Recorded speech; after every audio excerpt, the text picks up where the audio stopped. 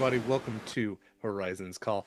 I am Derek Sorty, use he, him pronouns. I am your GM for this game, your guiding compass. I guess that would make me a GC, which I might start calling myself, actually. I Now that I like think that. about it. Yeah, it's not bad.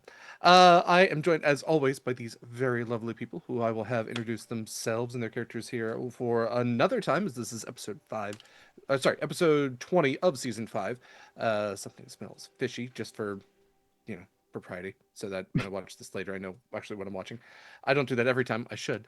But before I do all of that, I do want to say that this is a Sword and Key game. You can find all of Sword and Key stuff at beacons.ai/Sword and Key. You can find all of our links to our socials, Instagram, BlueSky, Discord. We have our lovely server. It's always great. Come on in. The water is warm or fine. I don't know if warm water is necessarily good. In a pool, not great. And anyway, you can hang out with cool folks like these, talk about cool games like these. It's also the first place we put our applications when those do go Mhm. out. We just closed one not that long ago, and another one is surely not far around the corner. So check out our Discord. If you're watching this later on YouTube, give us a follow. If you're watching this live on Twitch, give us a follow. It's always appreciated.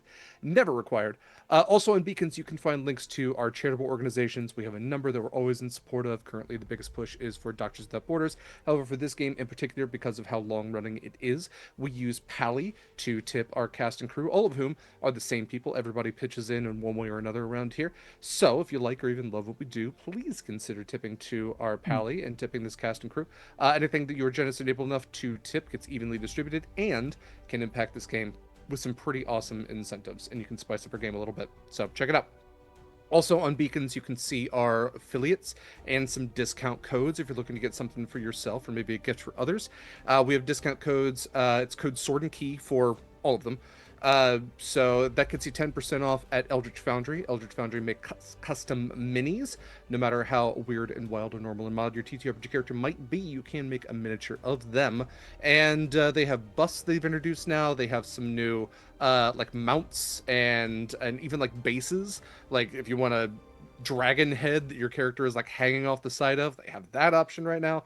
They have the new shark Carcharodon species that you can work from. Lots of really great stuff, and they're adding stuff every week. So check them out. We're also affiliates, and you can use the code 10% off. Sword and Key for 10% off your first purchase with Long Dog Dice. Jenn is the person behind Long Dog Dice, and Long Dog Dice is incredible. Mikyl has the wonderful D6 there with the Horizons Call coloration on it, the blue with little flecks of copper, and the Sword and Key logo on the sixth side. You can pre-order that set right now for yourself, or get yourself a set of dice that speak to your character best. And just in case you don't see something that is 100% what you're looking for, fill out one of those forms, get yourself a custom set. Jenn is pretty awesome and has not disappointed and will not. I'm manifesting that. We are also affiliates with Hit Point Press. They make Humblewood and Griffin Saddlebag books and tons of other stuff. You know who they are.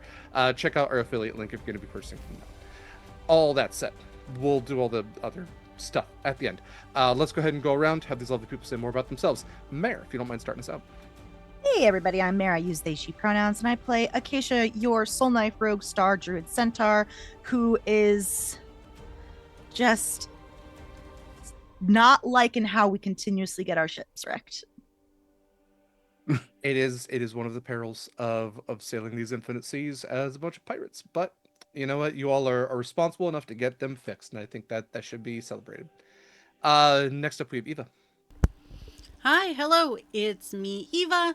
My pronouns are she, her, and today I am playing Winnie, your sea elf, alchemical artificer, joined by her little, by this point, probably freshly repaired, little homunculus, little Jeffrey.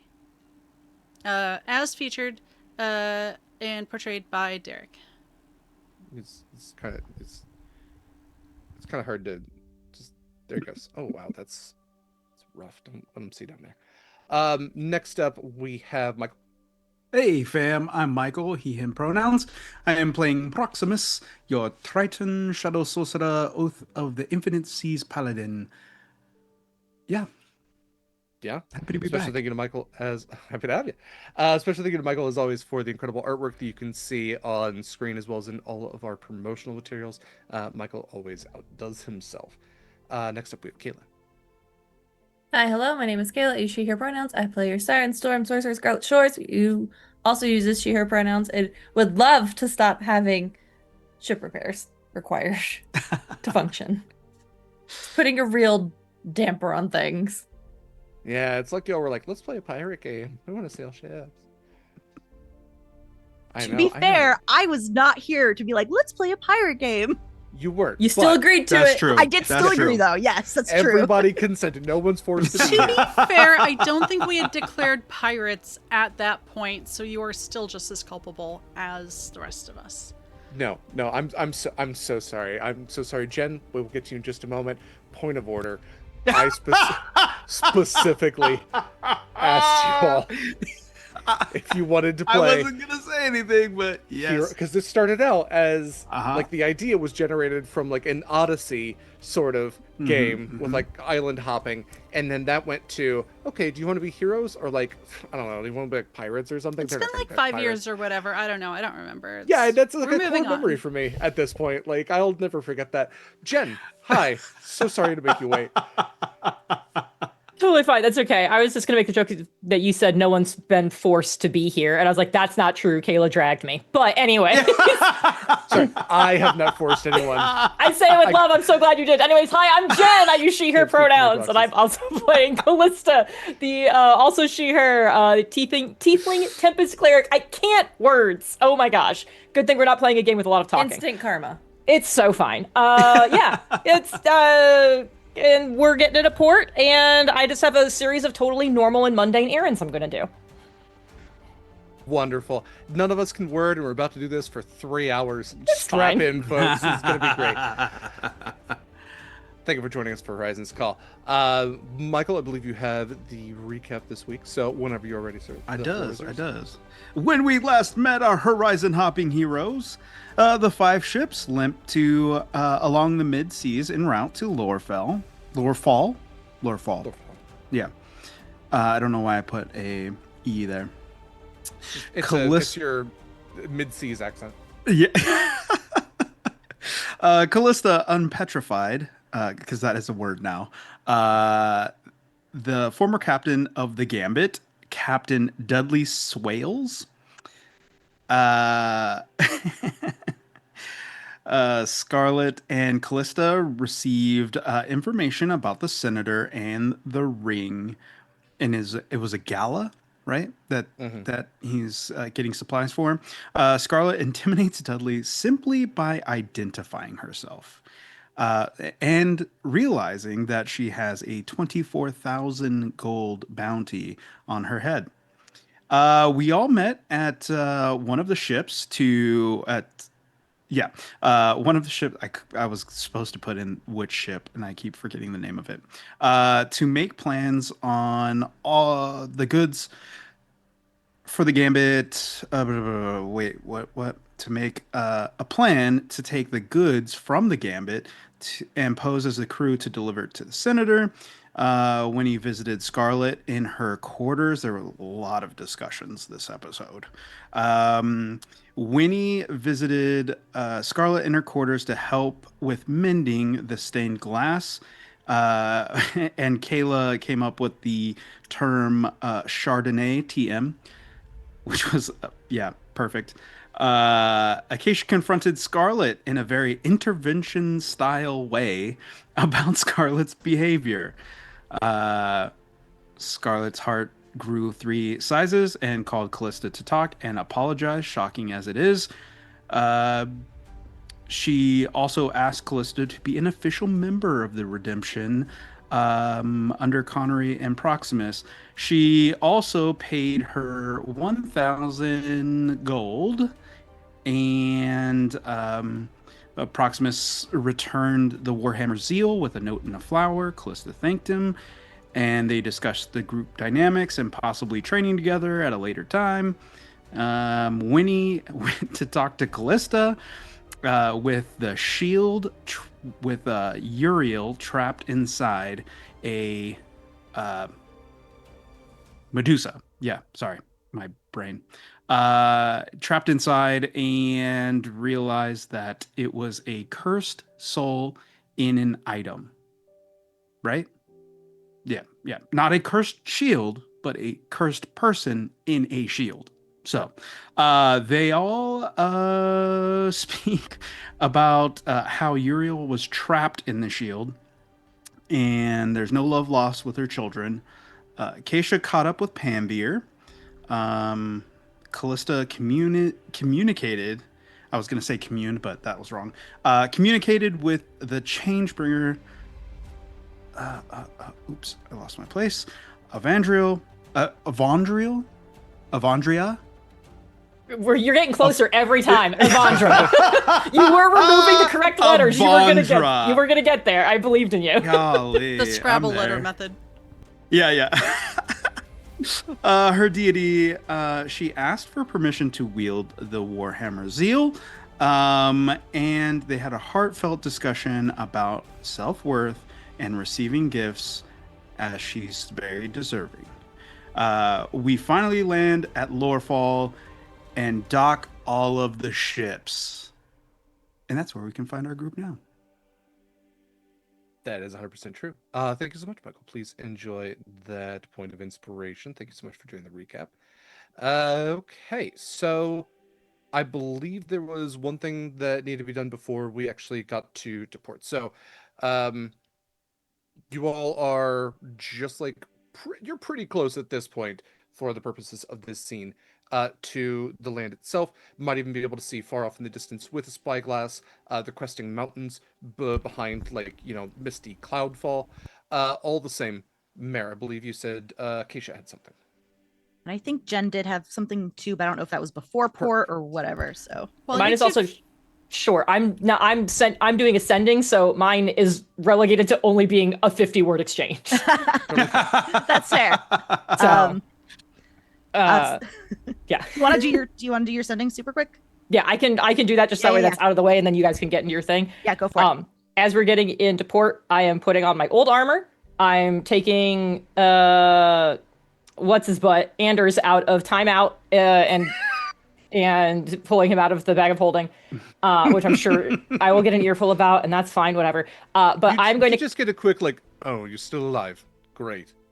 So sorry to disappoint. Oh, I just imagine you pulling it out, and he's still talking. He's been talking the whole time, like yelling at you, and he's and another thing. Here's the 888th reason why I think you're stupid. Yeah, that tracks. That would track. He'd have a list. He's had a lot of time to think about it. I am going to cast Sending, and I need to be clear. I am not using the shell phones to do it. I've prepared Sending, and I'm using a spell slot for it. Okay. I am casting Sending to Gattaca, the Aaron Yes, that is the gatekeeper and kind of admin assistant for Raja Bakshura. Mm-hmm. Okay. Hello. Hope things are well. Does the Raja have presence in Lurefall on Polanis? Would love a meeting if so, and he's available.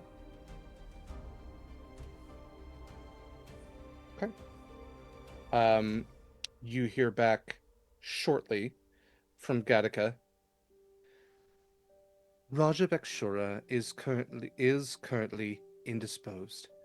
However, his presence is varied at Lorefall. I would be more than happy to meet with you. Colossus Vault 1134. I'm going to count 1134 as one word. 1134. We'll count it as one word. I think I have I will wait.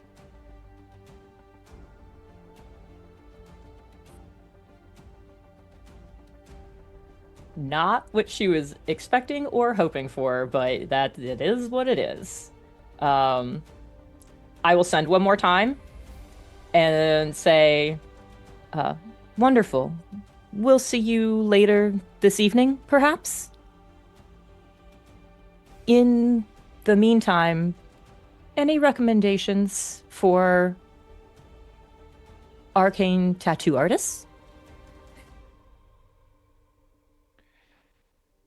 If chuckling or giggling was a word, that would be like 3 of them Perfect. Tonight will be fine. I can wait as long as needed, but not too long. For tattoos, see. Oh, see, this is going to be multiple words too. Let me see. I wrote down his name. See grapple at the hook, line, and anchor.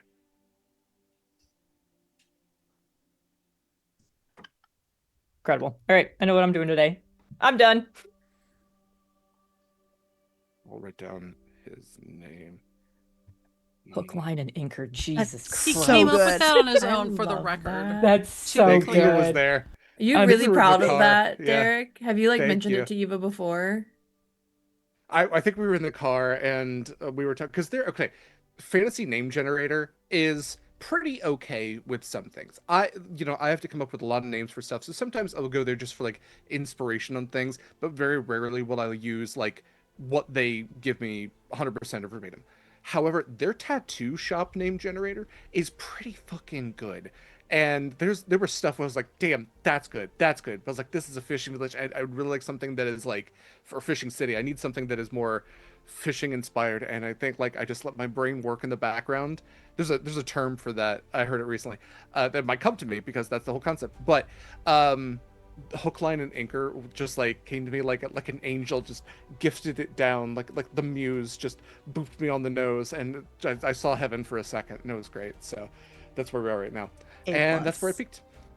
And then yes, Vault 1134 at the Colossus Vaults. Cool. All right. Sending's done. Acacia, what did you have?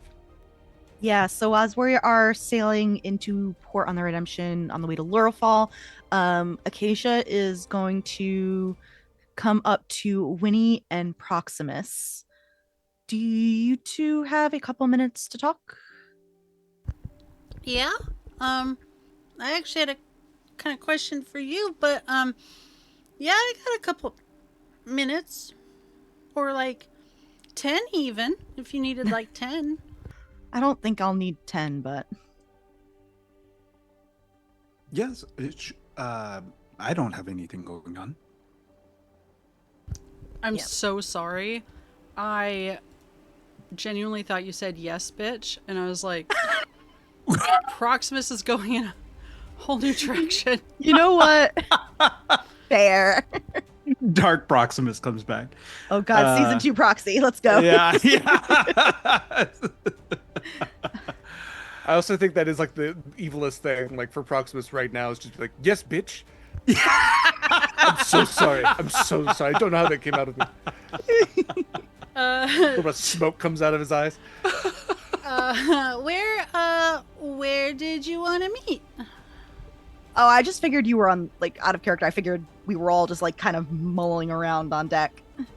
I So- forgot we were all on the same ship. Yeah, so honestly, we're all on the same ship, so Do you want to meet on deck or do you want to meet somewhere else? I guess. I'll come to you too. It's fine. And then she'll find you. Thank God for cell phones. Right. Yeah, so when she gathers all of us, it's not like it's a secret meeting or anything. She didn't ask like secret meet in the hold or whatever, and she's just like, shifting foot from hoof to hoof. I just wanted to apologize for not. I didn't even really tell you. It just kind of came up for surprising you both about Panfear's presence and not telling you as soon or shortly after. It really wasn't fair, and I shouldn't have sprung that on you or Scarlett or anybody else, and it wasn't right, and sorry about it. Apology accepted. I don't. I don't feel like your apology is necessary. You have every right to bring whoever you want with us. Just let us know. That is all. And I I didn't. appreciate that. I really didn't. So wait a minute. Not to cause trouble. Um, actually, above table Yeah, no. question. Yeah.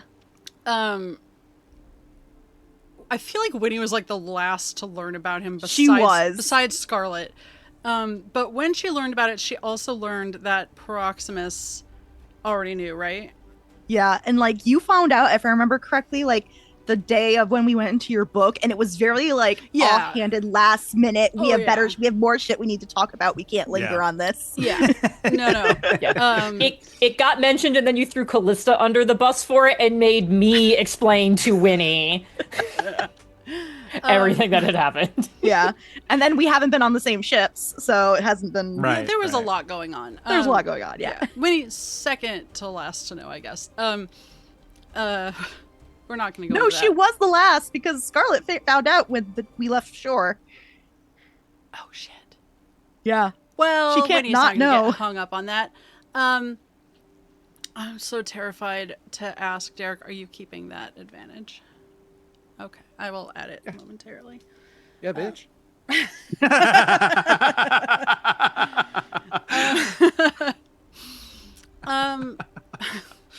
Horizon's Call, the TikTok version. Right. I appreciate that, Acacia, because yeah, like we're a team, and I feel like, and I'm not saying this to make you feel bad or nothing. I just appreciate you saying that and acknowledging that. Although I will say, Proximus, you did sort of know like before we left port, also, right? So like, I'm not I mean, I saying knew this he is was partially on around. you, but okay, you didn't know he was joining the ship though. Yeah, and I also might No. have been asking everybody not to say anything, so you can Okay. blame me If it for makes that. you feel better, I grappled him at one point. I mean- in like a friendly way, or in like a Oh, you're in no. trouble sort of way. Oh no, I was Roxas- going to hurt yeah. him. Okay. He immediately went to throw Kinda. hands. Kinda does make me feel a little better, actually. I let my feelings, very complicated feelings, and past relationship cloud my decision making skills. I haven't talked to Kallista too much, but I kind of feel like, just the little bits I've overheard, even including her, we all kind of have some past relationships that are a little bit, how you might call complicated and messy. So I understand that. I mean, What do you kind of. mean? Mine's mostly just my brother, but Yeah. it's a layer. Yeah, I feel like we should all just kind of be a little more. I have some feelings and stuff, but Proximus, no. Oh man, I'm doing the thing I was worried about like not being transparent and stuff. But like, Acacia, I have some concerns I want to talk to you about too. But like, I don't know if it's appropriate with Proximus here. But now, Proximus, if I tell you to go the hell away, no offense. That was what Scarlett told me the other night, in not so many words, but kind of. But like, I understood it was a respectful, like, now is not a good time sort of thing. She wasn't being mean or anything. But now I don't want to be like doing the secret thing. It is. You also, it's not necessarily secret. People are also entitled to their privacy. Right. Yeah, And exactly.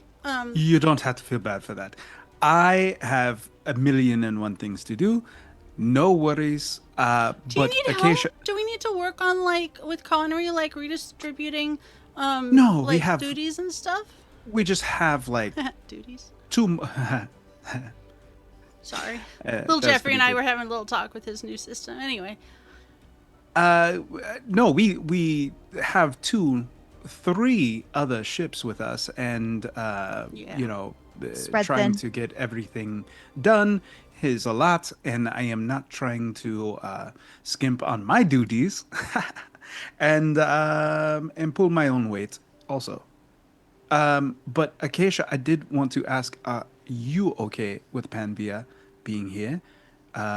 Because That's a good question. I mean, the reason why we don't like him is because he tried to hurt you. And Yeah. if that is something that you are wanting to repair, I support you. Uh, but if he does anything to hurt you, I will kill him. And I'll He endorse. I'll help him. he had every opportunity to kill me the day after Scarlett's wedding, and I wouldn't have been able to do anything about it. If I were worried about him hurting me, I wouldn't have done it. I think Proximus don't- means also emotionally. Oh, Yeah. I don't think I would ever worry about you physically in a fight. You are very strong, and I love you very much, and I just don't want you to be hurt. That is all. we are working on it. We have talked regarding everything. Okay. And I give her a hug around her shoulders. And I will hug you back. And then I will.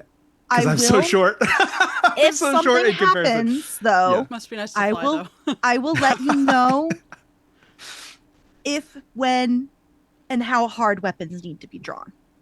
Okay. I trust you, and I support you in any way. Let me know if you need anything. But I am going to go fuck off to one of the boats. So, have fun. If Bye. there's a better way of saying that, please let me know. I just sort of, little Jeffrey's just going through like his system processing, and I think his that was not the reboots. right. Yeah. So I'm sorry, Proximus. You My know I love having tattoo, you my around. tattoo wings pop out of, and I kind of like it's like a hop to jump boop boop boop into the air as Cute. he, yep. God, you really are just the dogman from Jupiter Ascending, aren't you? It's when you said that I was like, oh, I hate that movie so much. But yes. Do I remember his name? No. Is it probably Kane or Axel or something? Yes, it is. Pain wise. Is it Oh, really Kane? nice, really. Holy shit. Spot on. Assuming that's what I'm talking. I don't know. I love that put in- movie so much. I literally just but put in also- Dog Man Jupiter Ascending, and he's the first that showed up. Another example that Channing Tatum will take any role. And he'll love it. Oh You'll yeah, love it. yeah, absolutely. Little Jeffrey looks up at Winnie. Can I go fuck off? It depends. What are you gonna go do? Is it constructive? Oh, I can build things? I'm gonna go fuck off and construct. Okay. Have Oh. you gotten him toy building blocks yet? That might My solve some God, that's problems. such a good idea. No. I do need to stop at the toy store, so I will see if Thank I pick you. some things up. You just hear the sound of like heavy equipment far off in the distance, and he goes, "I'm constructing lies." Wait, no. Wait, why don't you go follow Proximus and ask him about the thing I said? Michael, I'll You hear DM the, you. the sound of like a massive collapse of metal and wood, and then little Jeffrey just zooming off after Proximus. And Oh. you'll never know what it was. No. You'll never know. Completely off screen. Yeah. No. Was that a load-bearing wall? Probably. Probably. So, what is it you wanted to talk about, Winnie?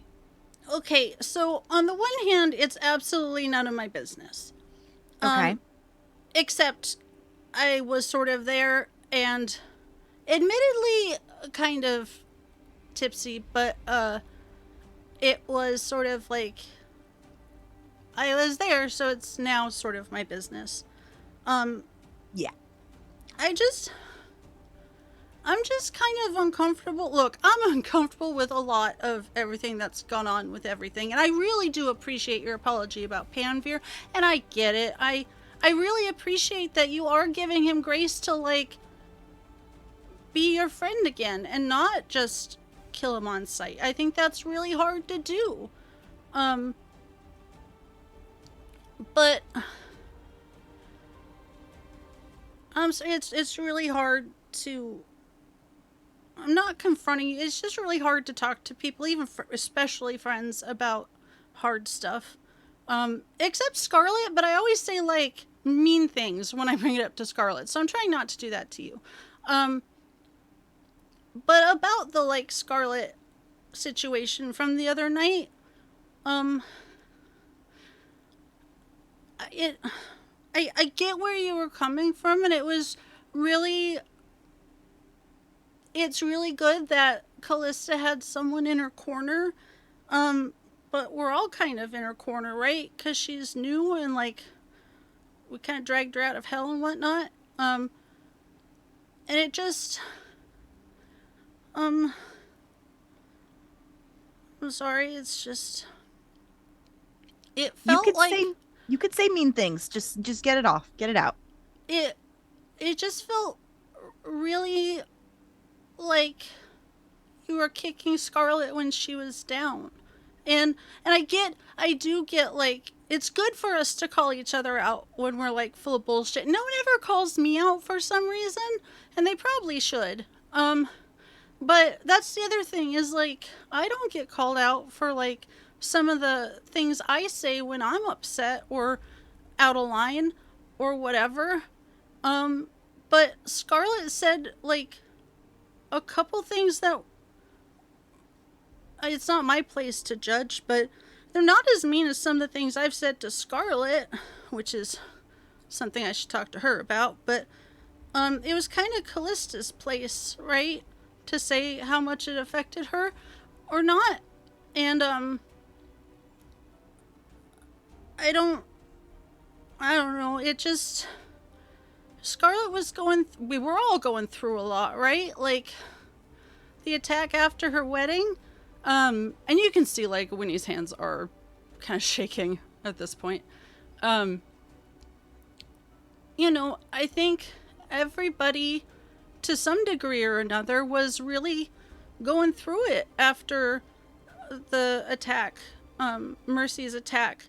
You know, Proximus thought it was his fault, and it wasn't really. Like, Scarlett thought it was her fault, and it wasn't really. I mean, it's kind of all of our faults if it's anybody's.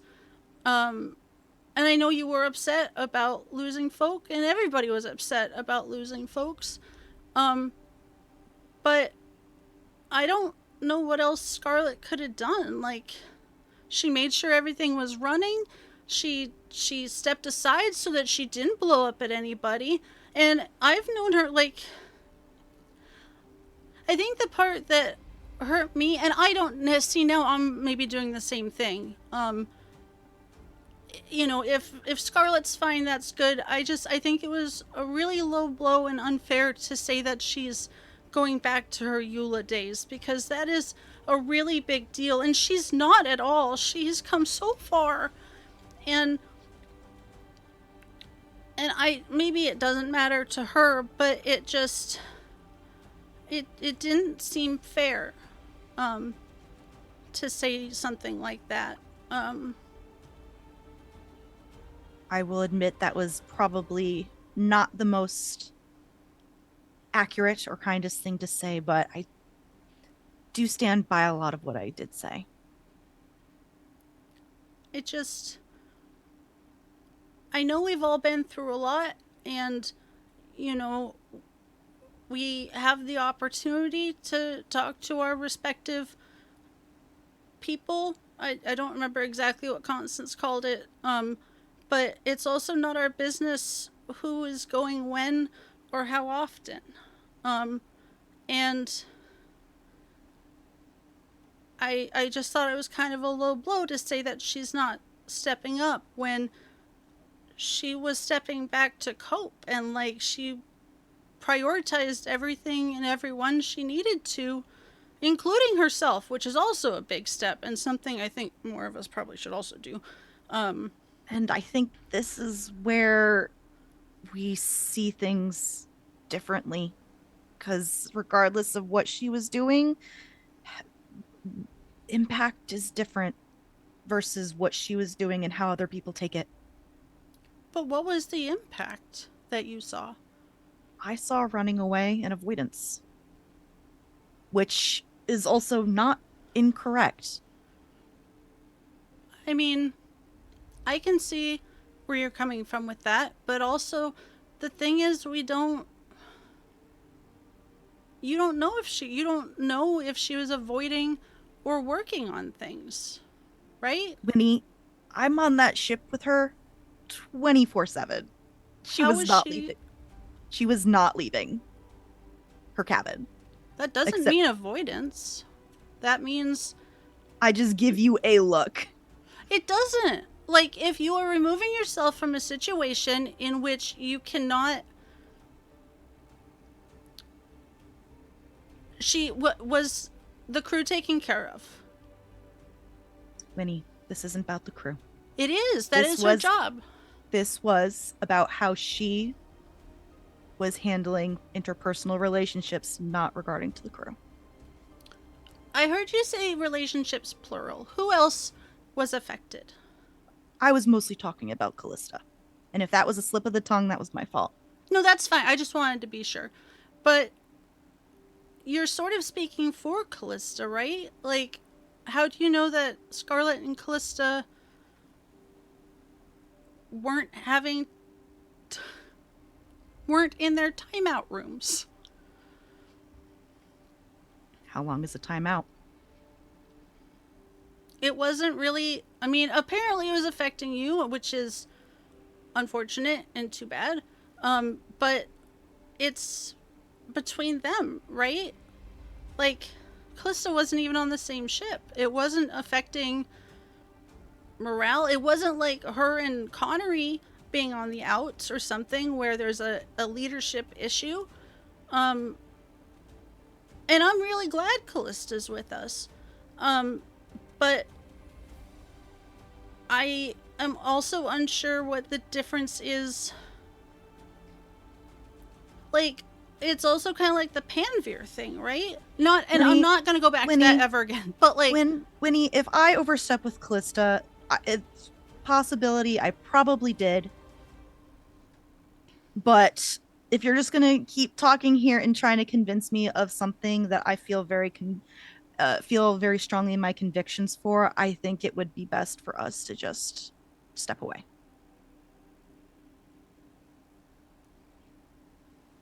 okay.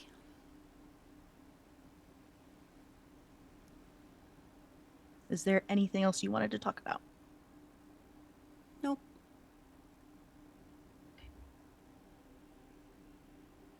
I will see you in town.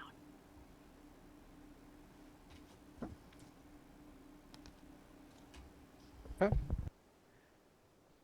Anything else anybody wanted to do before we got to Lorefall? I will, on the shell phone, just tap Scarlett and say, I have a meeting this evening with not Raja, he is busy, but with the bartender you seem to know, as a proxy for him instead. If you actually have a net positive relationship with him and would like to join me, you are welcome to. But I need you to actually be sure that your presence will not be a detriment to what I need to try to accomplish.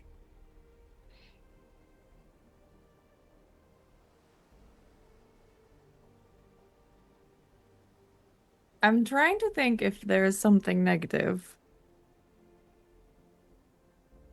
And I don't think there's anything negative with me, per se. Well, that was an interesting emphasis, but I will trust you.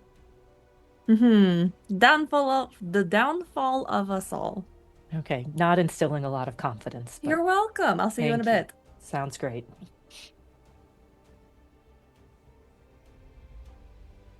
Okay. You all are within sight of land. Spyglass not required, and much as I described last time before we took off for the evening, you all get closer and closer to land as you begin to see higher and higher mountains breaking through clouds, And as you get closer and closer, you start to see buildings that are popping up all over, dotting the bits of green and further up gray and then white into these snow-capped mountains, which seem to create like this spine down the center of this island, cresting around almost moon-shaped like from a distance, this crescent shape that Planis tends to have. But as you get closer, that shape, that crescent shape, becomes harder and harder to perceive as the mountains themselves seem to stay permanent in their size as you get closer and closer to see these buildings. The buildings are ramshackle, stacked on top of each other. These fishing-like structures, all made of wood that you wonder why it hasn't rotted away decades ago. Bits of lantern light peek out of windows here and there, and all about you see netting that would be used for various types of fishing or fishermen like venture purposes. You can see as you are heading in more and more fishing vessels, small and large, that are heading out. You see the small, common, perhaps even humble fishing vessels, the ones that are maybe manned by 1 to 2 sailors, perhaps even the smaller rowboats of just average fishermen that are casting their lures. And then you see the galleons, these massive ships that at first you think might be ships of war or ships of incredible mercantile trade, until you realize that they are outfitted specifically for fishing, that nets and hooks and lures all just hanging off of the side, some decorated in fish bones, some decorated in the bones of things you would not categorize as fish but as sea monsters. Several of these ships you see have their masthead, their figurehead, as a decoration of massive shark jaws or sea serpent jaws, or some things you can't even immediately identify. Some of them are fully manned, some of them even are rowed, as some galleons tend to be, indicating that there are perhaps hundreds of people aboard, all working these massive fishing vessels, trying to bring back trade. And as you start to get into this break in the land, this split, this valley, where the buildings are on either side of you, when the wind stops, the smell hits you like a wall. You're used to the briny smell of low tide and the unmoving seawater, but that is mixed even further with the smell of fresh and rotten fish. And as you look about, absolutely, there are wrecks along every bit of clear surface with fish drying on them, or there are cages with crustaceans in them. And as you go in further and further, you begin to see the fish get larger and larger, to the point where when you are finally ready to dock, you can see up on a almost like a gibbet of sorts, this wooden structure. A bunch of sailors are using a chain to haul up an anglerfish that is the size of a small sailboat, and they are hauling this thing up, its jaw kind of listing out, just dangling there, the angler of it kind of draping from side to side, these massive teeth as tall as any of you, the bottom teeth just sticking up. And you can see that they are preparing it for some sort of sale. As you can see that there are fishmongers all about. Pulling into port, you can see that there are ships of all kinds here. You see there are dwarven ships, there are ships from various human kingdoms, there are mostly mercantile ships, trader ships, things like that. However, you can see that some of them do carry Nerean colors. And you also see that there are a couple of what you might identify, and I don't think you've seen a lot of in this game, but Orcish ships that might have even served in the Orcish navy. Now, not necessarily flying those colors, as those colors don't really exist, decommissioned, sort of. And you would also see something Kallista might be most familiar with out of anybody else, but ships of the Northmen, the people that now occupy the Hogamore Islands, the islands where Cavalon used to be. And so you see these longboats, like if the Vikings had existed a few, like maybe 500 years after when the longboat was primarily used and had adapted and grown. Shields still line the sides of it, but think of like a dragon ship that is more robust, heavier, more sails, and more suited for raiding. Um, yes, Cass, the Northmen, like the movie with the Skarsgård in it, absolutely. Um, that is what you see as your. Remind me, you're taking the redemption in. Yes. Yes. Okay. So I all wish of I the can ships, take pictures of this big ass fucking thing, but we don't have pictures and cameras. mental picture. Click, click. Yep. Um, yeah, there is encode thoughts, which I think is actually a really cool cantrip that's not really So used a good. lot. I But love it's pretty encode cool. thoughts. Yeah. Haven't we done that with the shelf one before, where we've like sent like images? Like You We've have done it sent in mental the im- mind link. link. oh, the Yeah. mind. Yeah, Okay. you have sent mental images before. We have allowed that most certainly. So yes, as your ship pulls into dock, lined by all these other ships, and even in this this harbor where it kind of bulges out a little bit among this valley, you have left all of your other ships out at sea, far enough out where a fishing boat might pass by them, but they look, nondescript enough that nobody's going to notice them. But your ship is. Are you? I guess I should ask this. Are you going to anchor a little bit further out? Are you pulling all the way up to the dock, tying off, or did you want to anchor out and row in a boat with your sailors? Well, what would you all like to do with your ship? I think we were gonna fully dock Okay. and leave the other Then- ships out. Especially the ones that need repair, right? Like those ones will bring Yeah. all the way in. So we Oh, were well, only at gonna some bring in the point- redemption. The only Yeah, the redemption. The redemption's the only one, and unless you all establish for like a dry dock somewhere else, which is something that you could Like potentially a do. private. The thought was to Mm. get at least supplies to do basic repairs and that are good enough. Okay. In that case, you pull up to the dock, and the ropes are tied off. The boardwalk is lowered, and since it is the redemption, Connery stands at his usual place next to the boardwalk with his hands, his paws behind his back, standing at attention, waiting for all of you. And what would you all like to do?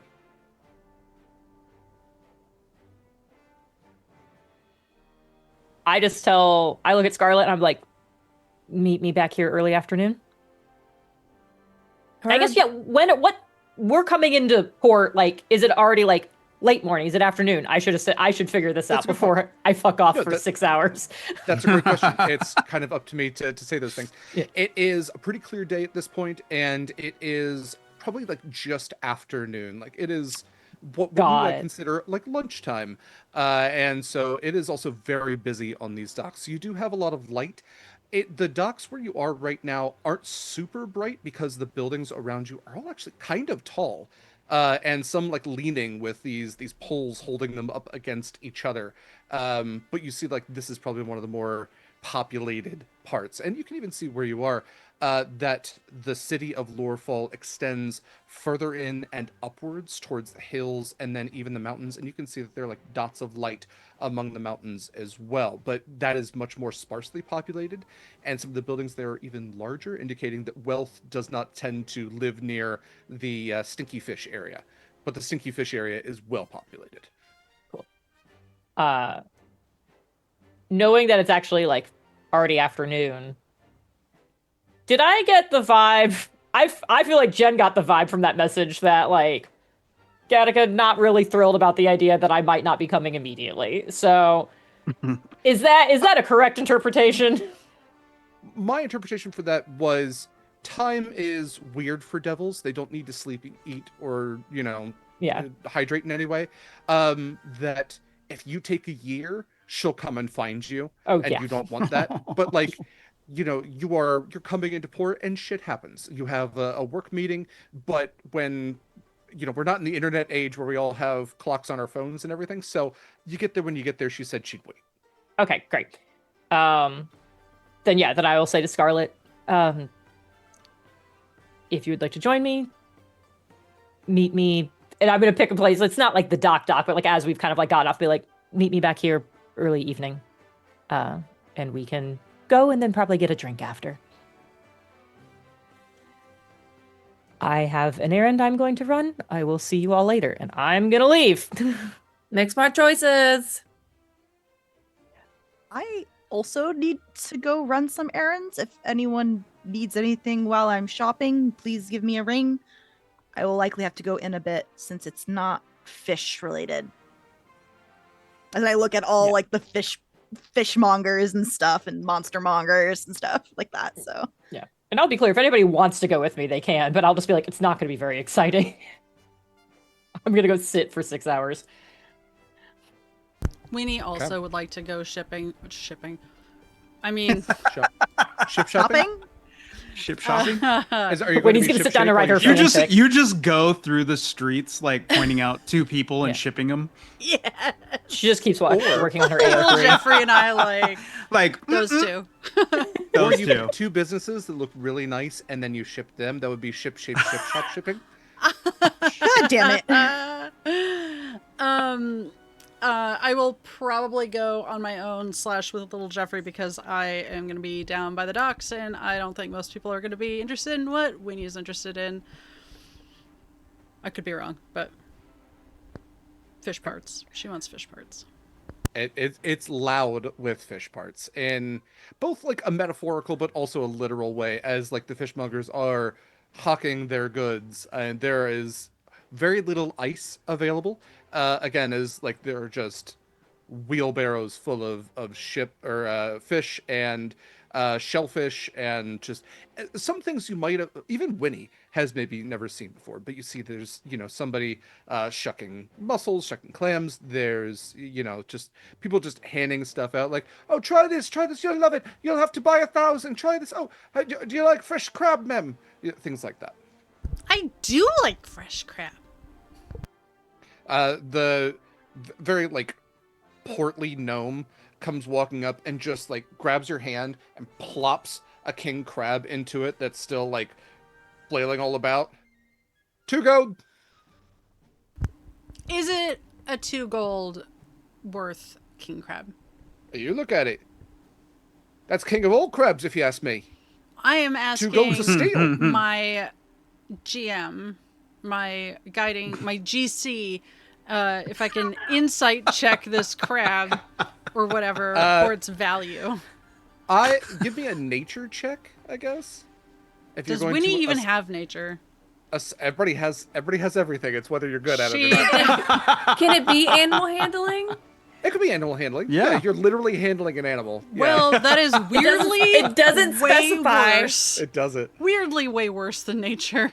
Oh, okay, I'll see myself out. It's 19. Yeah, nature's intelligence. I was trying to be kind. Yeah, thank Yeah, you. it's like the equivalent of an appraise check, which would be intelligence. Yeah. Mm-hmm. Could we do Pathfinder for like 5 minutes? No. 19. No, because that scares me. No. You said 19. Yeah. Yeah, I think that 2 gold is highway robbery. A gold is like a meal for a day at like, a decently populated Yeah, like city. a regular meal though. And this is like a live king crab, so like It is. It's fine. It's probably gonna snip at you here in just a second. Winnie talking the GM into inflating the price. Yeah, you're right. 5 gold. I'm so sorry. 1 gold, 5 silver. Fine. Okay.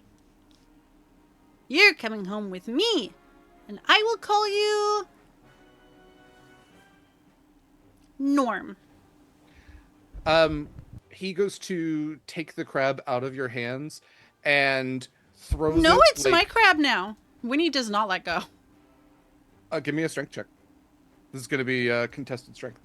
Thank you, whoever gave me bonuses. I would like to see him coming and use my flash of genius to like anticipate this and change my 11 into a 16.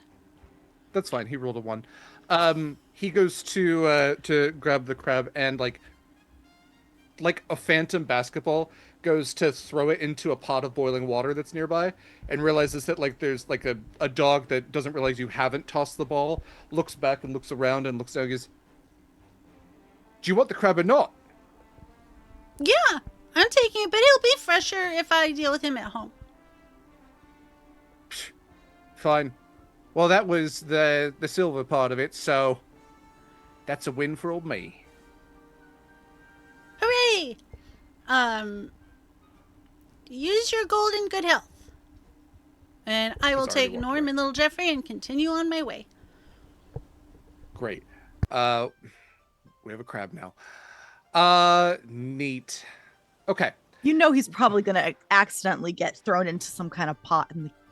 I will deal with him between now and then. Claire, how dare you? Shut up. It's meat. And she's on Honey's ship. I am adding 1 king crab to my inventory and removing It's not. crab gold. If that crab escapes and is just going around on ship, Oh, F-suit no. chat for It's- Norm. All over. I want the crab to get out and just start harassing Panveer somehow. Like this just Yes. he Jump goes to get his ships, hand do and it's it. just Just Panveer slams open the door. The crab got my knife. I can't say how, but it got my knife. We need to evacuate the ship now. All right. So Kallista has deboarded, unboarded. I can never remember the verbiage for that. Has gone off the ship and is hanging out in town. Winnie has also gotten off the ship and has bought a crab. What about Scarlett, Proximus, and Acacia? Who wants to go first? Go ahead. Okay. I have multiple things I want to do, so just tell me when you want to stop and we can go around the circle. First things first, I am keeping an eye out for any thieves' cant symbols, any I'm eavesdropping on roguish things, Yeah. the guild presence, so on and so forth, and that's just constant as I'm going through the city, basically. Perception check with advantage for that. Cool beans. I love that. All right. Da-da-da. Disembarked. Thank you, Tangent. I always think got that's a what nat skips it. 20 for 34. Fantastic. Yeah, you see everything. Okay. As far as Thieves' Cant and graffiti goes, it is pretty populous. Where Your you are... mic volume went down, by the way. Oh, fuck knows why. All right, well, let's boost that. Okay. Let me know if it needs to go up more. The graffiti around where you are at the docks right now is pretty... It's like parts of it are covered. Absolutely covered. So what you are seeing all about, not a lot of Evewalker iconography. In fact, I think what is most concerning is that Evewalker iconography has been scratched out, or even like when there is stone, it looks like a hammer has been taken to it in places where that is not the case. You see that hook graffiti has been placed over the Evewalker, whereas the hook is going through the eye or is like blotting it out. So you see a lot of hook iconography. I'm gonna take my Eve Walker symbol off and put it inside my Great. armor as soon as I notice how intentional that is. Yeah, I think with that is when you start to notice that people around the docks, people that you're just passing by in town, they're these like densely populated not alleyways, but I guess streetways. The streets are narrow as these buildings just like tower above you, and it's so busy as carts are moving through. The smell is so dense. It's very, the air is heavy, and you notice that there are people walking about a lot of times in small groups of like 3 to 7 that are openly wearing hook badges, the hooks that are either on caps or on their lapels. Okay. These jagged, you wouldn't use this for fishing because there's way too many like prongs on it kind of hooks. Yeah. And as they walk through town, that is the only group that the general populace seems to part for.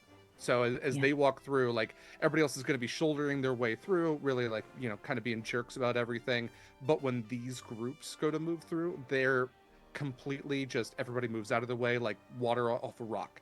And they don't really seem to be clocking you or anybody. That if there is a leader to them, there's typically just, you know, general hypervigilance of looking back and forth, but there's also a swagger to it. Yeah. So I'm gonna as quickly and as surreptitiously as possible get that off of me and hide in somewhere not visible. Yeah, no check to do so. You have hidden that successfully. Yeah, as far as any other information you might pick up, it is tough moving through the town to pick up on what everybody is saying. There's a lot of just commerce going all around you, and it's hard to pick up on a single conversation that isn't drowned out by another one. Yeah. But you do pick up on a few things. I will say that you do pick up that, and you see them.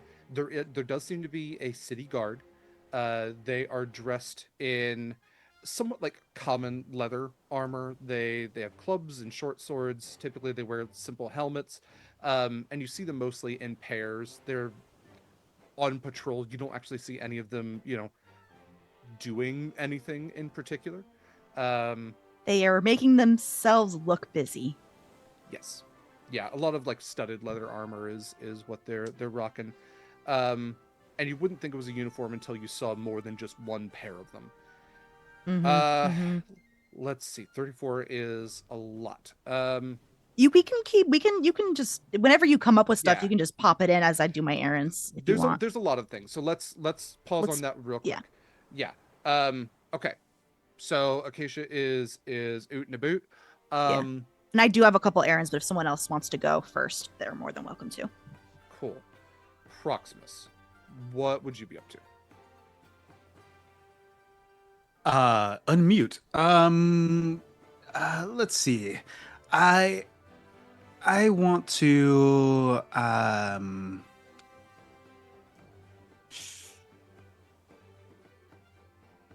make sure that we have enough people on the ship to make sure that we don't get anything stolen. The last time we were in a port this size, like it I think it was on Shackle Break, right? Probably even before that, because Shackle Break was mostly uninhabited. Arena, when I the last think. time you went there. Yeah. Like it would've been- originally. yeah, it would have been Amina was the last one where you all Oh, met okay. the hooks and had the gladiatorial thing.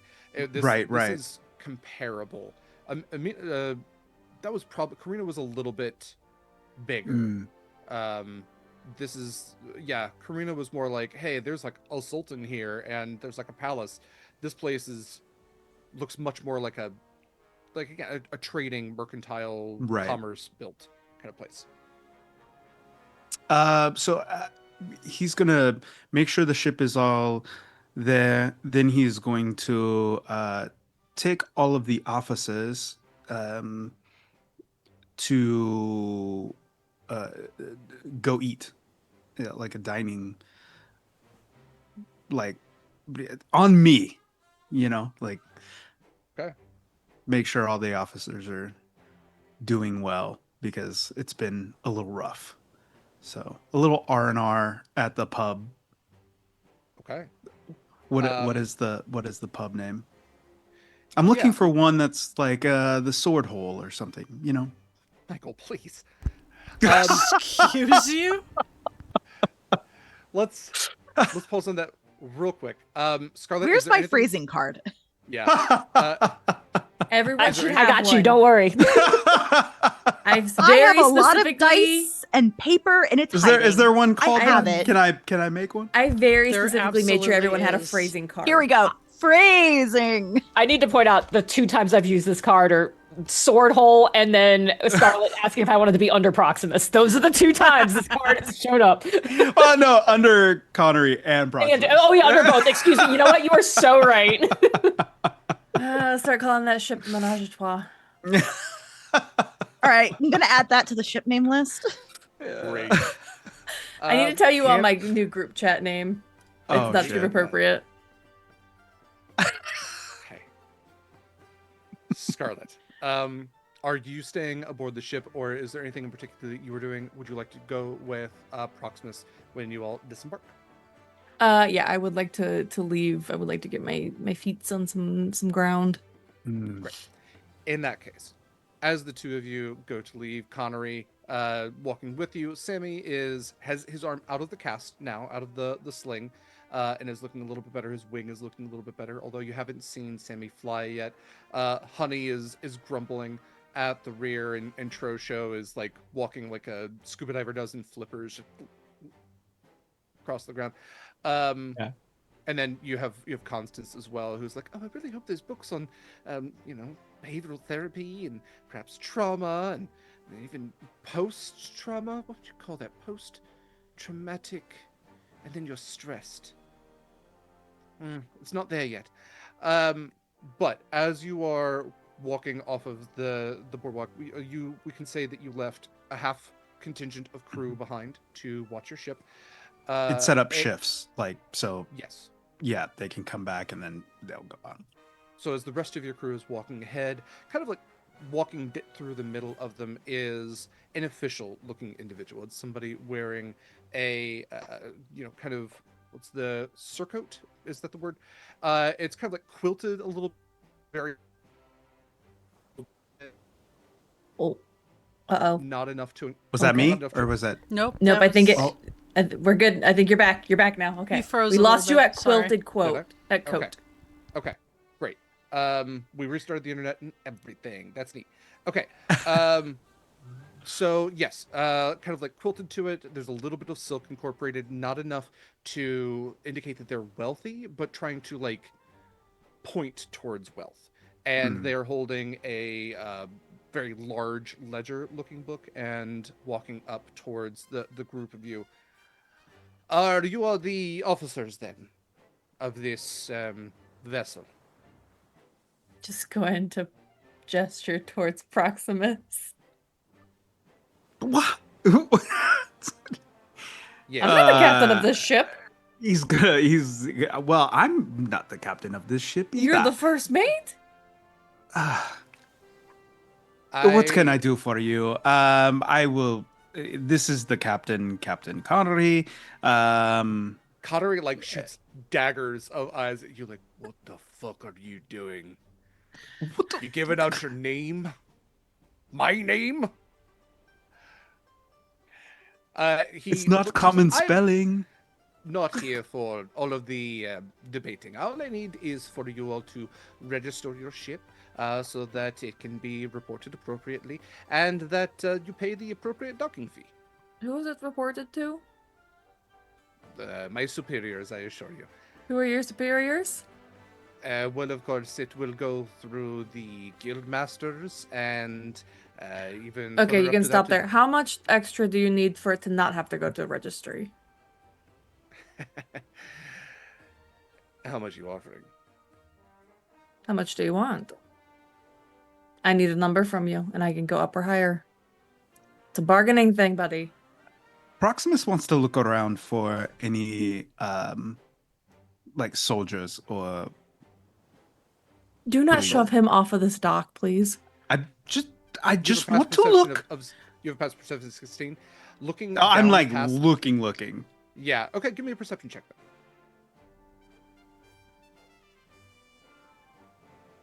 I don't know why I said it twice. Like that makes a fucking Like difference. looking. No, I know what you meant. You're not just looking. You're looking. That is Really a using them 19 pieces. plus 6, 25. I'm looking. Great. Okay. Further down at the end of this dock where it meets the actual like stone rocky kind of beach. This is not a sandy beach whatsoever. It is all coupled rock. There is a small group of the town's guard, the city guard that I mentioned that Acacia had seen before. You clock them very easily as city guard. They are watching your little group there. They're probably hired out by this officiate. And then a little bit further up, hanging out near some of the buildings, not paying attention to you, but still present, you see a group of Nerian, not soldiers, but knights. These are the kind of like more heavily armored ones that you all encountered in Ogden's vault. Hmm. And they are kind of just like off the clock, sort of. They're still in armor and everything. They're having like a little chat and everything. But you kind of get the idea that if you were to make a lot of hubbub, they'd probably get involved because that's the kind of shit they're up to. Okay, I'll leave him alone. Fine. The officiant closes his book. 200 gold. Oof. You said to name a price. I am somebody who enjoys the finer things. 200 gold. 175, and you can keep your tongue. Give me intimidation. I don't think that could be anything else. Oh, baby, plus 10. Oh, that's a 23. You see his eyes go wide for just a moment before he like swallows hard. 175 would be more than appropriate. Thank you so much. Pleasure doing business with you. Behind Yes. Scarlett, And I it's will like just, like- Proximus and Connery popping their knuckles. Scarlett doesn't need that. She's got her own. Also, that's overkill. At that point, rolling disadvantage. That's just silly. Yeah. I will give him the 175 out of my own money.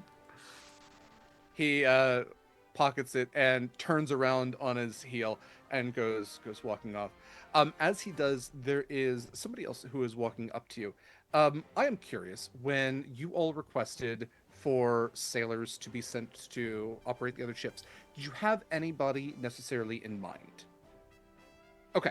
Then I'm going to say that you all have your NPCs on the island. If you want any of them to be on the ships, you can let me know. But otherwise, this is a half-elven, like kind of darker skin. He has like big mutton chop kind of beard that grows into the mustache, kind of goes all the way around. Otherwise, shaved head, so the sideburns go up to the tops of his ears. And he comes walking up. You've seen him a few times around Phoenix Landing. He's wearing a captain's coat and eyes all of you. What was all that about? Captains? Do we know this individual? You've seen him around. Let's see. Go ahead and give me an insight check.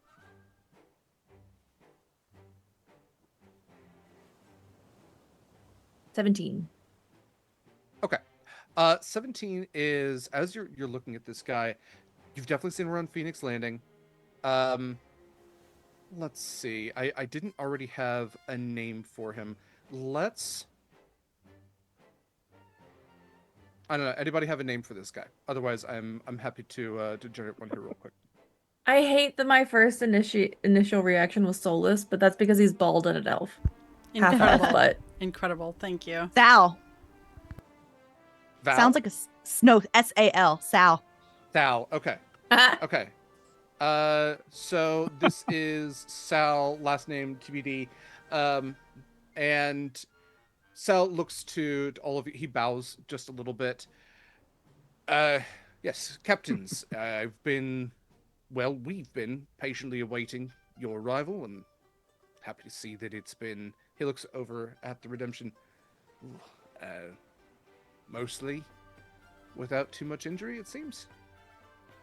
Roland sent us, in fact, all of the sailors that you all requested. We teleported in just, in groups, a few days ago. So, we've been sitting on our hands and waiting for you all to make port, and we've been taking shifts, and just happens to be my particular favor that I get to be the ones to welcome you to Lorefall.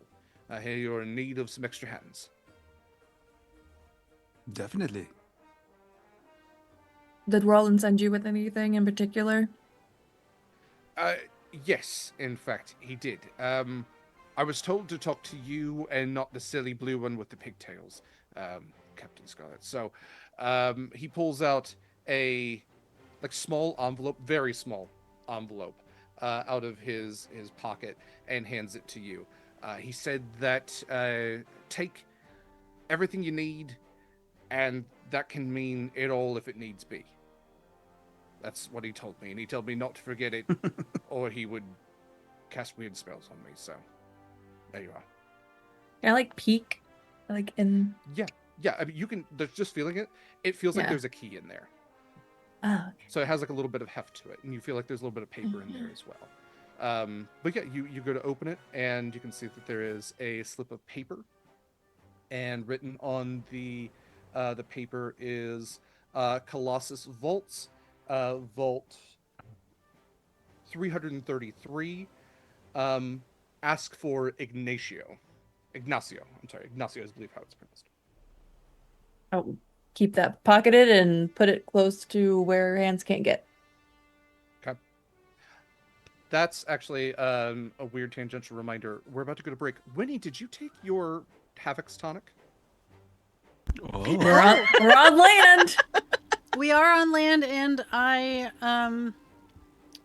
Wow, what a thing to remind you to ask, Winnie. What No. reminded me was Panveer was like thinking about stealing it, but then I believe Eva had even maybe said on camera or off that she would absolutely kill him if he stole the tonic. So If the he sticky stole it, hand he could comment- drink it. So here's the thing.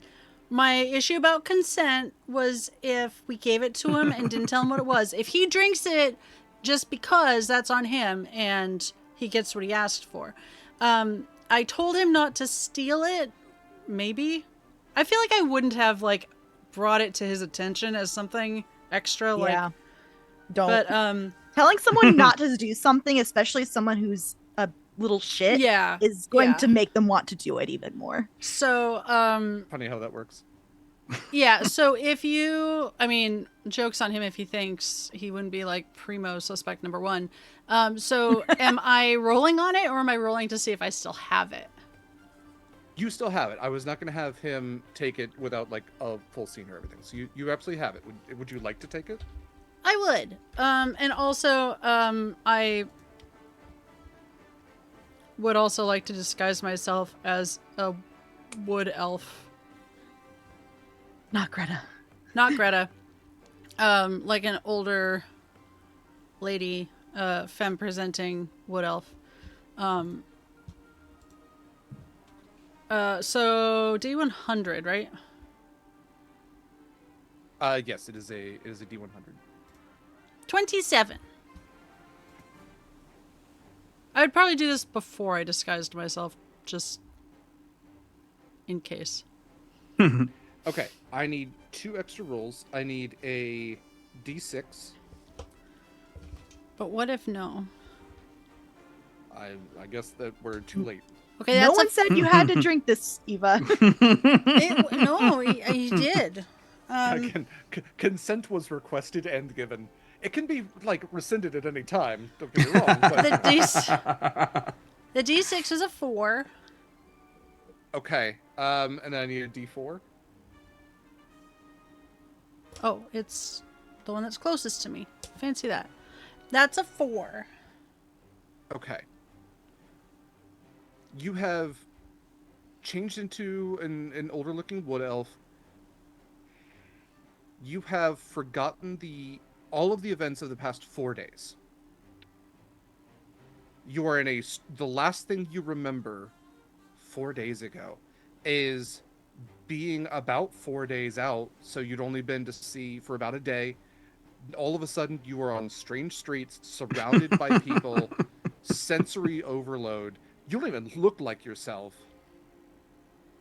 You were going to regain your memories in 4 hours. That was your D4, right? Yeah. Okay, so for 4 hours, this is full memento. But you don't have the tattoos to remind you. No, I do. Thank God I got my double eel on my chest before that 4-day period, because that would have been also hilarious to wake up to. Yeah, you look down to not like the pale teal blue skin that you have, holding a crab for some reason, and what is otherwise a stranger's hands, in a city you have never seen before, surrounded by nobody you recognize. Like you've awoken from a strange dream into the body of someone else.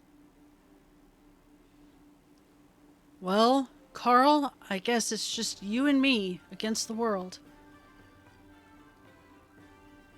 Let's find a tavern where we can have a small little panic attack by ourselves.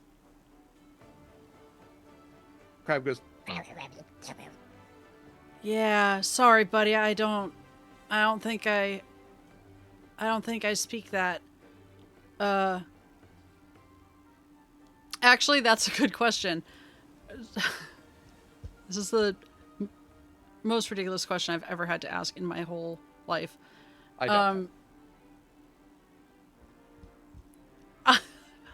So I can actually, using gestures, get basic ideas across from and to creatures with an innate swim speed. I You're a ask sea elf. you, does and I am still in my core a sea elf. I've only disguised myself. I have not polymorphed you still myself. have all your so, innate powers. Absolutely.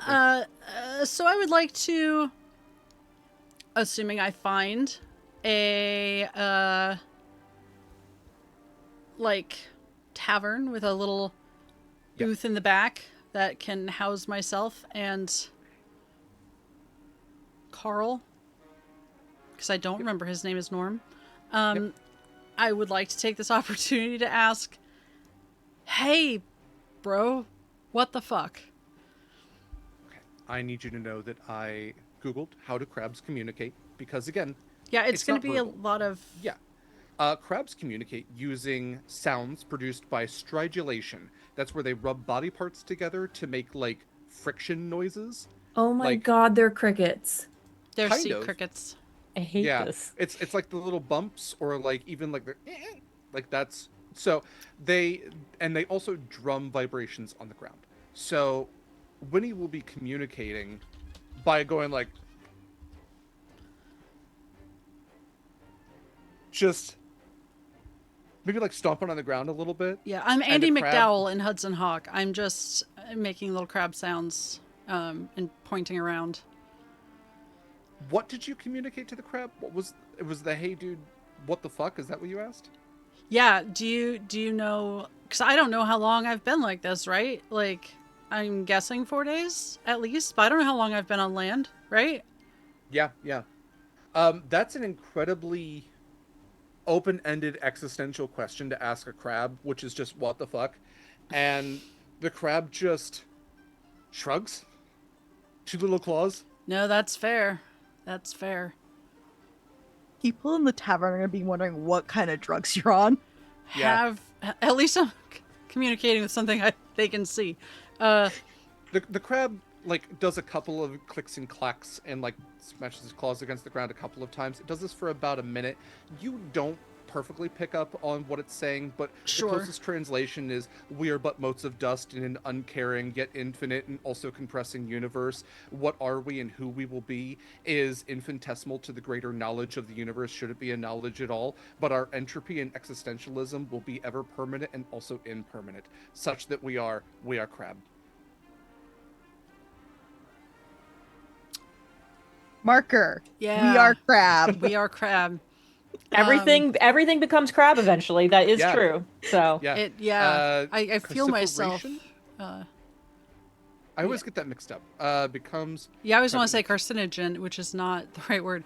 the So current path, carcinization. yes. Yeah, Can't- carcinization is the convergent evolution close. or non-convergent evolution where most things become crabs. Yeah. So Okay. it points to you and it points to itself. I am crab, and so shall you be. Have we done anything particularly notable in the time you've known me? The crab looks at an imaginary watch, and just looks at you a little confused. Tilts it like its little eye stalks. Okay, we didn't invent wrist-based timepieces. Oh, that's a good idea. You should stick around. Do you... Probably don't drink alcohol. The crab was starting to walk off, and then like looks back at you as you say that, as you're like clicking and clacking and making these vibrations. And again, tough to like perfectly pick up on, but I think the closest thing you get is that is I fucking party. Yeah, all right. Let's party while I figure this out. And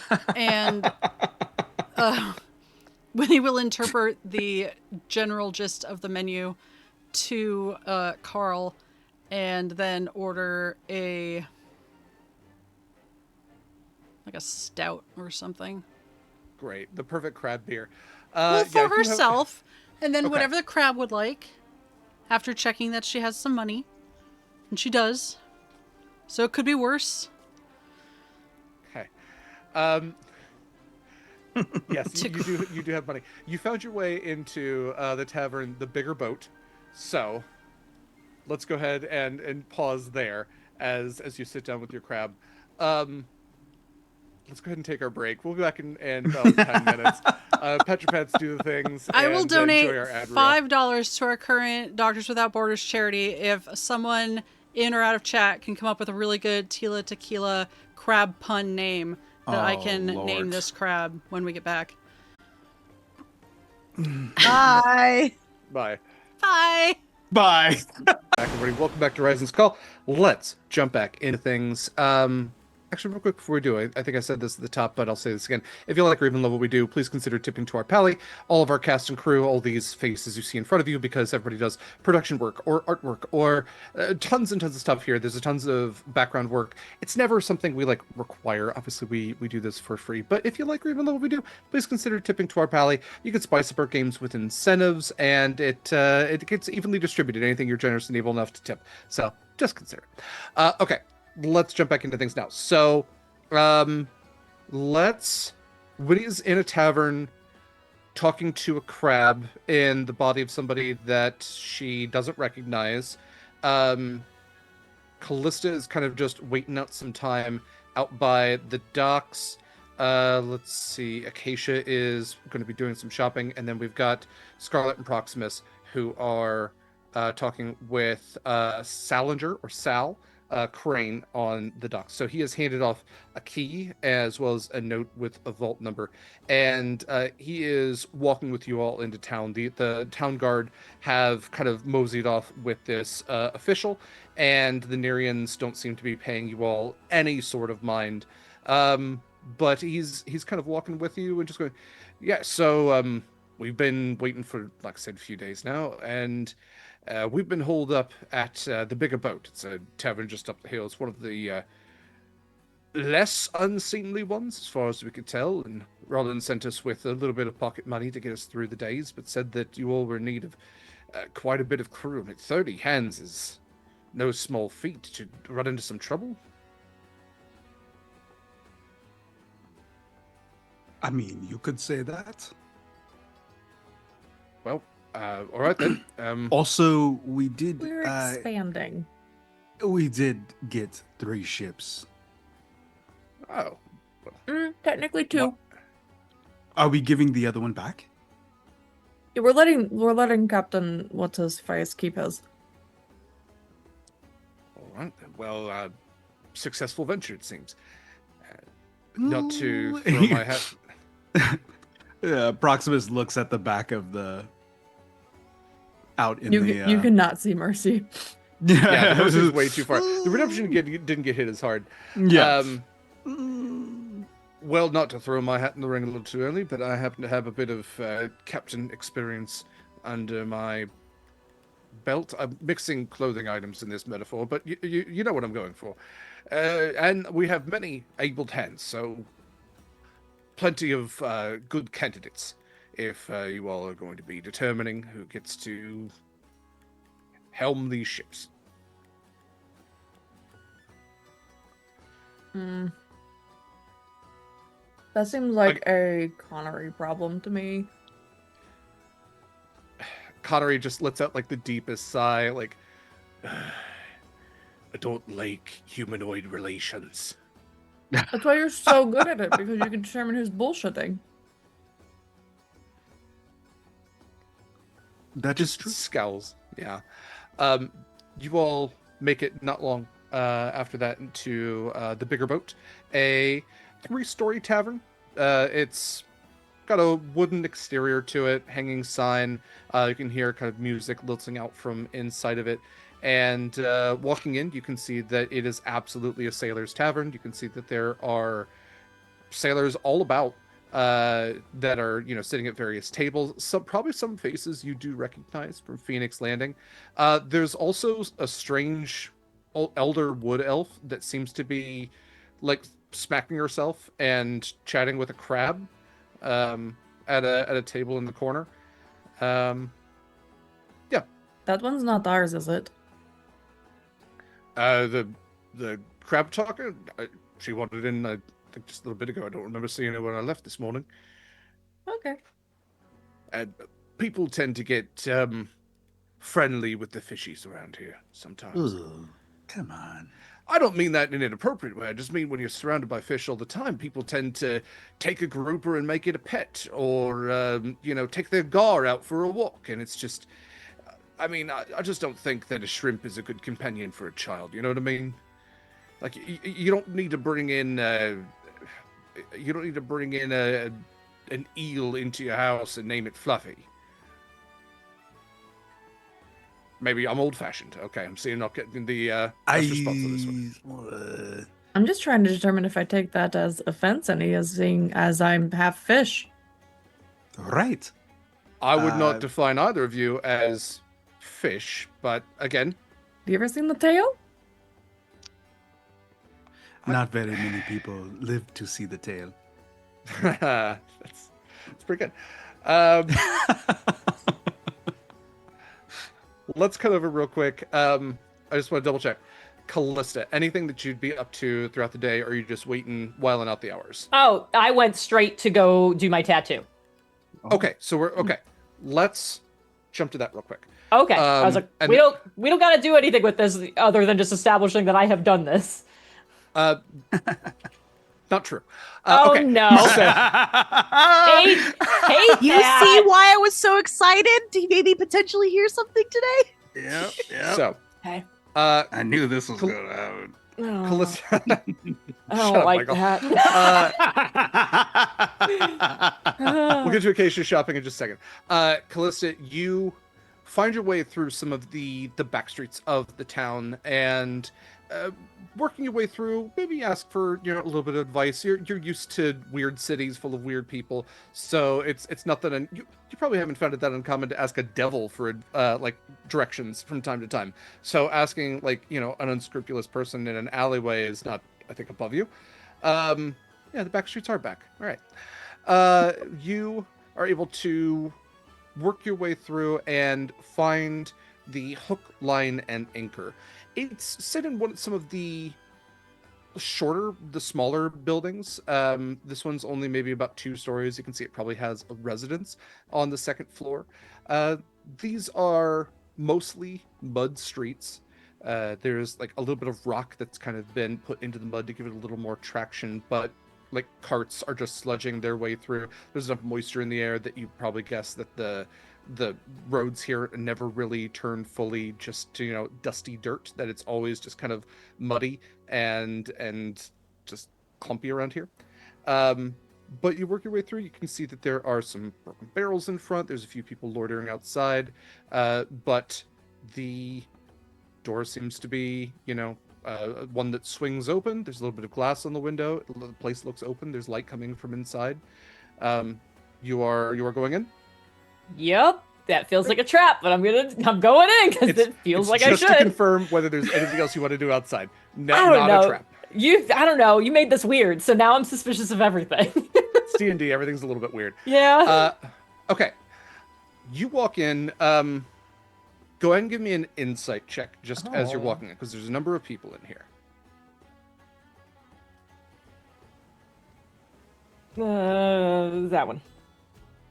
Well, that's not great on there. Oh, I have a +10, so that's a 17. Okay. With a 17, you see that this is a decent sized shop. It's, like the size of a general tattoo shop or even like a barber shop. It's set up with a couple of stalls where you can see that there are a number of goblins working. And you can see that the goblins all have magical tattooing implements. A couple of them are sitting off to the side and kind of chattering with each other. There is a group that seems to be at the far back right. And there's one individual that seems to be being tattooed by a goblinoid. And then there's a number of other individuals that are all standing about. Those that are standing about and the one that is standing are more like medium-sized humanoids. They appear to be human. I think by their style of dress and by the weapons they carry at their hips, these are Northmen. These are the closest thing that this world has to Vikings. These are Hogomore raiders, and you can see that one of them is getting a face tattoo that kind of incorporates somewhat into his cheeks into his beard a little bit. These, what we might think of more as like Viking knot style on his face. And there's a goblin that is hunched over, as you can hear the others all they all have drinks in their hands. They're all just shitting on this guy, absolutely roasting the hell out of him as he's going through. I mean, this also looks to be a traditional tattoo, a somewhat painful experience already. As they're like, "Oh, do you think your wife is even ever going to look at you again after that? Maybe I should visit her after this one." and just generally shitting on this guy. Again, something maybe a little odd for Kallista, as you know, these are the people who, not your home. I think Kallista hasn't been alive long enough to have ever seen the original Cavalon.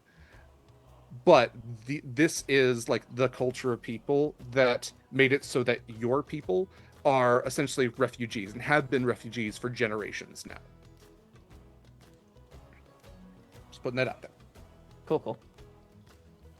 Otherwise, a couple of goblins at the front. One of them looks up as you walk in, a little bell rings. What do you want? I've been told I should ask for grapple. Who told you that?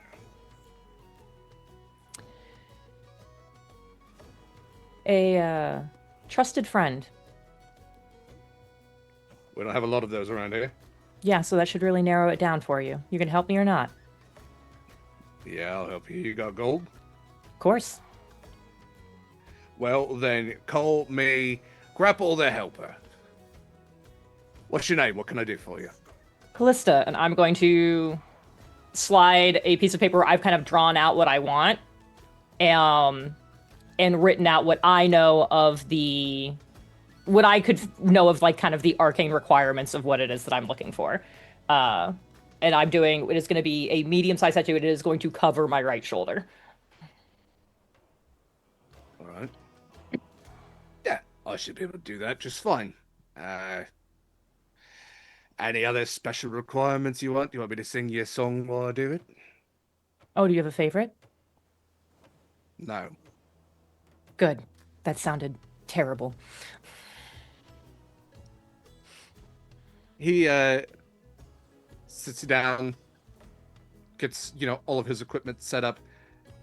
We don't see a lot of you around here. Yeah, I've decided I need to get out a little bit more.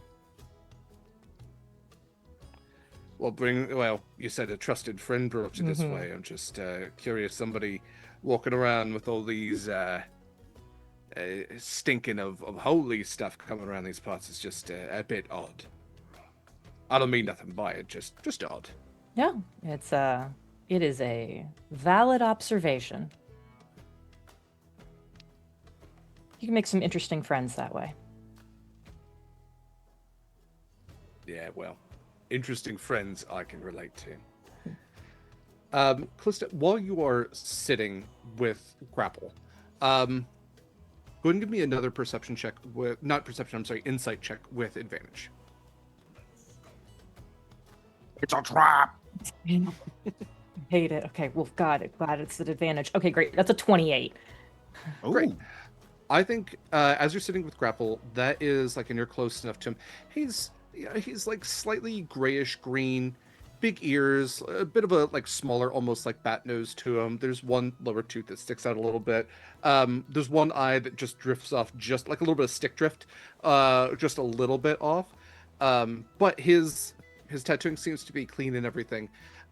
However, you see on his leather vest that he wears, with all of the other like just kind of sensory overload in here, because there's flash tattoos all over the walls. And he himself is also covered in tattoos. Bald head, covered in tattoos, skull motif like on his face, kind of shit. It took you a second to notice the hook that is on his lapel, kind of like in the more like on the collar of this leather vest. And I think you will identify him very easily as a member of the Hooks. Cool. Yeah, I mean, Kallista knows better than to, like, I don't want to engage in a conversation about it because she knows not to fuck with the Hooks, and is just like, has noted it, recognizes maybe the territory that she's in, and is just gonna log that away and access it if she needs to. Okay. The hours go by. You see a couple of people come in and out. The Northmen finish with their tattoo. They are very loud on the way out, And as they're going out, the one that was being tattooed, he's wearing leathers, furs, big battle axe kind of strapped to his hip, and you can see that he has kind of like all these markings now all over his face. He looks over at you and just kind of narrows his eyes a little bit. What are you looking at? Just admiring your new ink, that's all. Marks me as a brave warrior. Very proud of you. He looks back at the others. Says she was proud of me. And he pushes out the door, and you don't see them for the rest of the day, at least your time here. Who knows where you're gonna go next? But I hope we're shortly drinking after- buddies at a bar later. You might be. You not long after that, you do see some others come in, dressed somewhat similarly to Grapple. There's a bugbear and a human that walk in, and you can see they go up to the desk. The goblin there, like, barely gave you the time of day when you walked in. When these two walk in, like, rushes up, actually stands on the counter so that they can be kind of closer to the bugbear, still not the full height. And you see the bugbear leans down and kind of whispers something. The goblin's ear twitches, and you can see that he just, like, pulls on the vest a little bit to show the hook. And the goblin gestures, and they go towards the back and up the stairs to the second floor. Grapple just, like, looks back as he's tattooing. Like I said, interesting part of town you chose to get ink. I asked for a recommendation. I don't know enough to question it, so... You know, I've always said ignorance is bliss when it comes to this sort of thing. Yeah. I've learned recently that the more questions I ask, the more I regret the choices I've made, so... Jeez. You are smart. Don't tell anyone. I'm not a snitch. Listen, if you're gonna be staying in town, maybe don't come to this side. And if you got any friends, keep them away from these parts. And if you see something like this, and he'll point at the lapel, no, you didn't. See what?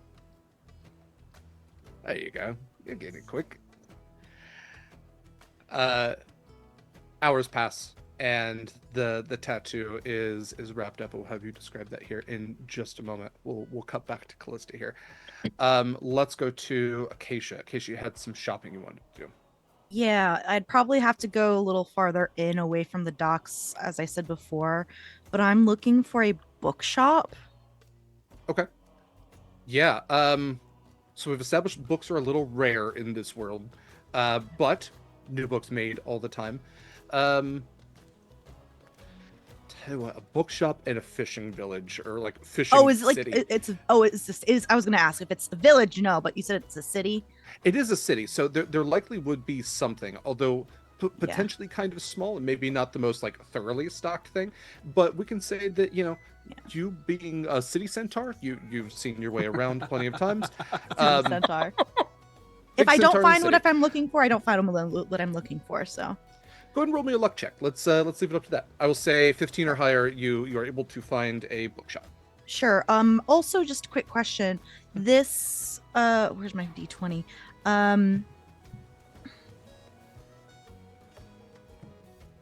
God, you said this city is basically not Nerian friendly, but they haven't been taken over because they're basically allowing them to continue working. Yeah, that's kind of what you're getting, is that the barons who all rule over Polanus probably do so with the assistance of the Nerians stepping in from time to time. I only got a 4, unfortunately. Okay, so probably no bookstore, and even if you found it, those books would be moldy as all hell. These buildings are not well insulated.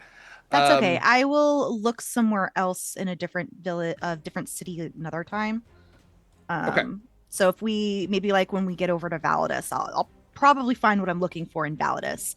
But Yeah, for Yeah, sure in Validus. oh yeah, no, I'll DM you what I'm looking for later. In that case, I'm also gonna go to a toy store.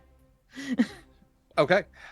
Toys, I think that's definitely something, wooden toys. There's always Yeah, yeah, sailors who exactly. are going out to sea. They're looking to give their kids something to make them stop crying. Yeah. So yeah, you find a small toy shop. There is um, it's a human behind the counter. Kind of, this is like younger, almost like older teenager, pimples on his face, and Their as you first walk in, job.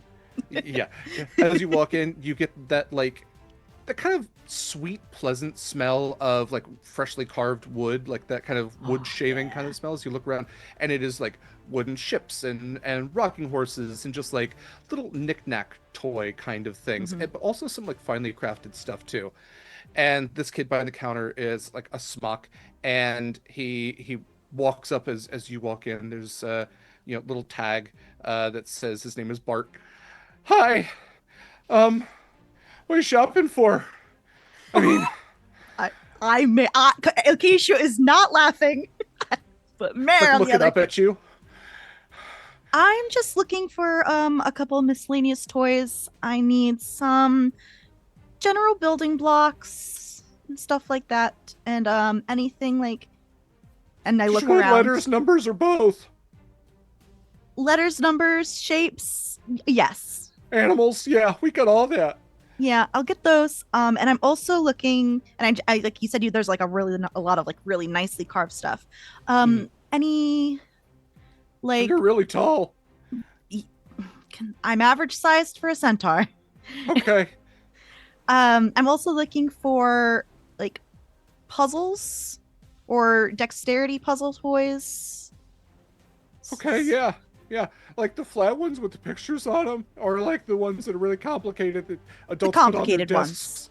Yeah, that adults put on their desks to show off that they're smart. Yeah. Yeah. Okay, yeah, we got some of those. Yeah, that's really all I'm looking for. Okay. Um, well, my name's Bart. I'm gonna gather that stuff up for you. Do you have a Hi, price Bart. point? Hi. Is there like an amount of gold that you're looking to spend or not spend? Derek, what I would be don't work on considered commission. Derek, what's a Yeah. fair price for this? I mean, for probably one of like the blocks, a few copper, right? Yeah. Yeah. For maybe like one of the more complicated puzzles, maybe a silver, maybe like half a silver.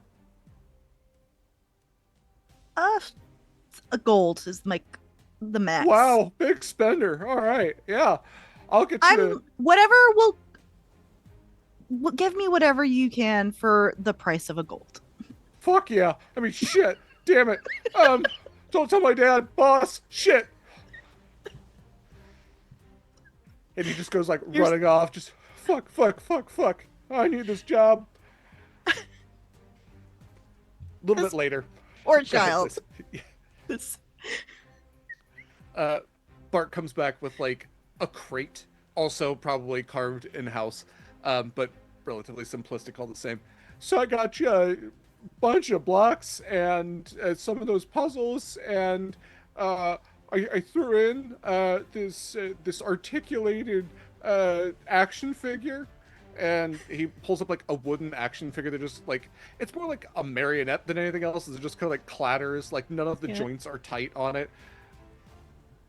It can be, I mean, it doesn't have any like features on it. It's not painted, but use your imagination. It could be like a superhero or your dad, whatever you need. Does kind of look like my dad. Oh, that's interesting. He's a I would have thought he'd have 4 legs like you. Is that No. inappropriate? I'm just gonna cover a smile, grab some select things. I feel like at this point I've already given him the gold, and I'm just gonna grab. Basically, I'm getting building blocks and a bunch of stuff for little Jeffrey, as well as the action figure, and like a couple puzzle blocks, like slash fidgets. Yeah. Sure. Okay. Thank you for shopping at Would You Rather. Have a nice day.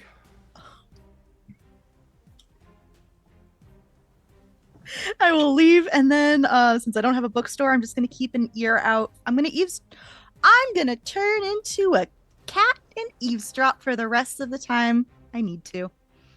A cat in a city full of fish. What a life. I know, Um, right? Yeah, it's pretty great.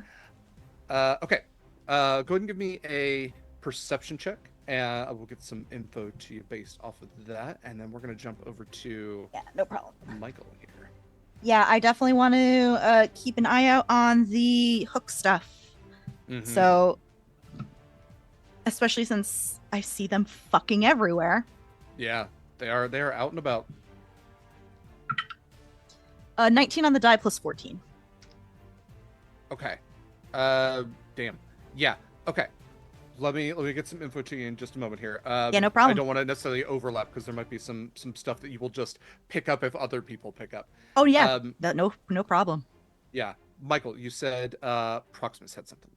Yeah, Proximus, being in the bar, we're already drinking at this point, right? Mm-hmm. I Scarlett, you're not drinking. You're not drinking at all. Okay, but he would have bought shots for the rest of the crew, right? So, Sammy, this one is for you. Trosho, he's just throwing them out there. Anything that's slide to them keep down the bar. Oh yeah. Yeah. And then he's going to use the shell phone and call Kallista. Where are you?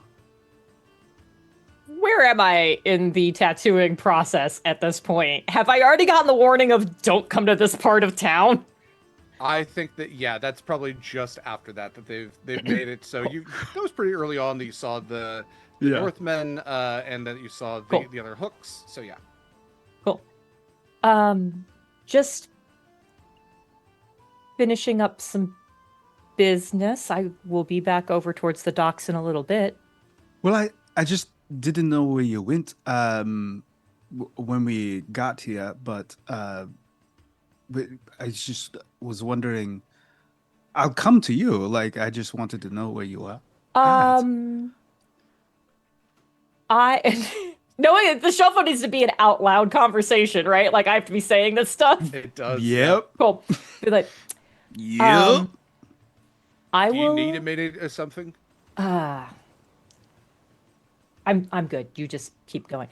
And so I'm going to be very careful about my words. Be like, keep going where?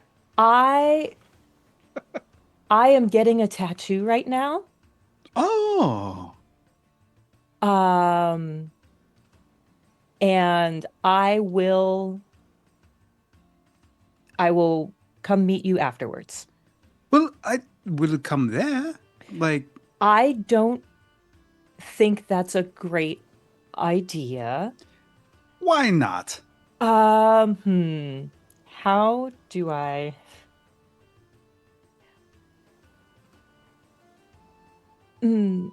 I need you to trust me, and I will explain more later. Well, are you hungry? I certainly will be.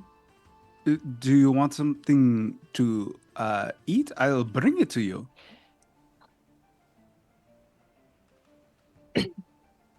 I know how these tattoos take a very long time. They do. Okay. I was just going to say I will keep you company if you would like. I super appreciate the offer. I really, really do.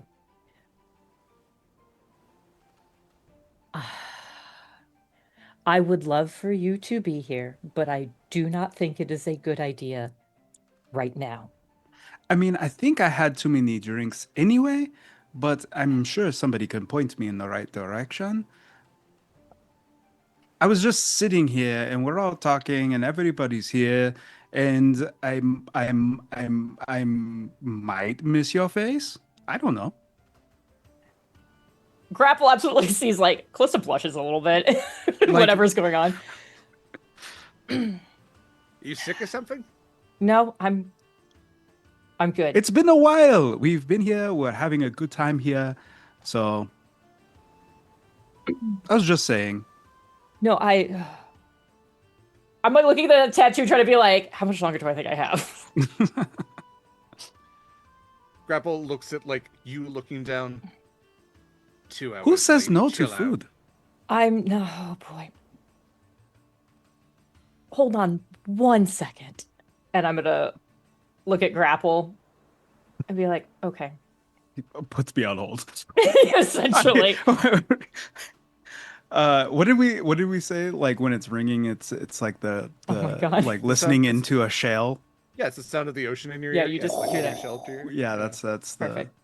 It's very put on hold. very peaceful. Okay, hypothetically, on a scale of 1 to 10, how Yeah. bad of an idea would it be for a friend to join me here? What's his name? I don't know how that is relevant to the question of Fucking A, lady. What's his name and how much do you like him? Scale of 1 to 10 for old Grapple.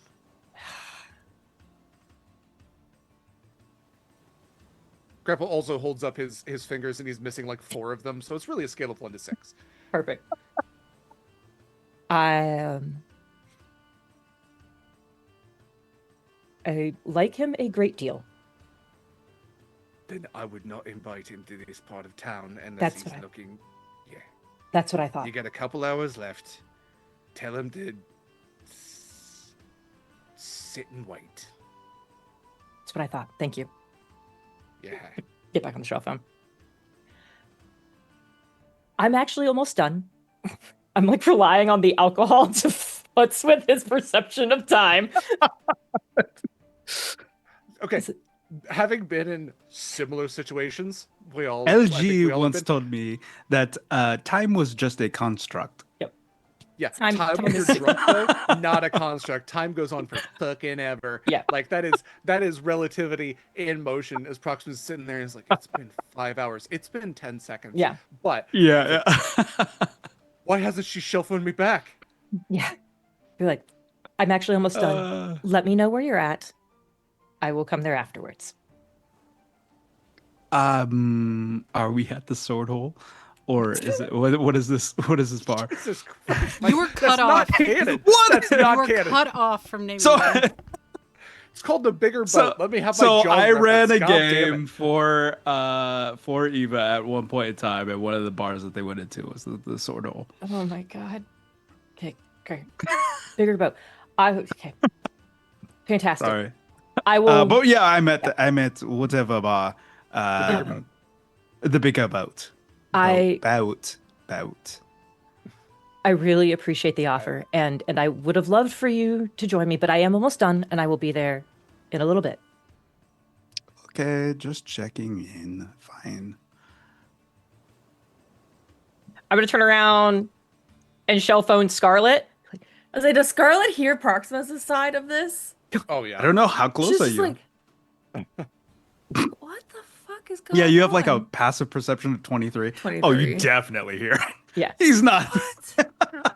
Uh, He's, I immediately shell phone Scarlett. I need you to do everything you can to keep Proximus there. That's a big ask. I know. Okay. Okay.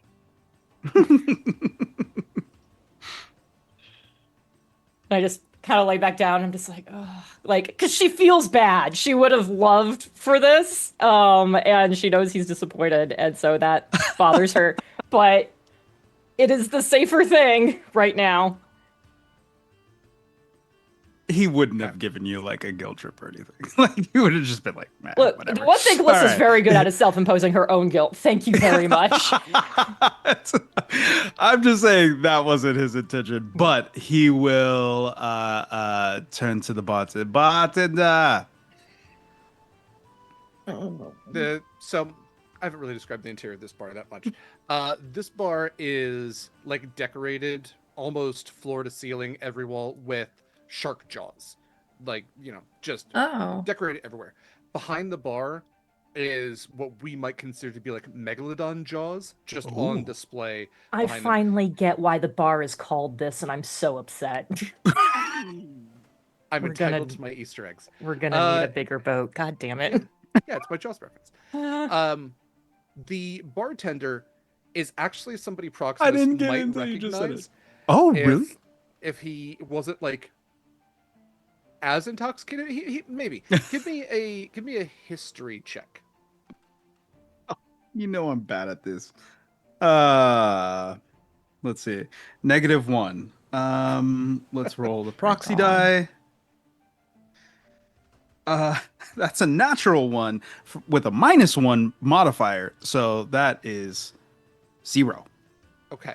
So That okay, was so perfect. you've already described yourself as like being a little, under the drink already. So I don't even think that's a phrase. So I'm not going to make you roll a Constitution save or anything unless you would like to. But there is a rather tall Sahuagin, 4-armed, that is sliding your drinks over to you, and looks down at you a little bit. He's taller than Proximus, not necessarily as tall as Acacia, but still relatively tall. He's got drinks in all 4 hands. Yes, you are not cut off yet. What can I do for you? Listen, I just want a red drink. Do you have the big one? It's like in a bowl. Oh, I got the big one in the bowl. Yeah, And he has like these big fishy jaws, like almost shark jaws himself. The little like fin ears flip forward as you say listen. And you can see that like all 4 arms, he turns around and he heaves up this like cauldron of red drink, and like the counter bends a little bit as he sets it down. I'm going to need 2 straws and a pineapple. No. Proximus, I will buy this one if you want to go sit down. I am okay. Go sit I'm just down. what? Go sit down. I am at the bar. Go sit down. I'm gonna take this drink with me. No. Roll a strength save. Strength save. Yeah. All right, +10. Is it a Let's disadvantage see. because he's drunk? I'll I take think a you're disadvantage. stronger for when that. you're drunk, unfortunately. No, I just have more audacity. That's different. I was going to So- say, I'm not sure you're necessarily stronger. I just don't think you're as aware that what you're Right. doing is going to That you hurt. have So, limitations. yeah, in that case, it makes you stronger. It was a your brain 13 isn't on the going, dice. It's a "Stop." +10. Yeah, I do have a 20 strength, guys. Hug this thing. I'm pretty and heat strong. it up. And he goes, yes, we call that one the Winora Special. Enjoy. Oh, I know her. How do you know her? How do you know her? Oh god. Wait, you are I've seen your face before. I've hated your face before. Who are you? You've hated my face before. Briefly, I came around to it. Don't worry about it. My name is Proximo. Vilkis. I believe we met Oh, yeah. on Shekel Break. I believe you helped patch me up when I was stabbed around 7 days Right, ago. right. Yeah. That was a long time ago. It's been a bit. You seem to be, well, you're missing an eye, and you kind of look like shit, and you're drunk right now, which implies a bit of trauma you're trying to deal with, but I am not licensed therapist, so I'm sure you're Vilkis, fine. Vilkis, Yeah. I'm a pirate now. Okay, buddy. Okay, buddy. Like, pats the counter with like 2 hands. No, you sure are. Boop. Yes, you are. Okay, go drink your red drink. Okay. Okay. And he looks over to Scarlett and he goes, "What the fuck has happened to all of you? Where the fuck is your arm? Don't you need one? I have 2 spares." I'm glad that no questions are off the table. Oh, I'm sorry. Hello, Scarlett. How have you been? Where the fuck is Winnie? Is she dead? All of us are I- alive. Great. What the fuck are you doing here? We are in port because we needed more crew and we needed supplies to repair one of the ships. Hmm. Lorfall was the closest, so you get us. Ta-da! Lucky me. Well, welcome to the big boat. Are you looking for boarding, or do you need some drink? And he looks over at Proximus. He goes, "I never thought anyone would actually get that. That was a joke." Can we You see Proximus like, "Tada!" Can you make that disappear before he finishes the entire thing? Can I make it disappear? Make it disappear? Make it go bye-bye? I mean, if he was going to be paying for it, I need to keep my job.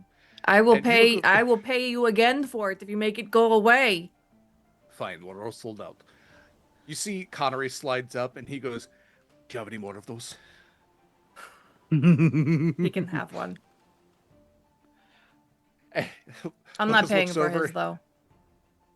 Connery's like, it's fine, I've got gold. Give the man his fix. Connery looks over and he goes, he's got 2 straws. Is the other one for me? Did he say it was for me? You know, course. you know, Of he course. did actually. It's like a first mate captain deal. Go knock yourself out. Closer by the moment, boy. And he just rushes over. Well, cat mouth. Just like starts lapping it up. Doesn't even use the straw. Yeah, he's got the tongue with little I he's got a red snoot now. I'm going to use my Eye of True Seeing to scry. Okay. Let me pull up Scry. A drunken scry. This should be fun. What the fuck, Proximus? Okay, It's so funny. Acacia's can the only only go one who well. can't say anything about this because Acacia has done some drunk stuff as well to I contact know, people. I know. Oh I my know. God. I was like, of all the people. Hot calling kettle. I know. Yeah. Although Acacia would also know best, listen, this just leads to consequences. Sometimes those consequences are good, most times they're just weird. All right, so you are going to scry me a river. Let's see. Okay. I hate that. Please use that as an episode title. I was eventually literally just somewhere. about to say. Probably will. Okay, so you can hear and see a creature that you choose is on the same plane of existence as you, makes a wisdom saving throw, blah, blah. Okay. Who is your target? Kallista. Yeah, I was like, Okay. Just curious. I mean, it could have. Yeah. Just curious. Okay, so in this case, Jenn, I'll leave this to you. Do you think that that Proximus' knowledge of Kallista is firsthand, having met the target he has, or is extensive that he knows Kallista well?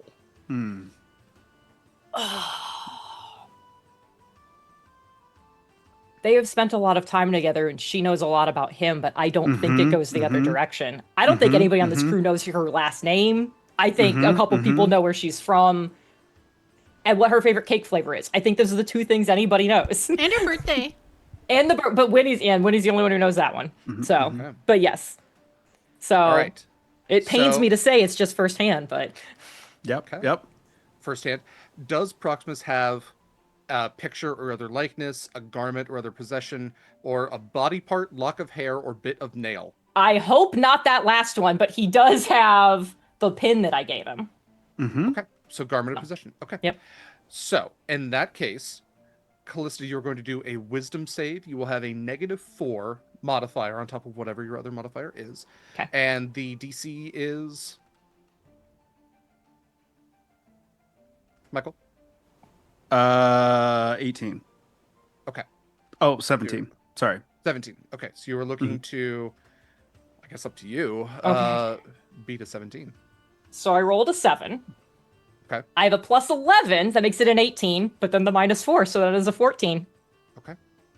So, Proximus has created an invisible, intangible sensor 10 feet from Kallista. You may see and hear through the sensor as if you were there. The sensor moves with the target, remaining 10 feet of it. That's a typo.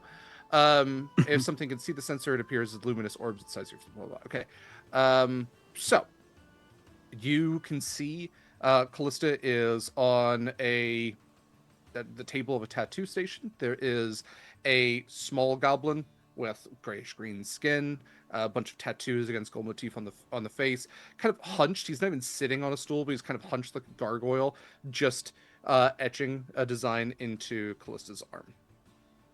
He's going to see how in depth the tattoo is, but then he feels really weird about like he feels kind of spying. Ugh, it is that is not that's not good.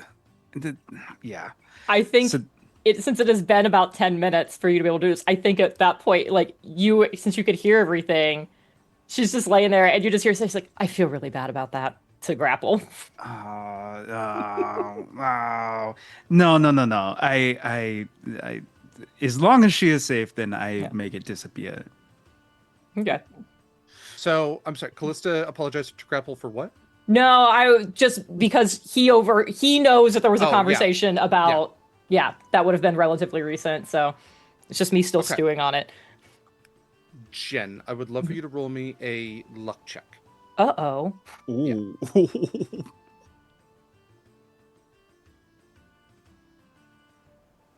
So Now, oh, go ahead. I would say it's a 14. Okay. Michael, what were you going to say? Well, with the eye of true seeing, right? So like I see it's true sight that I'm scrying. So is there anything that Grapple seems to not have any glamours or anything on him at all.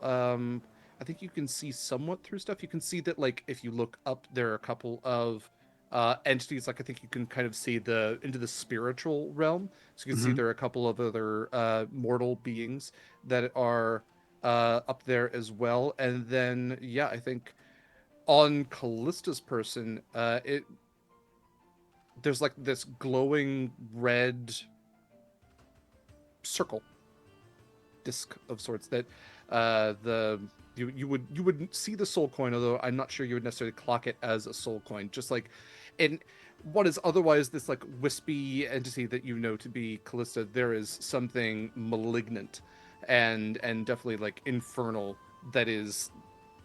I mean, it's almost like if you were to take a body scan, this would look like something abnormal.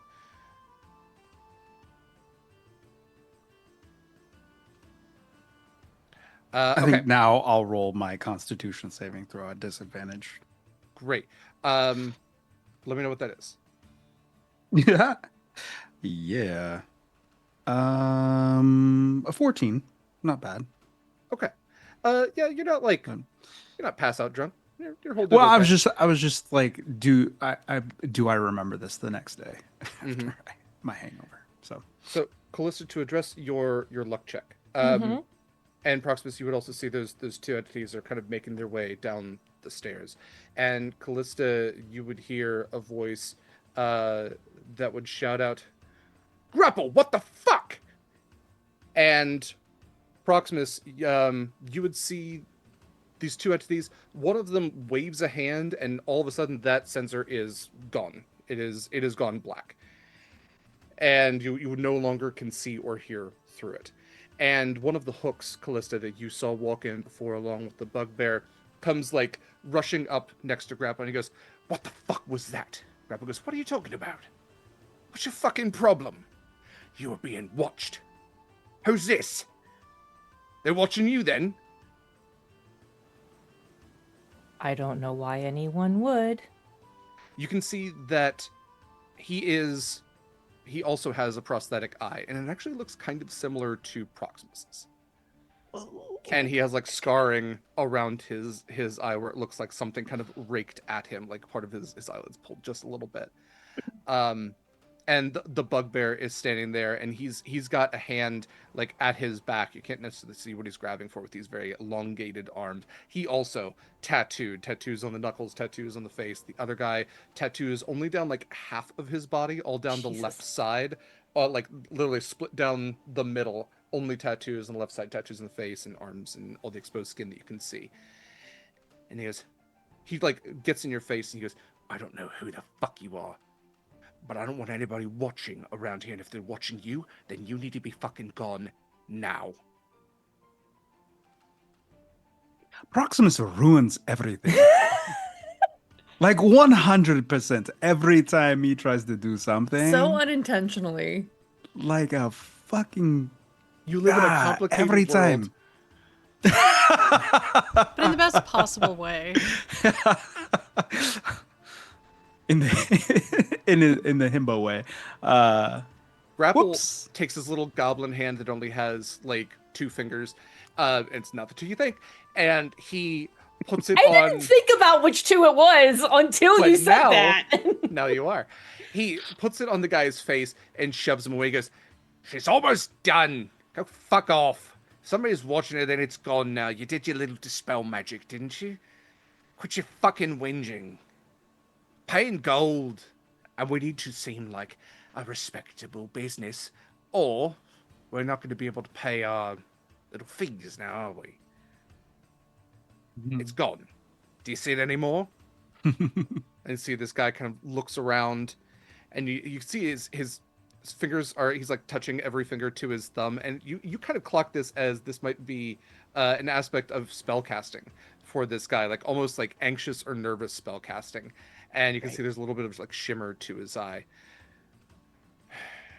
No, I don't see anything anymore. Listen, once you're done with your ink, hey, don't fucking come back.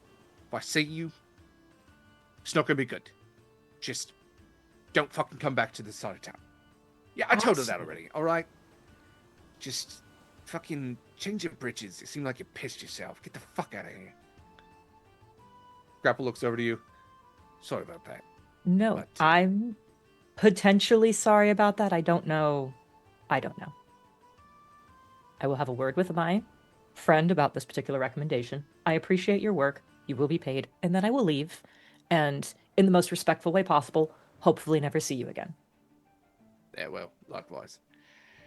It's, it seemed like an interesting person.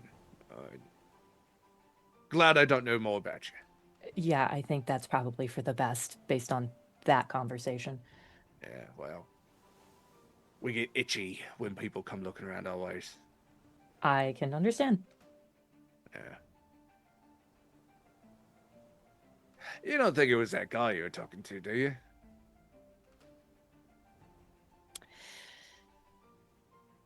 I hadn't considered that until this moment.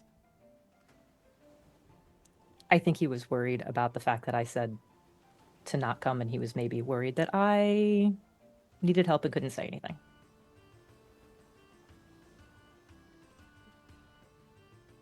You know, I only really tend to worry about things that I like. Not for nothing. And takes a little bit longer, but Grapple wraps up, slaps you on the arm. Done! And slaps again, one to grow on. There you go. Thank you. Let's just go with I deserved that. All right. Well, Appreciate you have your work. price calculator. Yeah. Yeah, I owe you. I was wrong when we were talking after stream last time, and I went and thanks to Kaila found old notes and corrected it with Derek. So I owe 970. I will give him the flat 1,000 that I have. Yeah, it was 6 hours. It's medium sized. And so I got a bunch of money and it is all gone, but I think worth it. Great. Would you like to describe your tattoo? Yeah, I can describe it. Nobody's gonna see it for a while because it will be fully under armor. I have something that it's going to cover most of my right shoulder, almost like a pauldron would. And it's more visible on the back, but it does still wrap around to the front. And it is a large, like, roiling storm cloud, but it is done in the elemental ink. So if you watch it for a bit, you can actually see it moving and shifting a little bit. And if you watch for longer, every once in a while, you would swear you see little flashes, not like of light, but it's just like the ink getting white and whatnot, to kind of show like lightning happening within it. But it's very sparse. It's not very frequent. We don't want it to like overdo it. You know, you got to be classy about it. A very classy tattoo from a very not classy place. Yes. Great. Okay. Kallista, where would you be headed next? I would head to the bigger boat. Okay. So let's then cut over to Acacia. And Acacia, anything else you wanted to do since everybody else seems to be congregating at the bigger boat? Yeah, no, I'm just eavesdropping on anything that might seem interesting or suspicious in terms of hook activity. Right. Yes, we did have the perception check with that. So let me actually cut over then to Winnie before your memory returns to you. Anything Winnie would be up to. I guess Winnie more than anybody would recognize Vilkas. Like no check needed. You would see Vilkas behind the bar, and you would also see your crew come in. Yeah, I think originally when she went in, it was probably very much I head down, like I just want to figure out what's going on, or at least take a moment not on the street, because that's like how you get pickpocketed, right? Is people not paying attention. So if I'm gonna get pickpocketed, at least I can be sitting down and comfortable.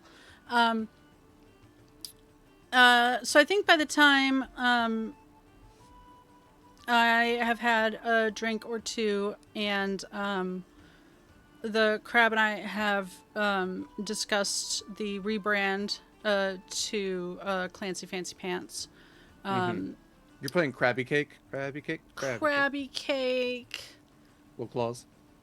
I think I've very much been heads down, not paying attention to the bartender, just like whatever wait staff has come by. I can't imagine a world in which my beloved crew has been subtle about entering this bar. Yeah, when you have a pink-haired siren, a partially drunk Triton, a giant Leonin, a Aarakocra, a Lokatha, like, yeah, you've got quite a group coming through. Yeah. So at that point, I will probably tell my new crab companion and little Jeffrey, but like everybody loves little Jeffrey, so like the odds of anything happening to him slim. Never zero. Never zero. Yeah.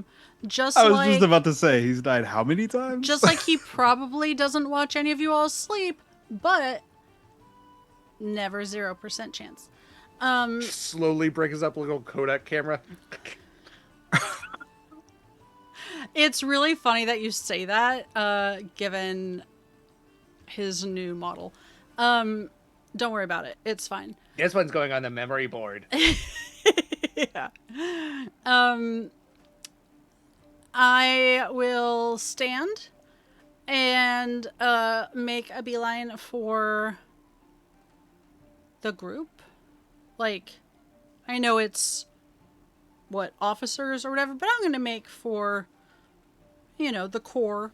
And especially if I see Vilkas, like if Vilkas is like turned around, like everyone's together, I'm gonna throw my wood elf arms around Proximus, because if he's visibly drunk, the least likely, like if I have somehow fucked up and been like exiled from the ships, I feel like drunk Proximus is the least likely to really, make that apparent in public. And probably Connery, because I have had a few, and he has allowed me to hug him in the past privately, and yeah, Winnie has also had a few. I recognize it's a terrible idea, but here we are. You go to hug Connery, and he like grabs at the armpits and just like, oh, okay, I don't know you. All right. My armpits or his armpits? Yours. You're a stranger that is going to hug. So like doing like this thing, he's gonna the do redirect. the thing you do. Yeah, the thing where like people go to choke you, or supposed to like grab around the wrists and like push their hands up. He's gonna do like the self-defense. Winnie will just parlay it into "And we're like not a doing side that." hug, like both arms like around Proximus's neck, like or shoulders. I don't remember. Or what else? The tall ones? Doesn't No. matter. It's not like it really affects her height. They are like so, 5 feet. Yeah, yeah. You're still the same height. Perfect. It's my friends. Hello. I forgot I was doing a different voice because I'm sort of in a different person. Hello, it's my friends. I missed you and hope that we are still friends. May I introduce to you, Clancy Fancy Pants Esquire. He's my newest friend, and of course you know little Jeffrey, who is still my best pal, although he and Clancy are getting along pretty well. Little Jeffrey presses a button on his chest, and you hear a recording that goes, "Hi, it's me, Winnie. If you're hearing this, I've taken the Havoc's tonic of undiluted chaos, and something weird's happened. I swear it's me. Please return me to the nearest cleric and or medical center as early as possible, or return me to my friends. My friends are..." And you hear, "Proximus. And Blue, Triton. Acacia. A really pretty centaur. The Scarlett. tonic. A really pretty siren." That would make a lot of sense, actually. It's fine. Everyone, it's fine. It's Winnie. Connery, it's Winnie. What day is it, out of curiosity? Where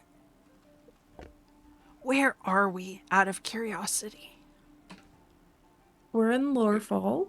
Oh, thank gods. Okay. How long have we been here? We just got the port. We've been here. Listen. At least I am 6 not hours. interested. I grab her hand. Get your elven hand off of me. Wow, Proximus, in all this time, I didn't think you had a problem with being elven, but How do you know my name? Can I dispel magic? if you're asking like above table consent, abso-fucking-lutely. Also, this is really good timing because Winnie was absolutely about to go through her bag, trying to figure out what had happened, and was 2 seconds from putting on her hook badge. So, Whoa. To be fair, do any of us know that that's bad news here, except for Kallista? only because Acacia- when you had Acacia's seen Acacia's so not many there. people like wearing hooks, I think, because you said that was in general, right? Yeah, Or was it absolutely. just Yeah. in? Yeah. Okay. So this is gonna be DC plus the spells level. This isn't really a spell. I mean, Um, it plays off of Dispel Magic, which I think is level 1. I mean, that's no, Disguise self. So dispel magic's yes. yeah, third just level. Kidding. Choose one creature, object, or magical effect within range. Any ongoing spell level 3 or lower on the target ends. These are the new rules. For each ongoing spell level 4 or higher, make an ability check using your spellcasting ability, DC plus the spell's level. On successful check, the spell ends. So, let's see. This is going to be a... So, you do a spellcasting ability check. It's going to be a DC 19. Okay. I'm going to be real honest. It's probably coming up on the hour anyway, so I don't know if you want to factor that into that math, but Scarlett would not know that. no. That dice went in the floor. Hold, please. That's a 17 on the die. Okay. And my That's, spellcast modifier is +5. Yeah. You... Can Proximus... Oh, sorry. Well, I guess what I'm asking is, which I love that you spell put your are eye you... away. It was just for spying on I Kallista. want to dispel magic to the disguise. Oh, to this guy's self, that you can do. I thought you were doing the Havoc's tonic. Okay. No, The I have no disguise idea self- what's going I on. also I just thought want that Winnie, was I just very want, high, and I was like, okay. I just want was, to make Winnie yeah. look like Winnie again. Yeah. That is done. Yes. Yeah. You have done that.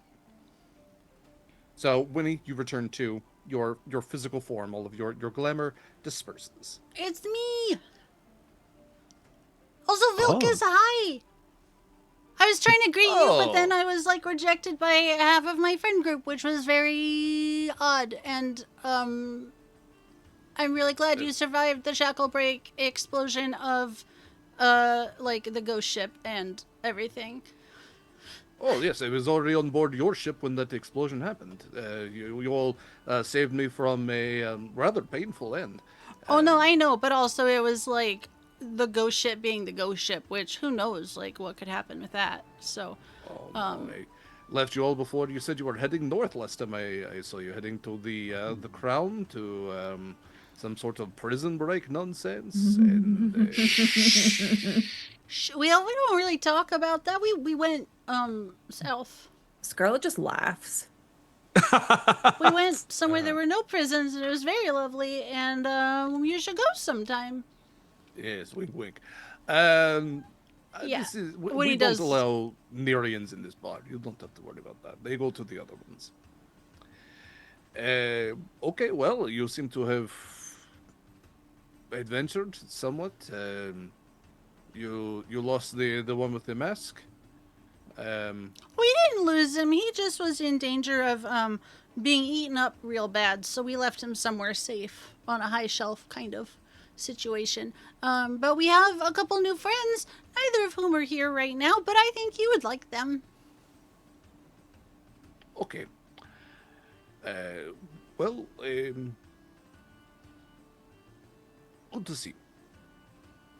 Proximus burps out of his gills. Oh my god. Oh, God, Ew. I hate Just- it. they ripple. Yeah. Can we both agree, you, me, Vilkas, can we both agree that he gets no more? Everything tastes like water. What were you I drinking? say I will pay you to make him drink water. He is cut off at this point, and I need somebody to sail him home. Well, he doesn't like me anymore, so it can be someone else. Connery, you've got him? I didn't know Connery- that it was you. It's still not something nice to say to somebody. Admittedly, if I wasn't me, I shouldn't have, like, touched you or you, Connery. But it Like was someone me. just came up and put their hand on me. You've gone home with less, to be honest, but that's fair. You look over, and Connery's got his head somewhat stuck in the bowl. He's like licking the sides of the cauldron. Yeah, he like pops it out, and his snoot is all just like stained red, like with Kool-Aid. Like those And he- kitten videos where they're like, Yeah. I pay you to be a captain? Ooh. Not enough, if I'm being honest. And he puts a like paw over the top of like just palms Proximus's head like a basketball. And it's just, I'll get him home just fine. No. I turn towards Sal. Sal Is- looks at you and like Is looks he at the other two. inebriated? God, I can't talk today. Sal's been holding it together. Sal's here for like a job interview. Yeah. Hey, I feel like the these red two. drink just put us over the edge. like, Either- like we were fine until that red drink. Either get them to a room or get them back to the ship. wait, This is your test. I'm sorry, I'm Weenie. Who are you? Your brother I- sent I'm him. sticking my hand out to shake. He goes to shake your hand. Your brother told me about you. Salinger. Friends call me Sal. Salinger Crane. I am one of the sailors your brother sent, including some of the fellows back there at that table, and some others that are probably upstairs in the quarters that we were provided. Based on what my brother told you, may I call you Sal or Salinger? Because that wasn't exactly clear, and I don't want to mess it up. You can call me Sal. You're Winnie, right? He said Winora, but I've seen it around. Winnie. Yeah, you can call me Winnie. And you can call me Sal. I have questions for you later, but I don't think now is a particularly good time for it. Well, I'll try to have answers. Perfect. I'm gonna set Clancy up on the counter. This is a crab of many names, but please afford him the respect that you would afford little Jeffrey. Whitney, where did you get a crab? The docks? You just bought the live crab? You do know that they require some water, right? Yeah, and apparently also tequila, which I think has water in it. You are. I'm gonna ask Nope, him. not going to I'm gonna question ask anything. him. I'm gonna make the little crab noises. Clancy, The crab- yeah, are the you crab, good, like- bro? I am Click- disturbed by everything happening. I am way too sober for this entire interaction. So 3 things happen. When you click and clack, and the crab clicks and clacks. I'm not drunk. You're drunk. At that point, Kallista, you walk in, and Winnie, in like a brief of universal Chaos. clarity, like the cosmos coming back to your mind, you immediately snap back and remember the previous 4 days, as well as like everything that has happened in the past 4 hours. All of it converging into your mind, like kind of like waking up from a near blackout. Like, oh my god, I don't remember everything, but I remember some things, and none of it was good. We call that a brownout. Brownout. Yep. That's Mm-hmm. something else. Awful, but Yep. Yeah.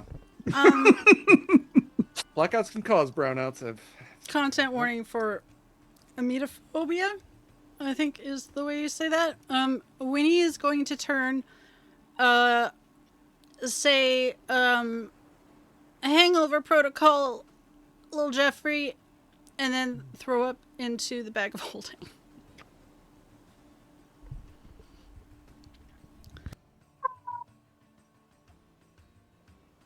Which is not just throwing up in a bag. Everyone else just watches this Oh, creature open its no. mouth. No. nope, I'm done. But no, there's at all least of you take care of yourselves. You're all grown adults. Scarlett's just going to leave. So there's Kallista, a protocol, so there's gotta be like a sectioning portion of this. Yeah, There's gotta be. Apparently, like a trash can, he kicks his own foot and his jaw just completely unhinges. And Callista, you walk in to see what I presume to be a hovering wereshark homunculus being gripped on either side for dear life by a sea elf, just Boo. like a hollow echo. Boo. Gross. Okay, then. I'm leaving. Scarlett, I will it's meet more you. polite I will than meet you any other later. alternative. Scarlett, I'm not glad you are leaving, but send I'm Ash glad back. I'm leaving. He's What? more fun than you anyway. Bye.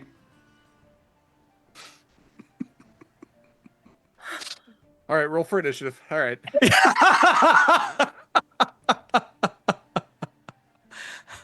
Like you just see like shock that turns into like hurt You're not on being fun. Scarlett's face, and she just leaves. I'll talk to you later. Fuck all of you. I'm out. Lord. Bye. We are messy. Yeah. Yeah. I thought for sure some of you would gather 100%. information. I wouldn't have to tell Mare everything, but I'm going to go ahead and tell Mare everything now Yeah, because tell Mare everything. Please. Winnie's the gonna only talk to one that Vilkis. stayed on point. Yeah. too late. Sorry, I was babysitting. Yeah. Okay. Acacia in Oh, cat form gosh, picks I'm up on sorry. a lot of information. Yeah, I'm probably like walking like along the tops of like walls and roofs. I don't want to be on like street level at the moment because I don't For want to sure. be anywhere near them. These buildings are all kind of like a lot of stone, a lot of wood, and like the wood framing is just like it's all uneven, it's all exterior. There's like those little bits of tent overhangs. So as a cat, just absolute dream. Great. Beautiful. And so Hi, Krabby. okay. Information you pick up on. The Empire, as you've seen, are in town. This is not just any branch of the Empire. The Empire has actually sent in a legion into town. No one's exactly sure what they're up to. There's a lot of rumors that there's worry about an invasion.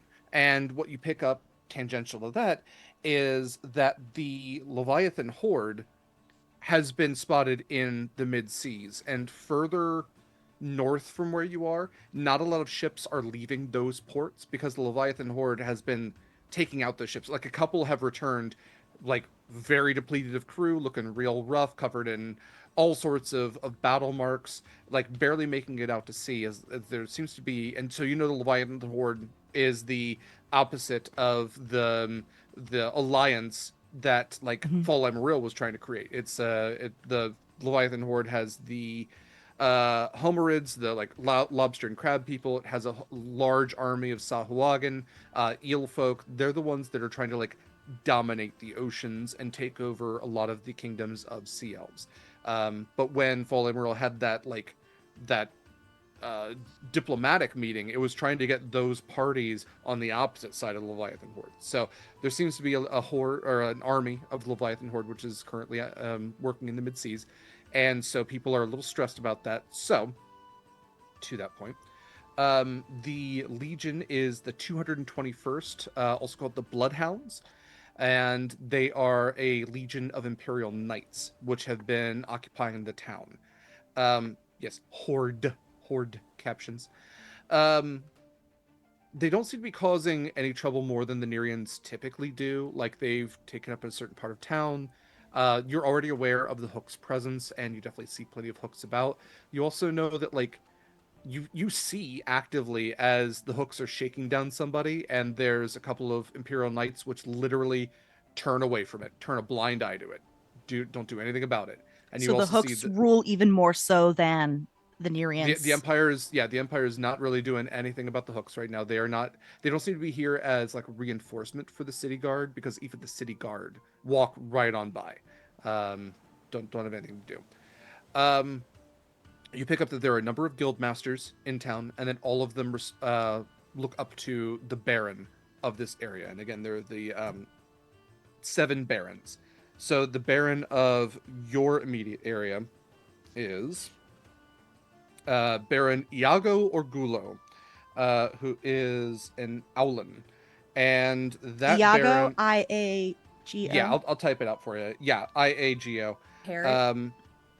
That Baron Yeah, I was thinking is that too. Yeah, that Baron is in town Or with Shakespeare. Either way. No, Yeah. Disney first. Disney first. That Baron is in town with 2 other baronesses. Baroness Triana Colerico, who is a half ogre, and Baroness Carlotta Lascivia, who you rolled high enough. Rumor is looks human, isn't human. Which one? That is Baroness Carlotta Lascivia. So let me Okay. type out all those. So that is Baron Iago Yeah. Orgulo. This is not like primary information. It's good. It's good, but it's not like most important to what I'm looking for at the moment. Yeah. I'm mostly looking at hook stuff and Nerian stuff.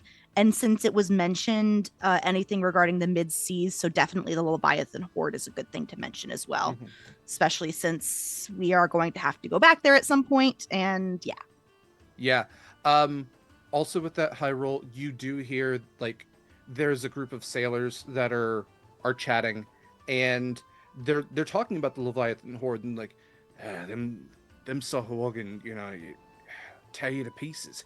And they got the metal folk too. They'll electrocute you, eat you, and then if you kill one of them, they fucking explode. And then one guy goes, I don't think it's the Horde. They don't fucks with Tritons, and I know. I was on a ship. And there were a bunch of Tritons came for us. Came out of fucking nowhere. mm. They fight us through Tritons and spears, and there's something wrong about them.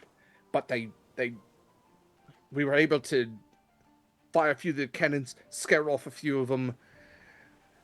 I had to cut a few gents loose on that one, but limped our way back. But I ain't going back to sea. Not till I hear more about whether that storm's passed or not. But mid-seas? No. If anything, I'm going over them mountains, and I'm heading west fast as I can. And you see the guys like, yeah, Tritons, sure. That's, yeah, whatever. People haven't seen Tritons in the mid-seas in centuries. They're myths. There's no Tritons in the mid-seas.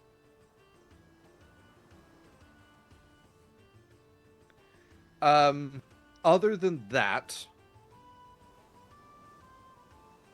the Hooks are, like I said, they're about mostly up to like general no goodness.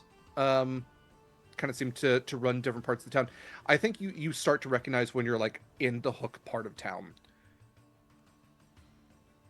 And it's where they're most congregated, and you can see that they have like they have their own tavern that you notice, and that tavern is the Tackle Box.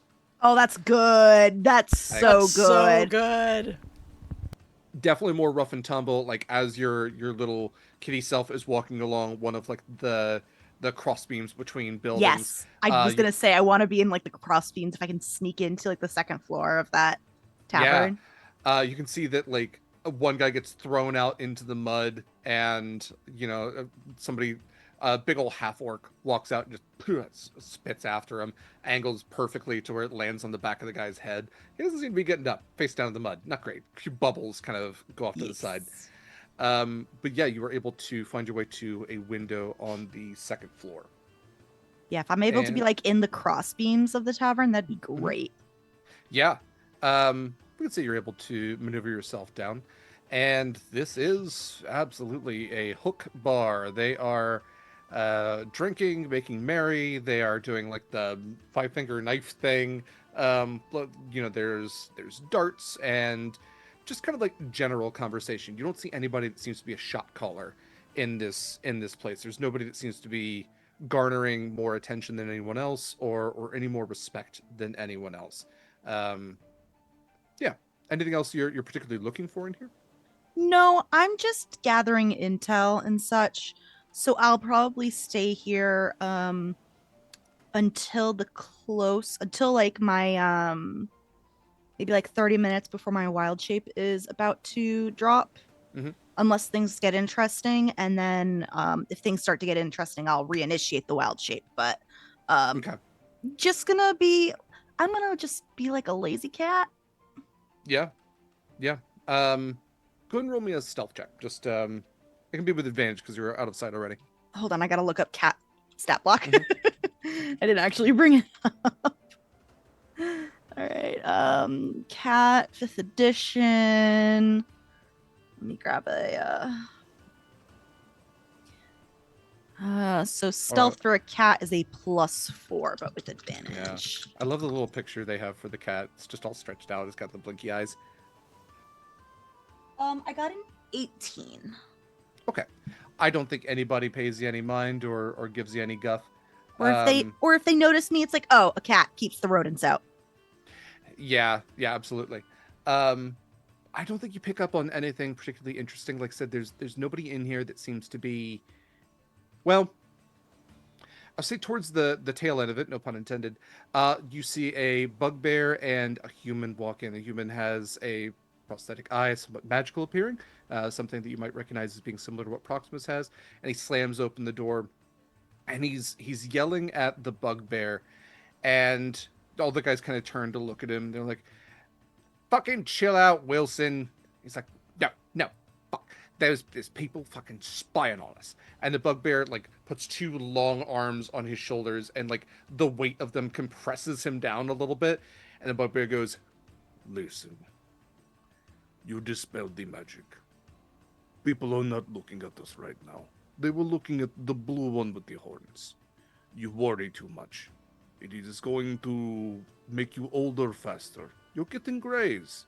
You have to take care of yourself, Wilson. It is going to give you ulcers to worry about this much. Maybe it's okay to put an eye patch over the eye sometimes. I think you look out too much, you know? I tell you what, let's go murder a random person. You'll feel a little bit better, huh?" Wilson just goes, "That would make me feel better. Thank you." I do want to make sure, especially as I hear that, since that eye looks familiar, but as I hear that, I definitely want to stay out of sight of that eye. Because if it is like a true sight thing, Yeah. I know it will see through what my wild shape. Okay. You see at that, he does pull out an eye patch and he like slides it over his eye. Okay. It's good advice. I think there's that guy out in the mud who's probably drowning in it right now. Maybe we could just go kill him? Yes, I think that will make you feel better. Let's go just do a random murder. It's catharsis. And they go to walk back out. I think that's Yeah. the only significant thing you would otherwise pick up. Yeah. At that point, I will slip back out, and then I don't know where everybody is, but I'm gonna go back to the general area of where everyone was. Sure. It'll probably take me a hot minute, but as soon as like I'm out of hook territory, I'll drop the wild shape somewhere inconspicuous. Sorry. Yeah, right before you do, you're passing by one of the larger, like, plastered walls in one of the taller buildings. This one kind of catches your eye because whereas a lot of the buildings might have graffiti or just like, sign postings, things like that. This one catches your eye because you see Scarlett's face, and then you see Winnie's face, and then you see your face, and you see Proximus, sort of. It is Proximo. it's Proximo. Wanted posters just spattered across this thing, and various, crimes that you all are wanted for, various values you all are wanted for. Among all of these, you see some faces you don't recognize. You see the faces in your immediate party. You also see Rollin is listed here as well, and it is a pretty accurate representation of him. The little snide smirk on his face. It is a pretty close simulacrum of Rollin. How recent are these postings? Hard to tell because the crimes are somewhat general and you all tend to commit similar crimes. Recent enough that you don't see Kallista up here, so it's not Right. like anybody's actively spying on you. You can see that a lot of yours have been pasted over from older ones that are kind of worn away, and that the valuation for your bounty has gone up steadily. What is So mine? I think we determined that Scarlett's was 24,000. Yeah. Yeah, 24,000 GP. Let's just get everybody's numbers. Let's figure it out. Let's do. I'm gonna do this.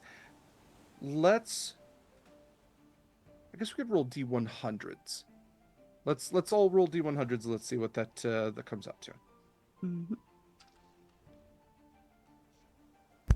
Don't be mad. I got 69. Nice. I only got an 11.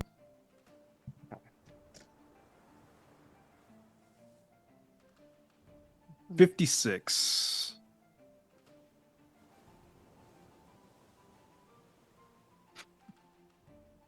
Okay. So, Proximus, yours is 5,600.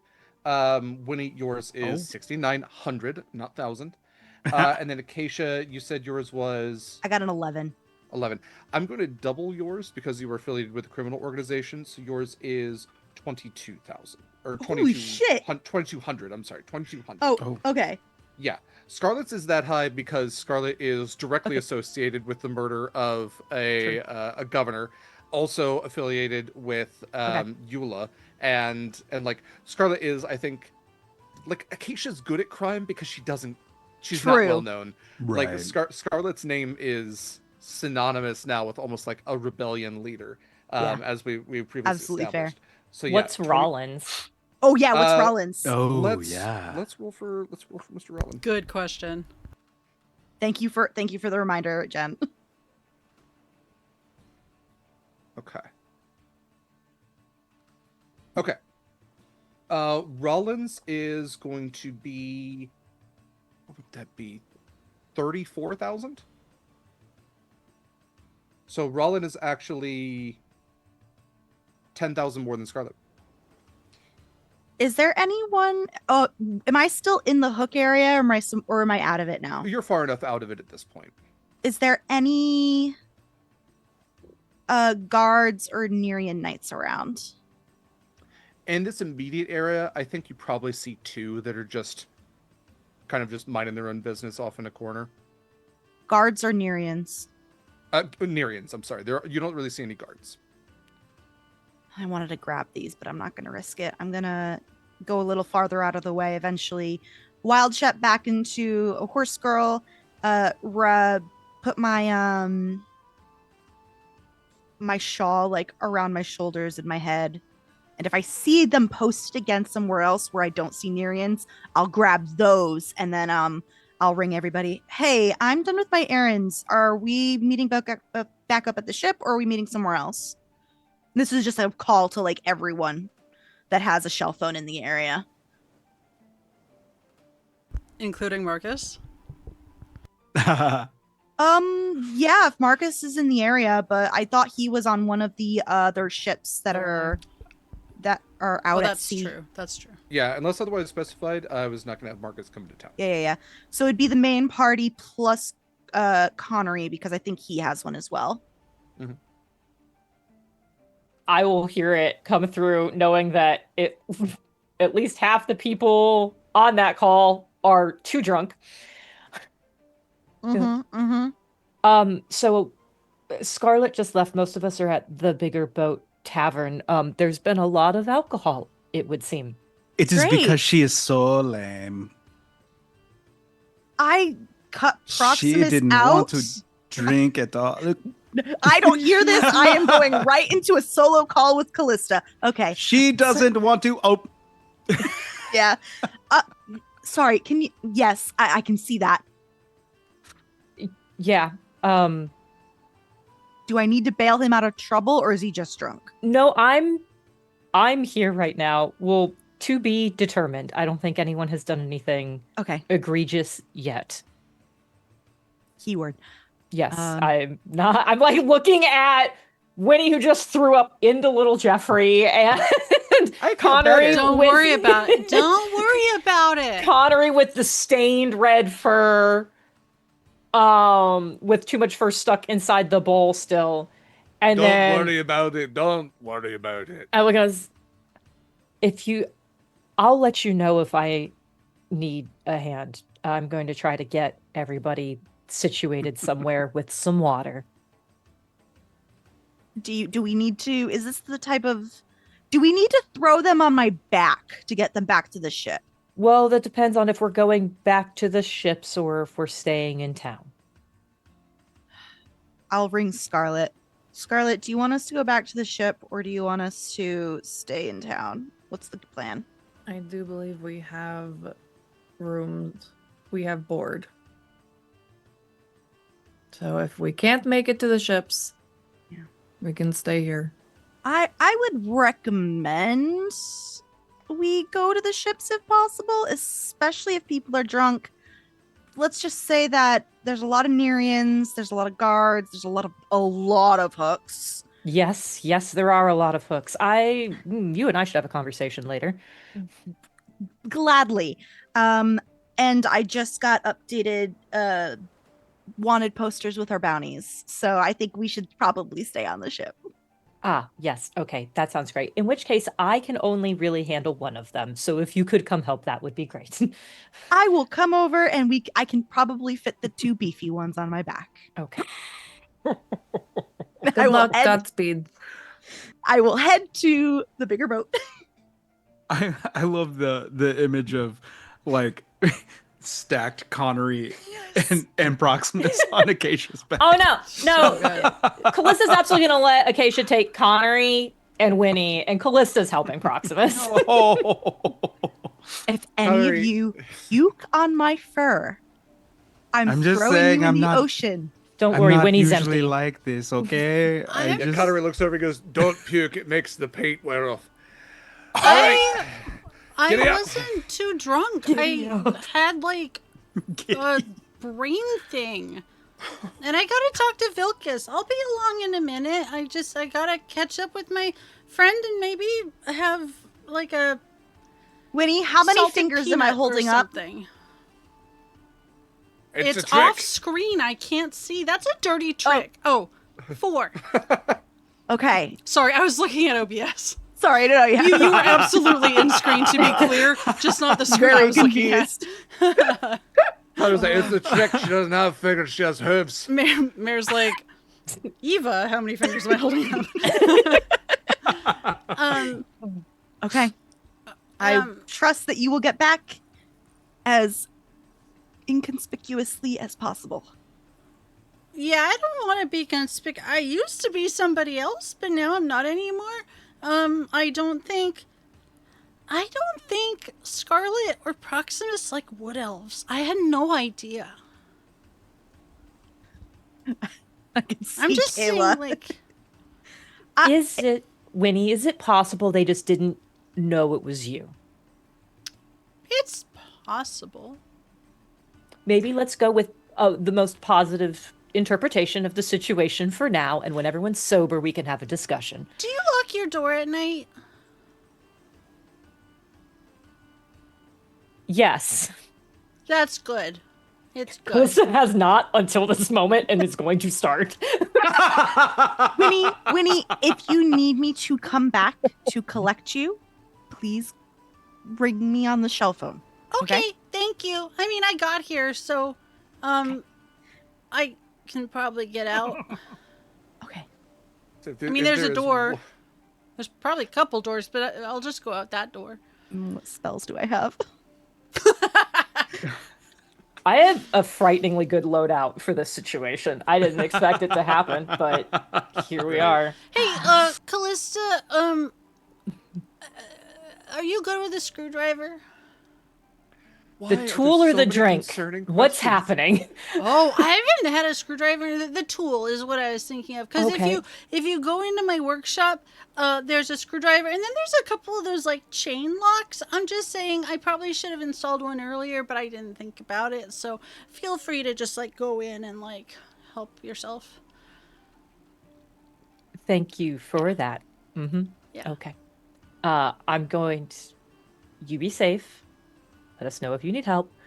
And I've just got like Proximus over my not freshly tattooed shoulder because I'm not that stupid. Smart. And be like, okay, let's get you back to the ship. Yeah. But before we go, I'm gonna go just rummage in my bag and I'm gonna take out the wooden action figure and hold it down to little Jeffrey. Thank you.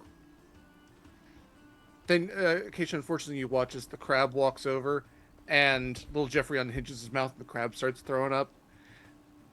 I'm leaving now. So glad I missed that. That was really nice of you, Acacia. I'm really sorry about I have Clancy.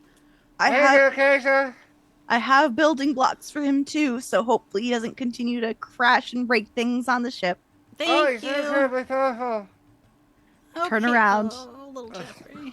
With Connery over my withers and walk.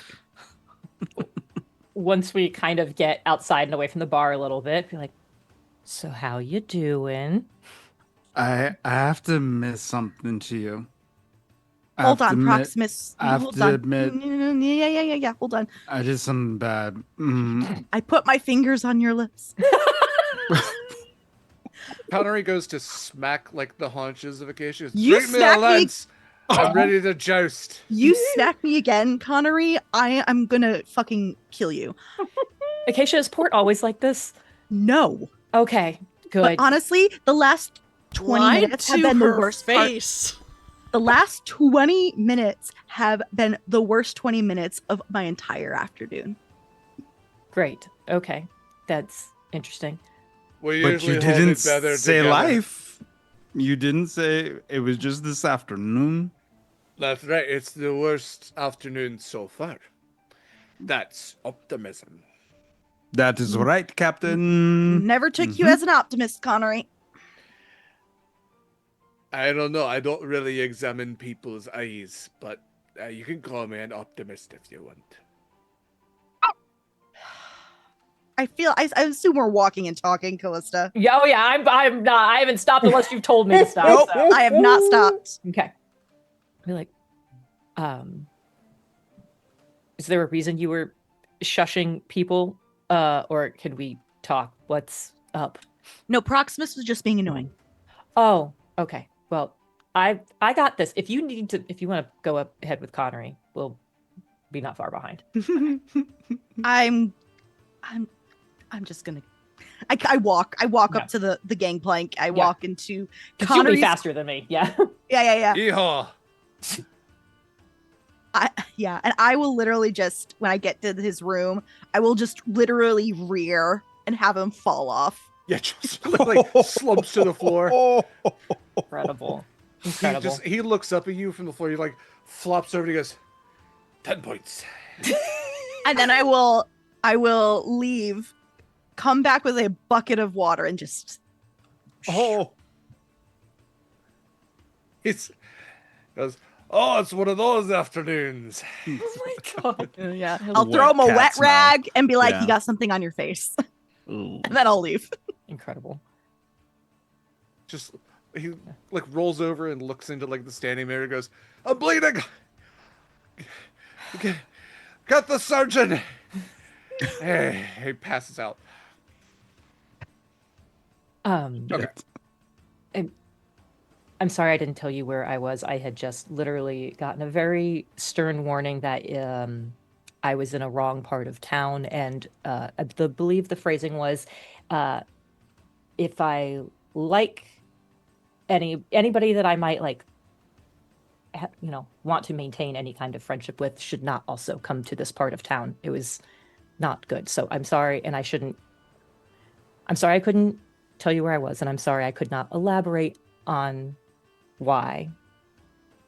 I didn't want to Has cause trouble. anybody told you that your horns are pretty? Um, no, nobody has told me that. Thank you, Proximus.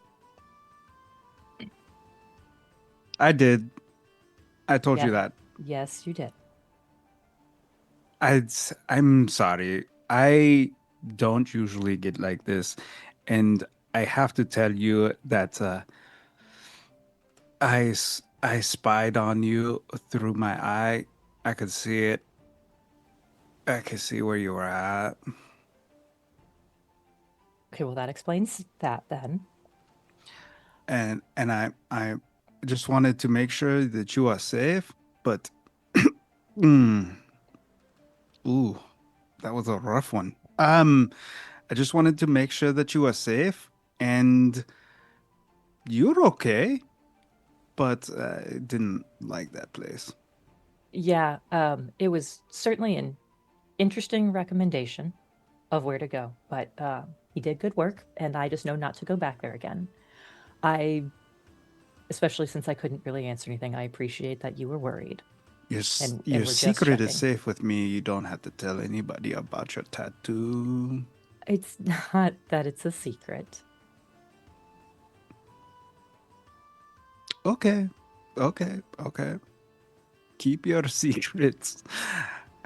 Ah, uh, I don't usually drink like this, but I think that last one really hurt. Ooh, yeah, you've all been going through some stuff. I don't blame you. You are going to drink more water when we get back to the ship, though. And maybe I'll catch up a little bit and we can meet in the middle. maybe I'll just sleep in the sea. I get the distinct feeling that wouldn't be a great idea. I've slept in the sea for many years before I met you. Yes, I am sure you have. This is an interesting level of drunk, and we are in a place where there are wanted posters Ooh. and Nerians and very impressive ships that do a lot of fishing of just dredging up sea creatures. Don't So, worry. Don't worry. I told them that I go by Proximo, not Proximus. you know what? I feel like that will actually confuse a good number of them. But oh, that was on the wanted poster. That's why we're going back to the ship. Sheet.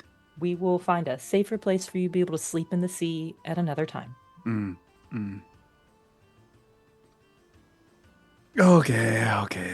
Okay. I was gonna bring you food. They had food at the bar. It was like shrimp and stuff. Do you like shrimp? You were in the hills for a really long time. I don't know. I no, that is a fair question. I'm not sure that I know anymore. I think I used to. Yeah. Okay.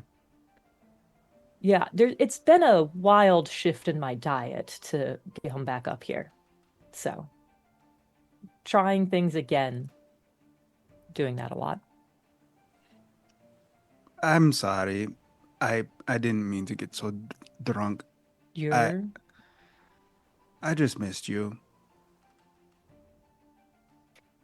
close to like fully blushes. I missed you too. Okay.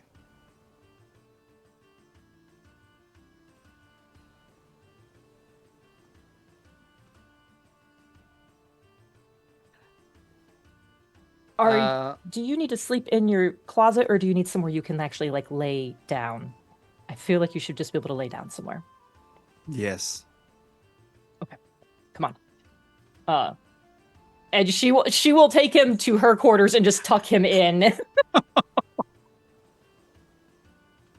And then later for the night, she'll just set up the bedroll that she keeps in her bag, and she will lay on the floor in that when it's time for her to go to bed. But she's got other stuff to go do before then. Fair.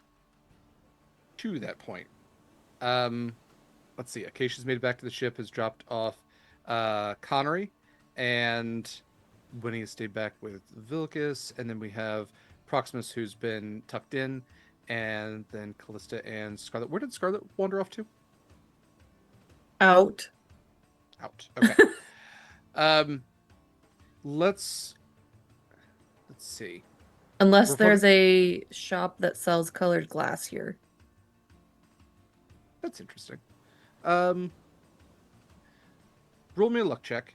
While you're doing that, we're probably going to be doing some like timey flip flop stuff. Because I know we're running over already, and I want to make sure we fit in some stuff here. What's your 11? Okay. 11. I think so. Books being rarer, but colored glass is interesting.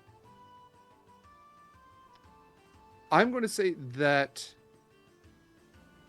you are recommended not to this part of town, but more to the affluent northern part of, or I guess that would be western part of the town, or further north. That's where the shipwright docks are. So all like the craftsmen, those sort of people, they all exist further north from, like, you're in the main fishing harbor hub area, but like the dry docks, the shipwrights, the craftsmen, blacksmiths, all that kind of stuff, they're further north, and then further west is where you get the real fine stuff. So if you're looking for a pane of glass, that's north. If you're looking for a pane of glass that's purple, that's northwest.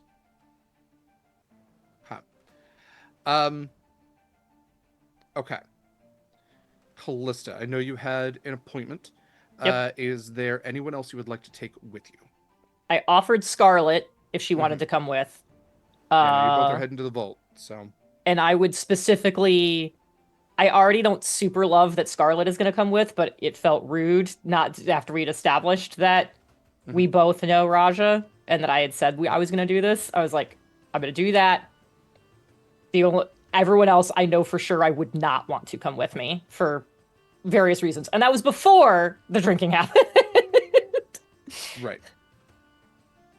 Okay. So yeah. Someone responsible that's not drunk. Well, someone not drunk needs to look after these chuckle fucks. Exactly. It's just like, she wouldn't want to take Winnie because Winnie accidentally makes deals. So That's fair. I was gonna say Winnie's not drunk, but also not offended by not being included. yeah. Yeah. I will go back to the bar to wait for Winnie to escort her back. Yeah. Not because I don't trust her, but I don't trust the city. I will talk about that. I don't know if you would find her. Okay, that's fair. Okay. If I don't find her, I'll just be like, hey, Ping, you okay? Then head back to the ship. And you would get a reply. Yeah. Yeah. So Unless she wasn't okay, it's in which case. I think it's Scarlett and I going off. So you have both been instructed to go to the Colossus Vaults. That is a place I think both of you will be generally familiar with, although I don't think you've necessarily come across one yet, as the Colossus Vaults tend to extend out of the Empire, and they exist in a lot of the more affluent cities. The Colossus Vaults is it's a guildmaster's chain of banks, and it is considered one of the safest and most well-respected banking organizations in Domaris where it exists. If you can entrust the Colossus Vaults, and they will make sure that your vault is sealed, guarded, and that nothing will be taken from it. And if something is taken from it, the vaults themselves, the Colossus Vaults, is affluent enough to send out mercenaries to get your things back. So they have insurance policies on top of that as well. You know that they are based out of a part of Validus that used to have a great Colossus standing over its harbor. That Colossus is now mostly underwater, as well as the harbor. However, the Colossus Vaults was one of the buildings high enough on the hills in Validus that it did not suffer from the deluge, and now almost acts as a city center, being the central headquarters for the Colossus Vaults. And then they extended out all of these chains across the various major cities of Domaris as well. So, heading up the hill to the Colossus Vaults, you see Again, as the city begins to become less and less populated, less dense, you can see that the buildings are getting smaller as well, up to a point where they tend to get bigger again, but bigger, built better. So whereas these were like ramshackle, all stacked on top of each other buildings towards the further east, towards the water, as you get further and further up the hill, you start to see things made of limestone, sandstone, marble even. These larger buildings, columns, a lot of them seem to have imperial influences in their architecture, some possibly even older than that. And you do remember that Lorefall is a city that is built on ruins on top of ruins on top of ruins. Like there are cultures on top of cultures buried beneath the foundations of the buildings that you see here, and kind of built up even more into the mountains.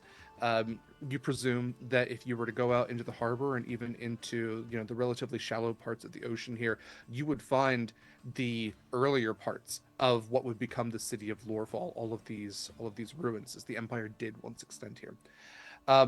Nevertheless, you continue west and traveling up the path that very steadily changes from mud to cobblestone to actually like laid brick. And it is uphill, so maybe it's a little workout for your legs. I do want to ask, is there anything in particular you all are doing while traveling? When we get close-ish, maybe when there's the road transition, I cast Enhance Ability on myself to give myself advantage on charisma checks for the next hour. Great. Good to know. Okay. I need to get rid of the water sound as you all are far enough away from the water to, like, the scent of fish has faded as well. The scent of even, like, there's a little bit of salt in the air, but as you gain elevation, even that begins to fade somewhat. And the people you see about are dressed more nicely, with more finery.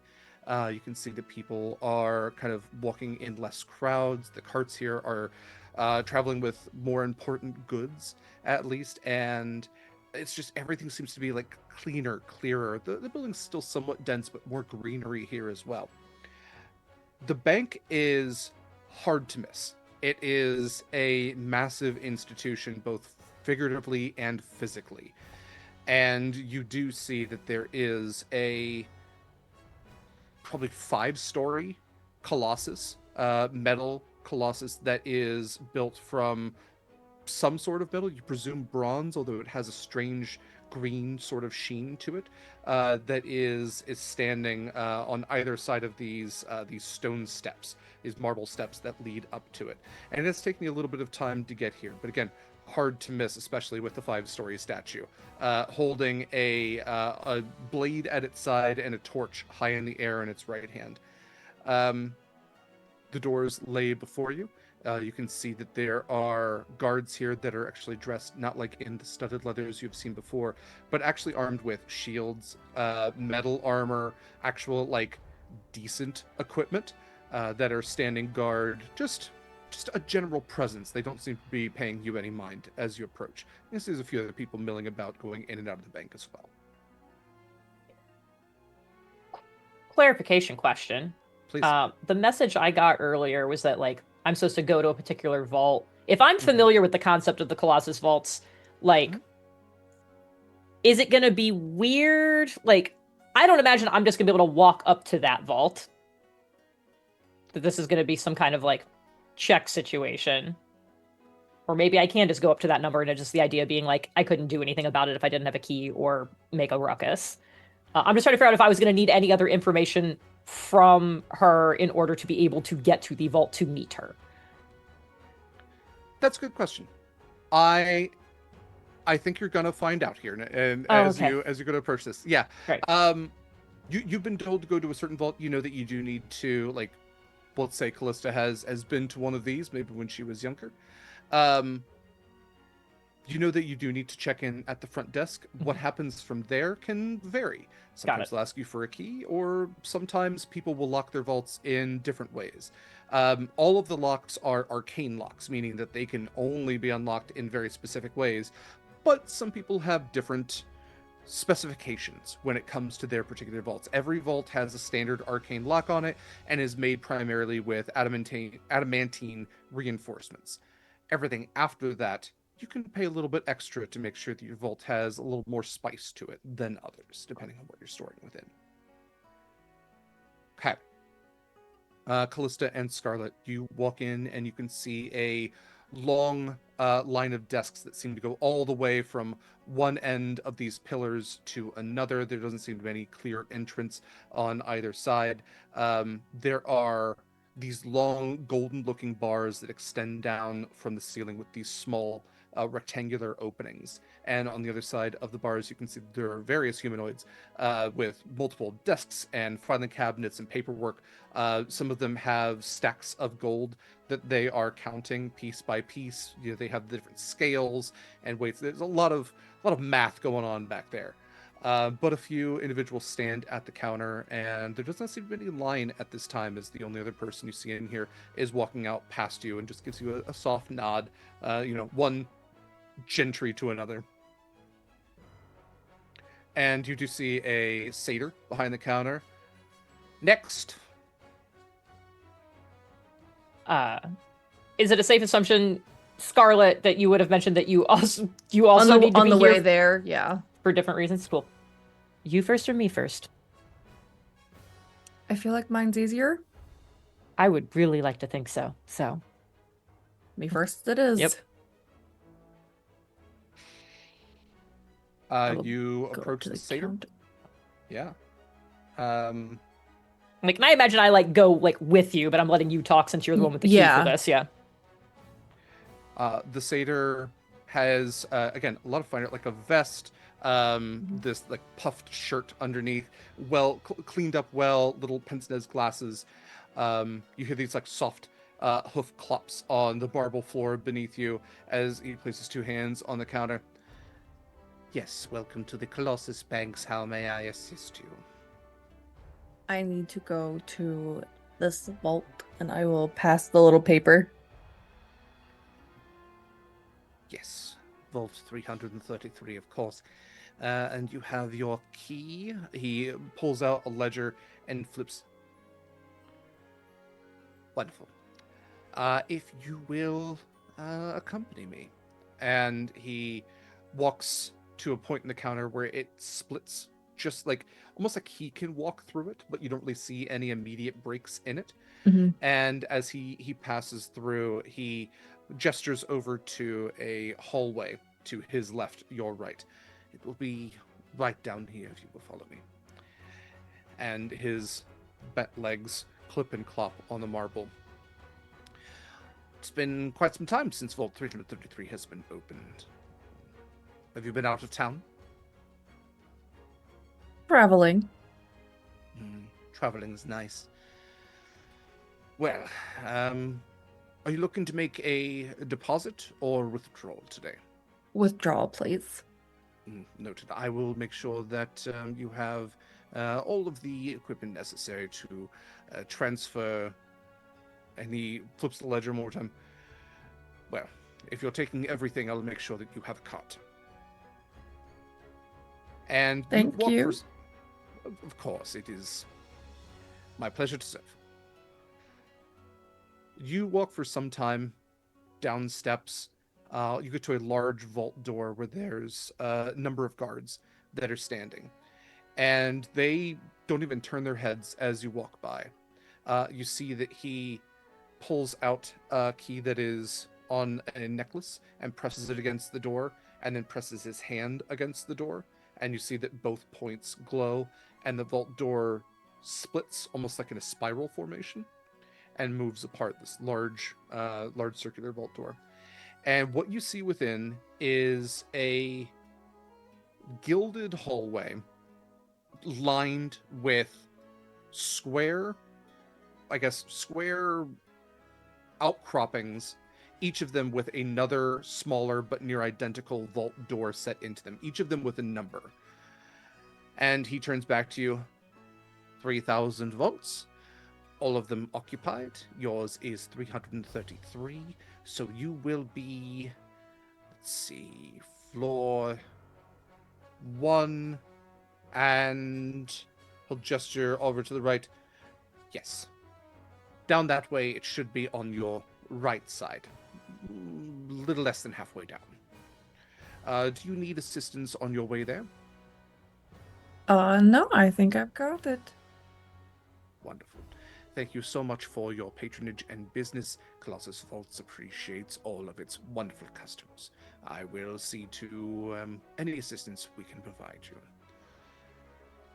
And he turns on his hoof and goes clopping off. And you hear the vault door seal behind you. Oh god, I hate that. Yeah, it's not my favorite. Okay, well, at least this makes it easier to figure out how to get to the one I need to.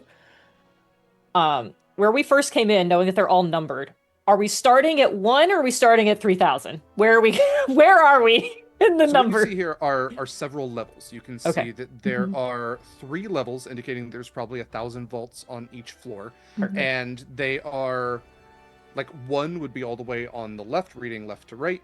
So you are probably looking a little bit towards the left, and he said on the right side, about a little less than halfway down. So you're guessing that there's, you see that every floor has 2 levels to vaults with like a short kind of parapet walkway that'll get you to the second tier. Each of the vaults seems to be probably 15 by 15 by 15. So decent sized, although you can see that there are some on the far end and like the near 1000s range that are a little bit larger, indicating they might store even more than that. Since we kind of get to escort ourselves, knowing that he's going to send equipment and that will take a little while, and it sounds like whatever we're about to get into will be sizable. I don't know what we're getting into. I don't either. Should we go meet first? I kind of want to see what's in this vault. Okay. We don't have to take anything. I have a sneaking suspicion. Yes. I'm very curious as to what Rollin is holding here. I'm mildly worried it's not Rollin.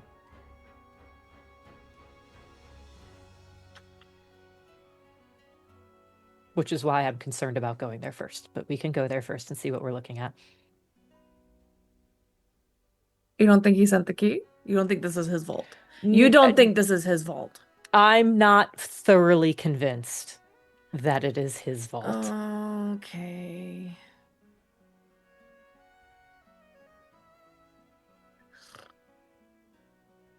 Coin flip? Sure.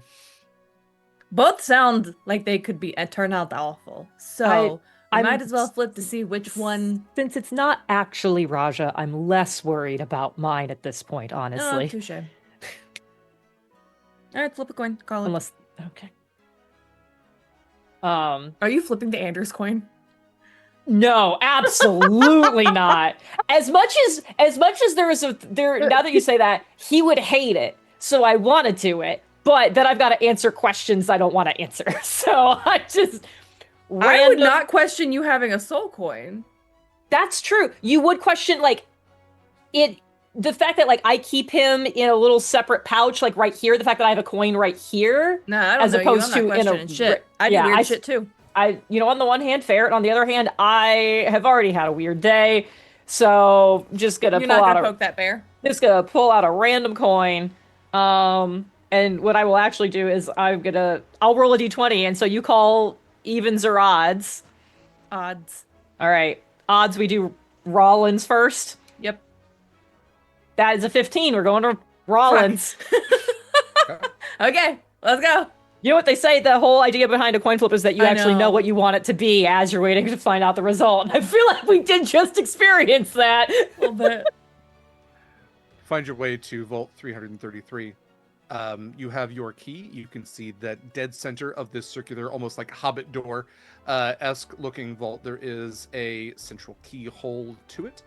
And you also can very clearly see that there are like arcane runes carved into this adamantine, indicating that there is an arcane lock on this, some general protections on it. Okay. Using the key? like to use the key. That's what I was given it for. Yeah. Use the key. The outline of this circular vault glows, and the door opens with a thunk, and you also hear the sizzling of magic kind of dispersing from the arcane lock. And the vault door swings open. What you see inside is, again, a 15 by 15 by 15 room. The room, almost like, okay, there's that scene in Pulp Fiction where they open the suitcase or the briefcase and you're not exactly sure what's inside, but it has like that gold glow on their face. That's what kind of hits you. There's a little bit of ambient light in this vault extending from no clear light source, probably magical in nature, but it glints off of stacks and stacks and stacks of gold bars.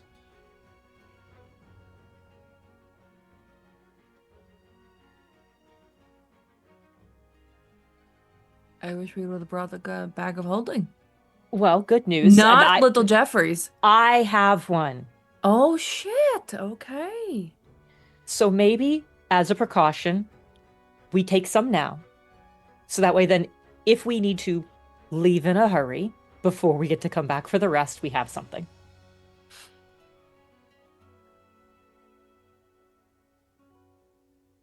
What's both of your passive investigations? Passive investigations? Mm-hmm. Oh, it's not as bad as I was afraid it was. 18. Yeah, my passive is 15. Both great enough to notice that every single one of these bars is stamped with the Nerian emblem. This is Imperial gold. Yeah, great. No! Rollin, you fuck! Okay. Are we surprised? Yeah, let's go, Rollin. No. Fuck yeah. Like, are we surprised? No, but I'm angry about it. Oh, how the tables have turned. I've talked to him twice. Nothing about this surprises me. I will hand my bag to Scarlett.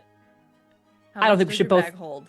I believe the maximum is 500 pounds. I would probably, because armor weighs a fuck ton. Mm-hmm.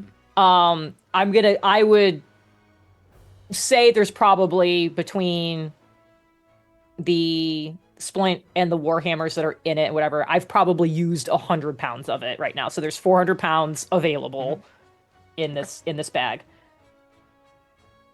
Okay. Who would like to roll me a D100?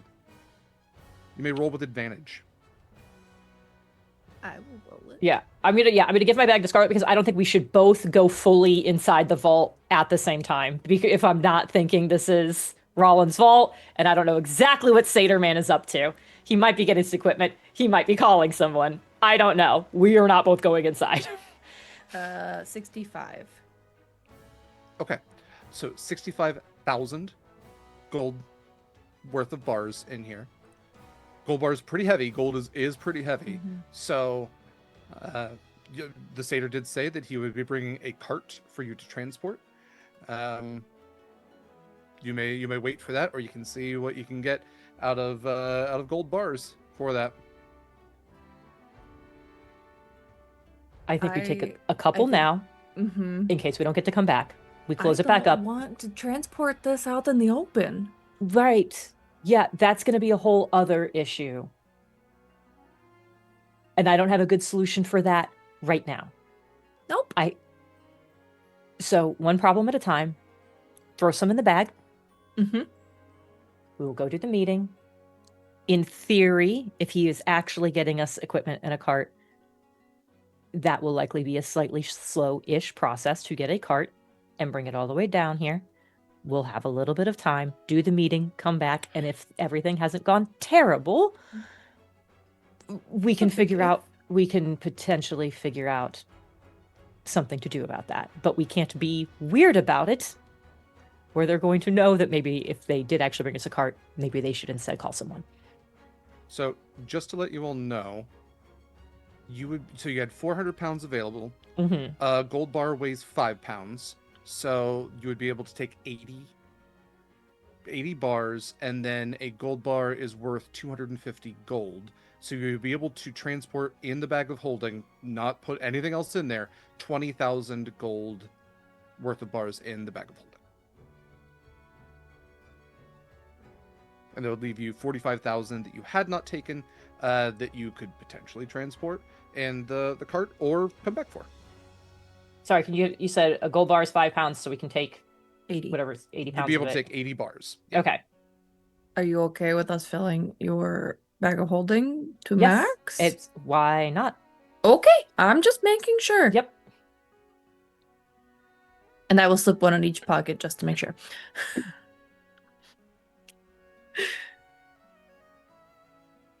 we said that's what? How much? I can't math right now. I'm just trying to I figure think out. my captain's coat's got really deep pockets. There so you go. Like one bar in each pocket will fit. There you go. There you go. You're taking 20,000 worth of gold in your, Okay. which would leave 45,000 behind. Okay, great. Thank you. My brain shut down and could just not do it Okay. correctly. Cool. Great. So we will, I imagine, do that and then close it back up Okay. Yes. and head to 1134. Okay. Yeah, 25,500 with the two extra bars that Scarlett sealed away. Might as well. Yeah, might as well. Okay. And that would leave you 44,500 in the vault. So I can keep track of that. Yeah, bag of golding is very good. Oh, okay. that is very good. Okay.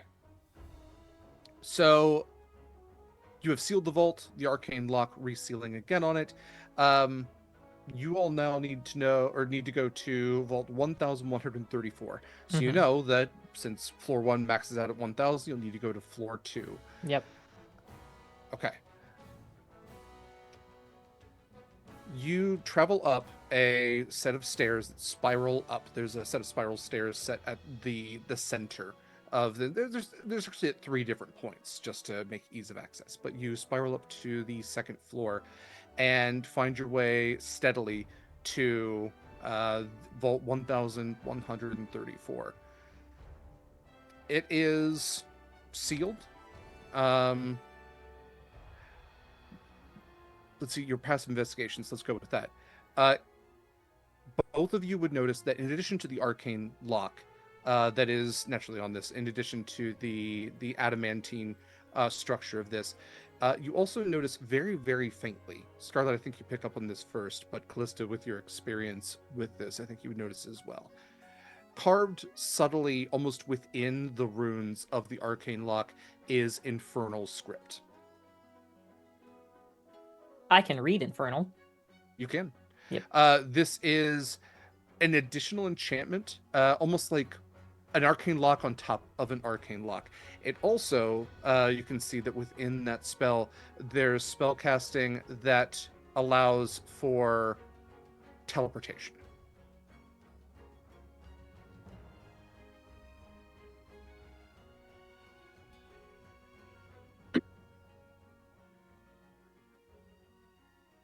I will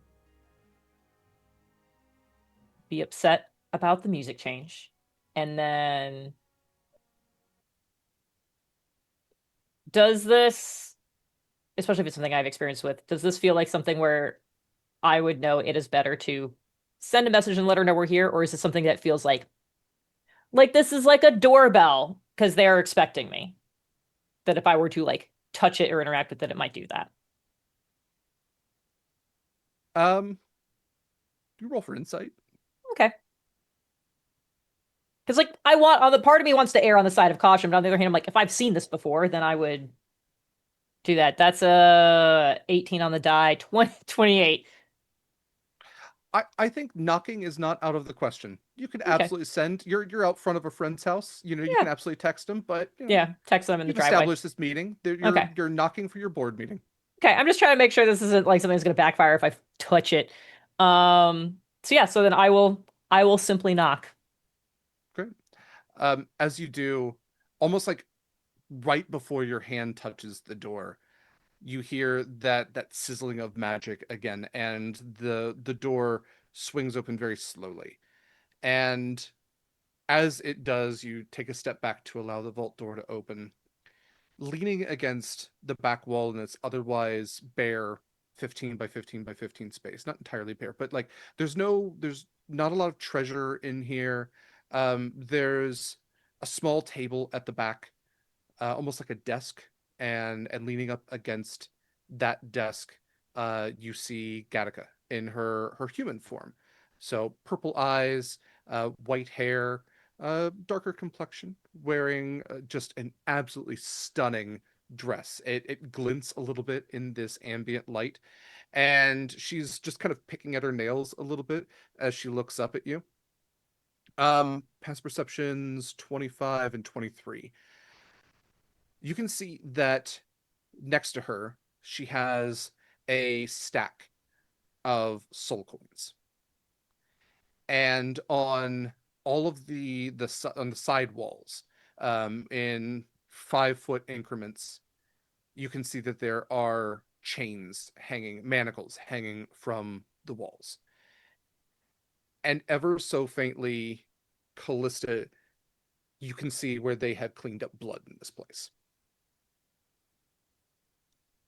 And it's only as the door opens you can see that carved around the edge of it in the arcane infernal runes is the silence spell, indicating that when this door is closed, no one can hear anything from without it. Cool. And I she hate looks it. Kallista's used to this. She looks up. Took you long enough? So But sorry. it's not like I had anything better to do. Please come in. You wanted to talk? Yes. And I will go in. How would you like me to address you here? This is a great look for you. She looks past you at Scarlett. Yeah, I understand this is a mutual acquaintance. Is she joining us? If she would like. Yeah, I'll join.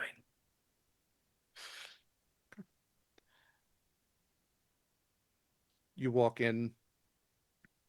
Wonderful. I'm so glad both of you could be here. And she snaps her fingers and the door closes behind you. Now we can chat. I'm sorry, Kallista. I couldn't hear you before when your friend was being so rude. What did you ask me? How would you prefer I address you in this plane? Gattaca's fine. All right. No one can hear us otherwise. That is true. Good to see you. Didn't expect my departure from Dis to be so sudden. So, one of those things is a lie. Let's try not to do that anymore. I had not expected to hear from you, ever again, Kallista, but I suppose once you get a taste of the good life in hell, well, you really just can't help but come back. What can I do for you? Your call sounded rather urgent. Oh, well, I have an interesting problem, and I believe its solution would also be of interest to the Raja. Mm-hmm. Well, he is fond of interesting problems. Yes. How are things with Paimon back at Umberlith Manor? Well, he's sitting rather cozy. King of the castle once again. Mm-hmm. I don't know, I haven't seen him for a bit now. He's been out on business, so I hear. Yes, about that. He's been spending some good time here on this plane in a way that I find problematic. And I would like to resolve that. And I believe that once again, that puts my goals and the Raja's in a strange alignment.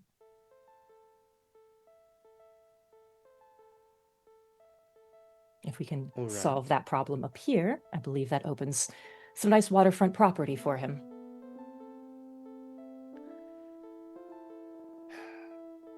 All right, Kallista, I'm listening.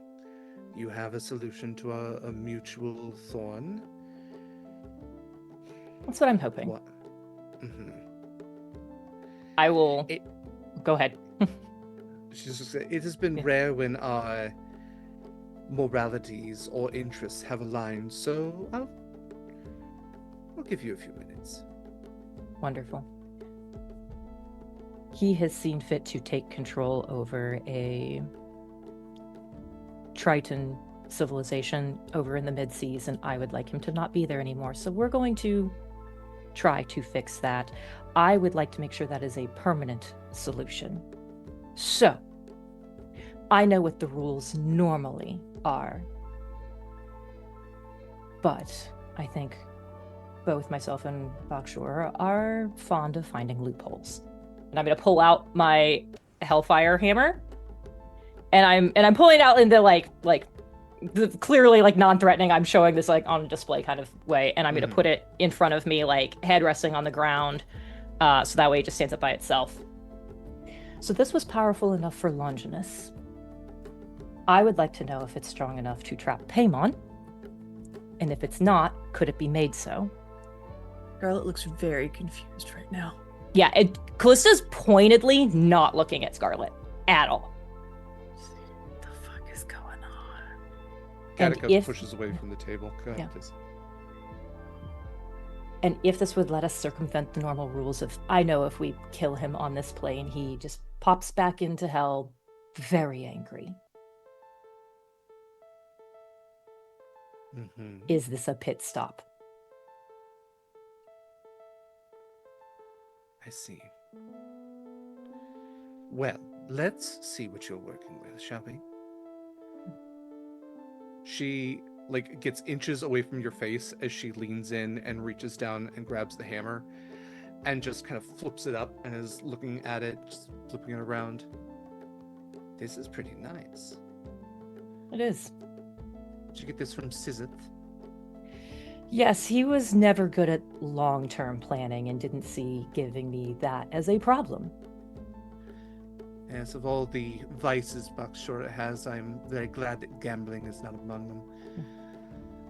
Well, on the rare occasions, and she like glances over at Scarlett, when he does and loses. This is the first time I look at Scarlett. That's fair. How is Fling Boy? Still a killer?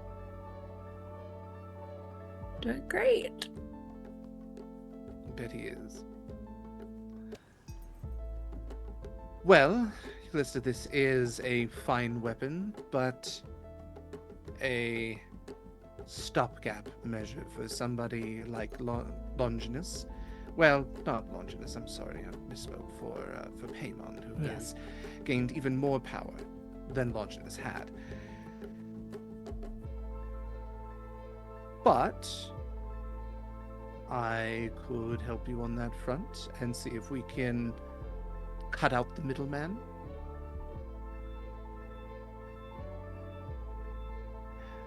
I'm waiting for you to explain how this is going to be beneficial for Raja Bakshura. What, waterfront property in hell?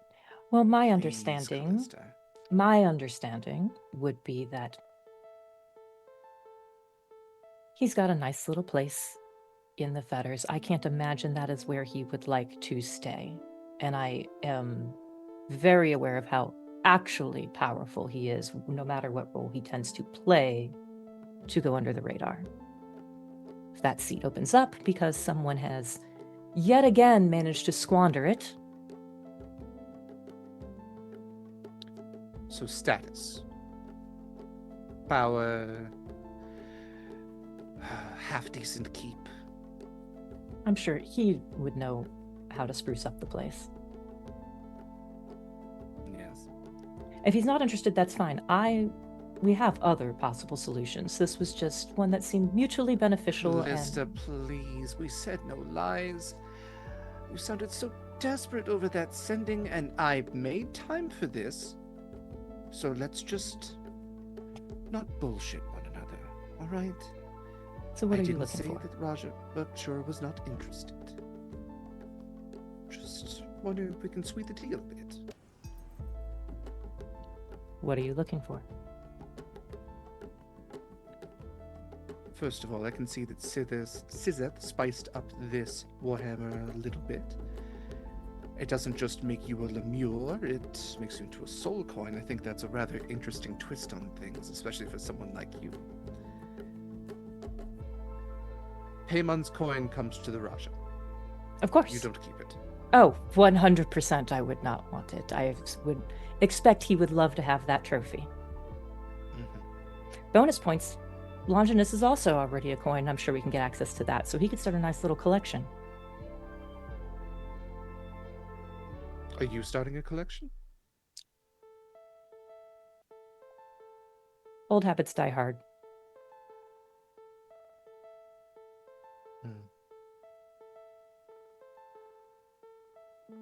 I'm also under the impression maybe he is not a huge fan of the Empire and its privateers up here. So to that end, already made some progress on that front too, as a sign of good faith. And I will at that point pull out of my pocket 2 brand new shiny soul coins with the visages of Lemma and Vraco on them. You have been busy.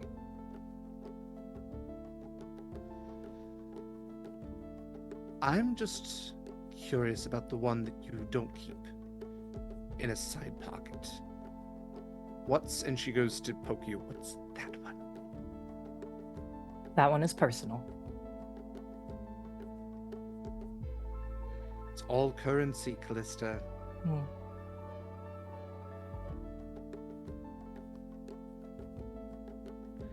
She walks back over to the desk and picks up a bunch of the coins and starts just like kind of shuffling them in her hands a little bit, just flicking them one after another. Just currency. Finally, these poor souls are of value. They weren't in life.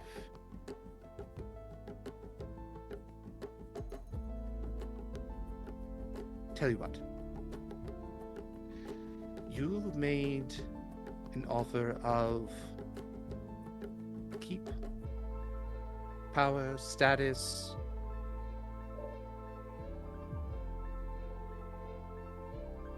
Give me those 2 soul coins, not your special one. Not yet, at least. And assure me that Paymon and Longinus will both belong to the Raja. We can think about it. I tell you what would really sweeten the deal is if you gave up this little surface charade and came back to where you belong and worked for someone who could actually use your talents for good. What do you think about that? I'll consider it. I have some things I need to do up here.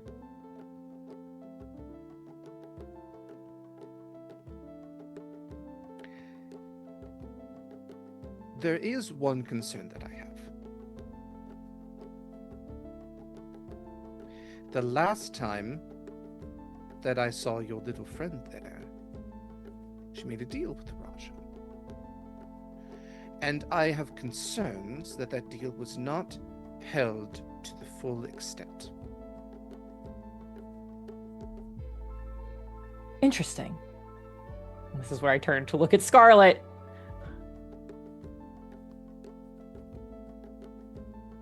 The Raja is fond of collecting. He collects warriors, most specifically, and he's been fond of collecting an assassin or 2, and I did warn your friend significantly about, well, the Raja did, about not targeting people that wear his mark. And yet, a specific member of the hooks that we had embedded there went missing. The Raja was able to track his movement to see that he stopped moving for a bit, then flew across the city to your friend's ship, and then flew a further distance into the center of the ocean where he was summarily torn apart by sharks. So, I'm just curious, Kallista, about the company that you're keeping these days. And whether it really is in the best interest of the Raja. Well, now I'm quite curious about it too. Hmm.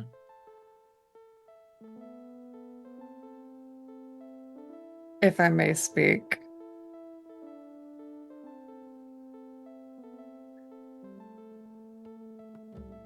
I will be perfectly honest, is that I had no personal dwellings in whatever happened to that person. I was there after it happened. Should have probably come clean and went immediately, but we weren't really in the position. Sure, mistakes happen. I don't know, I just worry about that Proximus fellow you all spend your time with. I also hear that he was not a good guest to Paimon as you all went to leave. Word absolutely got around about that. Are you kidding me? Water from the river Styx splash in the face of your host? Oof, even in hell that's a faux pas. Host. I don't know what else I want to call him. Not anything good.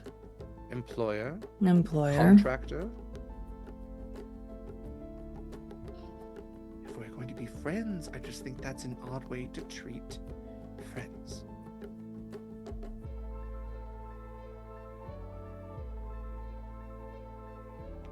I just think I'd like some assurances.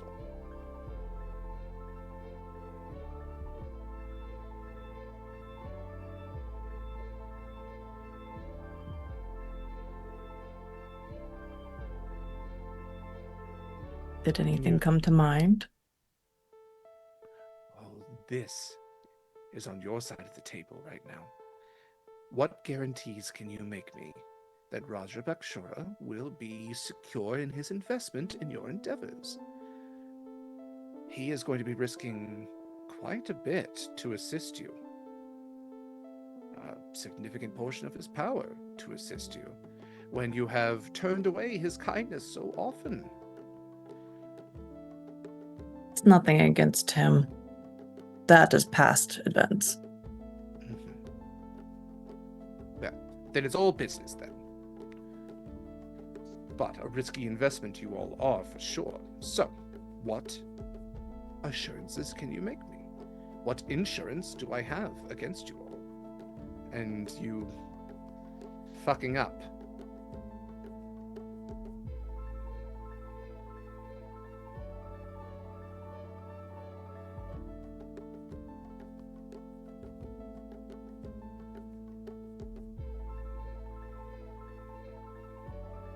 If we Any fuck this collateral? up, you can take the ships.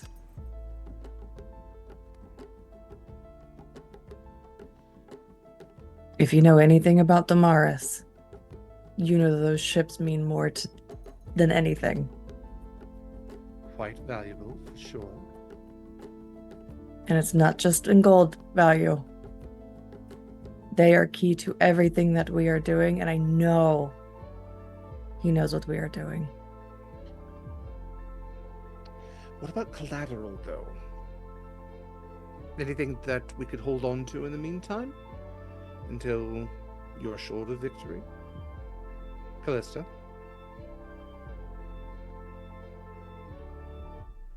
I'm not entirely sure I'm the problem here, but Oh, sweetie, no. You are part of the problem. I am now. That's Don't just be certain. part of it, though. Be the whole problem. Own up to it. Mm. You have that very nice hammer, which I know came from that lovely vault that you're also going to be giving us, should we be successful. And then, not to keep harping on this, I'm terribly sorry, but to circle back to that lovely coin you have, it's just... I can hear him screaming, can't you? Oh, it's music.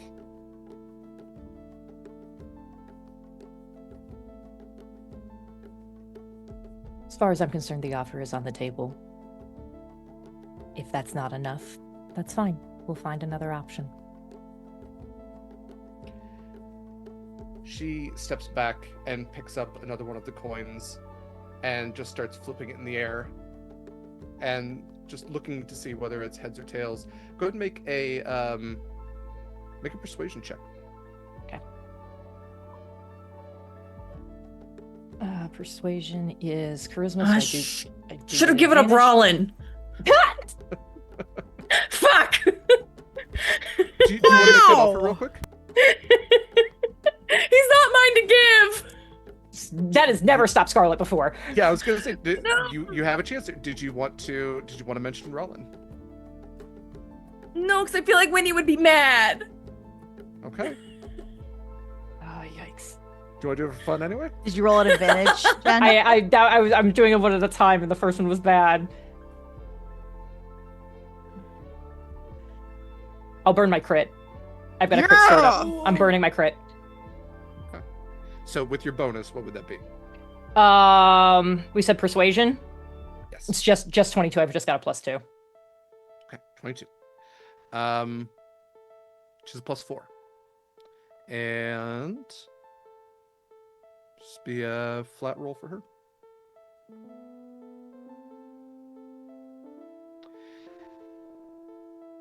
She catches the coin, flicks it, catches it midair, and comes walking over to you again, like getting way too close. And there's like this strange dichotomy to the scent of her. Like you can almost see through the glamour when you're this close. Like her physical appearance is so beautiful, objectively attractive from afar, but the closer you get, it's like seeing cracks in a painting.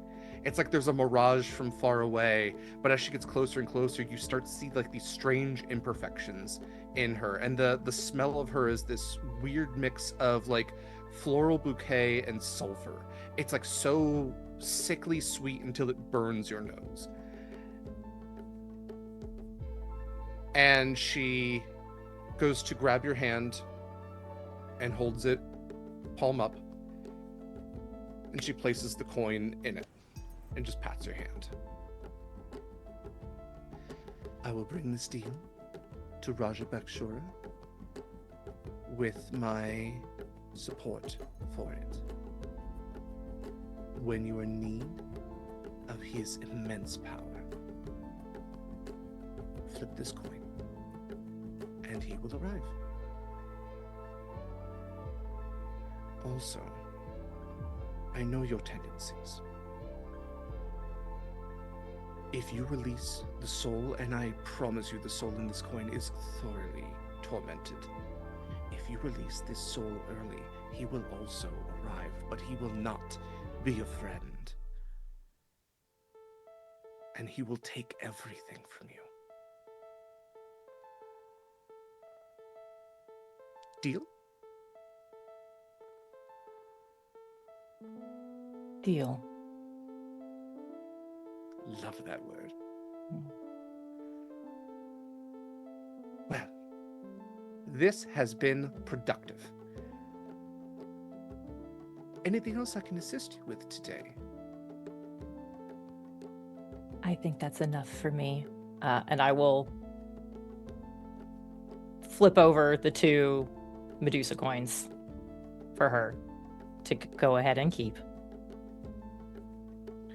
Her back is turned, and you watch as 2 duplicates of her materialize and catch the coins mid-air before they dematerialize. Helps to be in more places than one. Clearly. Thank you for your time. It has been enlightening. So close to a lie, but I'll accept it. Well, ladies, I'm sure we'll see each other again sooner rather than later. The door's behind you. And she snaps her fingers, and the door opens one more time. Anyway, I just turn and I leave. I'm not making eye contact with Scarlett. I am unhappy and just walking out.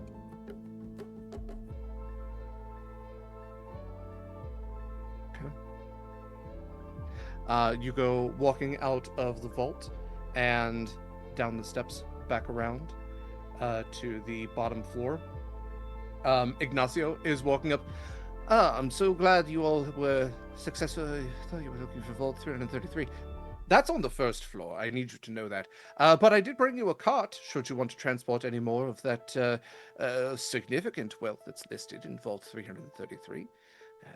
Is there any other assistance I can provide for you all today here at Colossus Vaults?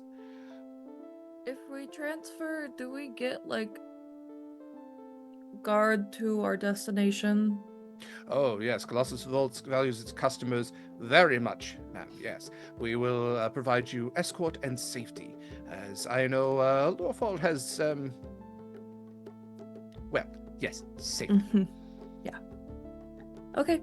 Load her up. Let's go. Okay.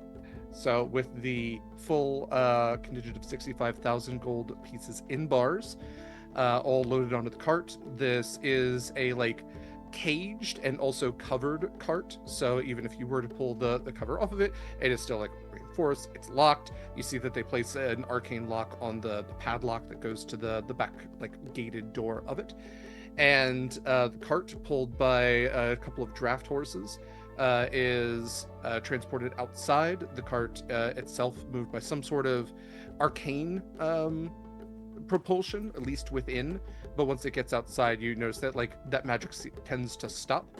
It goes down a little rampart and then is attached to the horses, and with a guard of 6 heavily armed bank vault employees, they transport that down the hills with you. Anything else anybody want to do tonight? Okay, I think that's probably where we're going to wrap up. So, when we come back next time, I know Winnie want to have a conversation with Vilkas. Acacia looking for Winnie, may or may not find her, and then you all have a significant portion of gold that you were going to transport to your ship, as well as a new deal that you have made. Not a pact, but definitely We a is deal a very with the devil. strong word, to be clear. I just want to be on record. More than one of you have agreed to this. So, thank you for joining us for another episode of Horizons Call. I want to have these lovely people say more about themselves and where you can find more of them. And also a special thank you from me to you and them for sticking around for an extra hour and a half of that. I appreciate it, as we are going to be off next week. So I'm glad that we could power through a little bit extra tonight.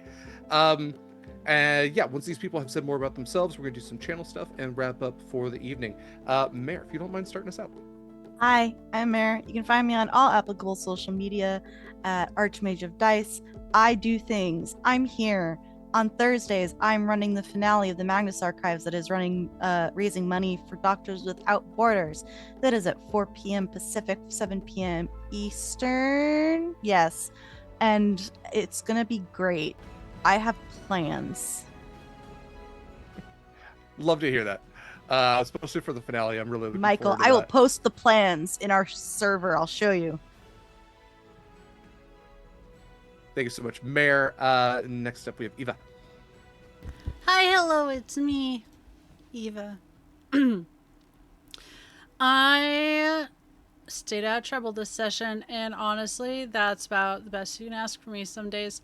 So, you can find me here on Saturdays.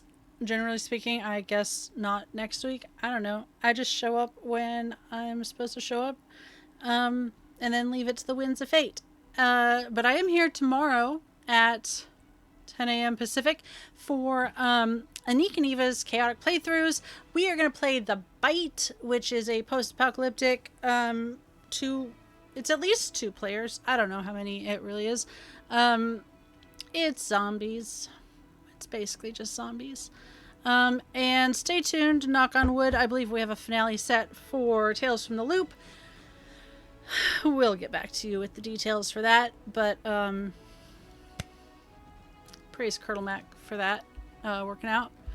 I don't know, there's probably other stuff. I don't know, there's a lot of behind the scenes stuff. Yeah, that's me, Eva. Thank you. Thank you to Eva, again, for running production for this, and even our earlier streams. Eva does a lot of production work around here. Mare does as well, so special thank you to Mare and also Kaila. Always want to shout them out. Yeah. Next up, we have Mikyl. Hey fam, I'm Michael. You can find me at Michael Sandoval, MIKYL SANDOVAL, on BlueSky and Instagram where I do art. But most importantly, you can find me on the Sword and Key Discord channel where I spend most of my time because I love these people. And I am going to be playing in a game. You're in space and everything's fucked with colon flesh and tech, um, which has me scared. But I'm gonna be playing the Struggler, which is like, you know, second nature because that is me in life. And Anik is going to be the station where she's going to step on my neck and tell me she likes it. Also, I'm just going to keep saying it every single week until we play. Also, it hasn't been announced yet, but I am venturing outside of the channel for the first time, I think, ever to go play in a Star Wars Fantasy Flights game somewhere. So stay tuned to that. I will put that on the socials, but come and check it out on Sword and Key. Yeah, you'll be over at Dax's channel. Yeah. That's like venturing out of your house to go. No, it's like venturing out of your house to go next door. Like it's absolutely wonderful, but it is absolutely like it's a logical tangential. Baby note. steps. Baby absolutely, To be clear, do not absolutely look baby for it steps. here. Absolutely We baby will steps. repost and Yes. be Yeah. excited We'll about it. absolutely But repost. Yes. Absolutely encourage you to go watch that. Great. A special thank you to Michael, as always, for the artwork that you can see on screen as well as in all of our posts. Michael does incredible artwork. Next up, we have Kaila. Hi, hello, my name is Kayla. I have been your Siren Storm Sorcerer, Scarlett Shores. I am a Sword and Key exclusive, and I am not doing much because I am planning a wedding. You sure are. I have 49 days to go. We are less than 50. God. Okay. Yeah, it makes us both feel bad, doesn't it? I don't know. I'm not gonna I compete feel like with you my on that job is one. a lot harder than your job, so. Yeah, that's why I'm not competing. No, it's gonna be great. Be looking forward to it. We all are. And then we have Jenn. Hey, I'm Jen. I'm Lozelda in places. I'm also Long Dog Dice in places. And starting on September 4th, my Twitch channel is gonna just be Silk Song all the time. Just that nothing else. I'm so jazzed. And then I'm Awesome. here. Those are your And you're options. Yeah. Two options. Yeah, there's two wolves. One of them plays Silk Song all the time, and the other one's here. Yes. Okay. Thank you again for joining us for another episode of Horizon's Call. I am Derek Sword. I use he, him pronouns. I've been your GM for this game. Thank you for spending time with us. To find all of Sword and Key stuff, go to beacons.ai/Sword and Key. Socials are right up at the top. That's Instagram and BlueSky. We also have our Discord. Check out our Discord. It's a great place. It is where we post applications, casting calls, where they come out first. Social media will have them second, but otherwise our Discord's great. We have movie nights, or otherwise you can chat with cool people, talk about cool things, games like this even. Also on our beacons, you can see links to some of our charitable organizations. Right now, the big push that Magnus Archives is working for is Doctors Without Borders. Sword and Key SummerSlam is also in support of Doctors Without Borders. I believe we're at 1350 right now, which is pretty great. Love to see us hit that next goal. So if you got a couple extra bucks sitting around, you want to put it towards the finale of Magnus Archives, definitely it is a great time. It's no better time than now to do so. Other than that, we also have Palestine Children's Relief Fund, Canadian Companions for Independence, lots of great stuff. We'll have some more charities out here in the near future as well. We also have the Pallies for several games, including this one, which we use to individually tip our cast and crew, since our channel does not break even enough for us to pay out of pocket to show our appreciation and support to these people. We ask that instead of doing bits, bobs, and subscriptions on Twitch, which definitely takes its cut, that you just cut out the middleman and, put fun stuff into our game and also a couple extra bucks in these people's pockets. If you like or even love what we do, it's never required, always appreciated.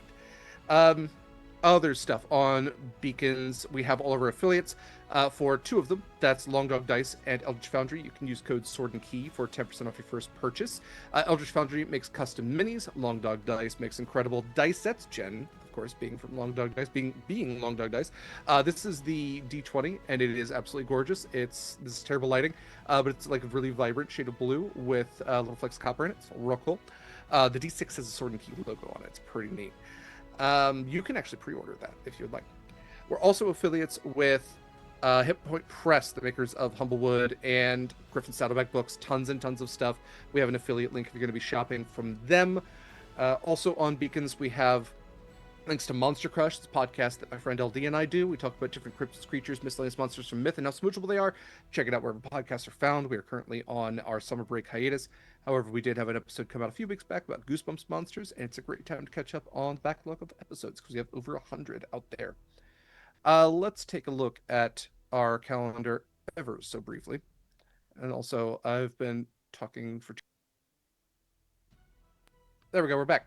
Okay, it is the 23rd. Tomorrow, much as Eva mentioned, at 10 a.m. Pacific time, we have Anik and Eva's Chaotic Playthrough where they will be playing The Bite. Really looking forward to that. Tuesdays is for Gate Night. That's where LD Shadow and I play Baldur's Gate 3, currently the only video game streamed here on Sword and Key. Thursday, the 28th at 4 p.m. Pacific time, which as Mare mentioned, is the finale of the Magnus Archives game, production cycle being the subtitle. We are taking next Saturday off from Horizon's Call as Eva, LD, and I will all be at PAX West, so really looking forward to that. Actually, if you're also going to PAX West, Diane Hutton, who played a guest character in this game, will also be there signing autographs. Yay! So, a full Horizon's Call wraparound thing. The 31st, that Sunday, has, much as Michael mentioned, You're in Space and Everything's Fucked at 10 a.m. Pacific time with Anik. And then after that, 3 p.m. Pacific time, we have Candlelight Inquisition with Will Fish. Sword and Tea is our TTRPG chat show, and so we'll be chatting about that really cool game, Candlelight Inquisition. Let's see. Other than that, our next movie night's on the 5th. We do monthly Ghibli watches, so we're going to watch Earwig and the Witch, the 2020 3D Ghibli movie. Horizon's Call will be back on September 6th, and then we'll see what things look like from there. We'll be taking a break here relatively soon. Come October 4th, we will be taking a break from Horizon's Call. So chances are we only got a couple more episodes in before what will be our season finale. Regardless of where we are, that'll be our season finale. So yeah, that's where we'll leave it for now. We got more stuff coming up next month. One thing I'll shout out real quick.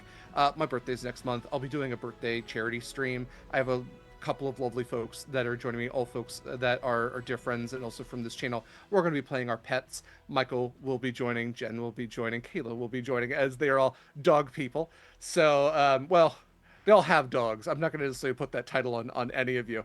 I'm an all animal person. You sure are. Yes, especially you. Yeah. So yeah, look out for that. We'll be playing the puppy roll setting, which was put out by Hit Point Press. It is currently free, so go get your PDF if that sounds fun to you. Okay, that I think is going to do it for tonight. Thank you again so much for joining us. Until next time, take care of yourselves, take care of others, and fair winds and following seas, brave mariners.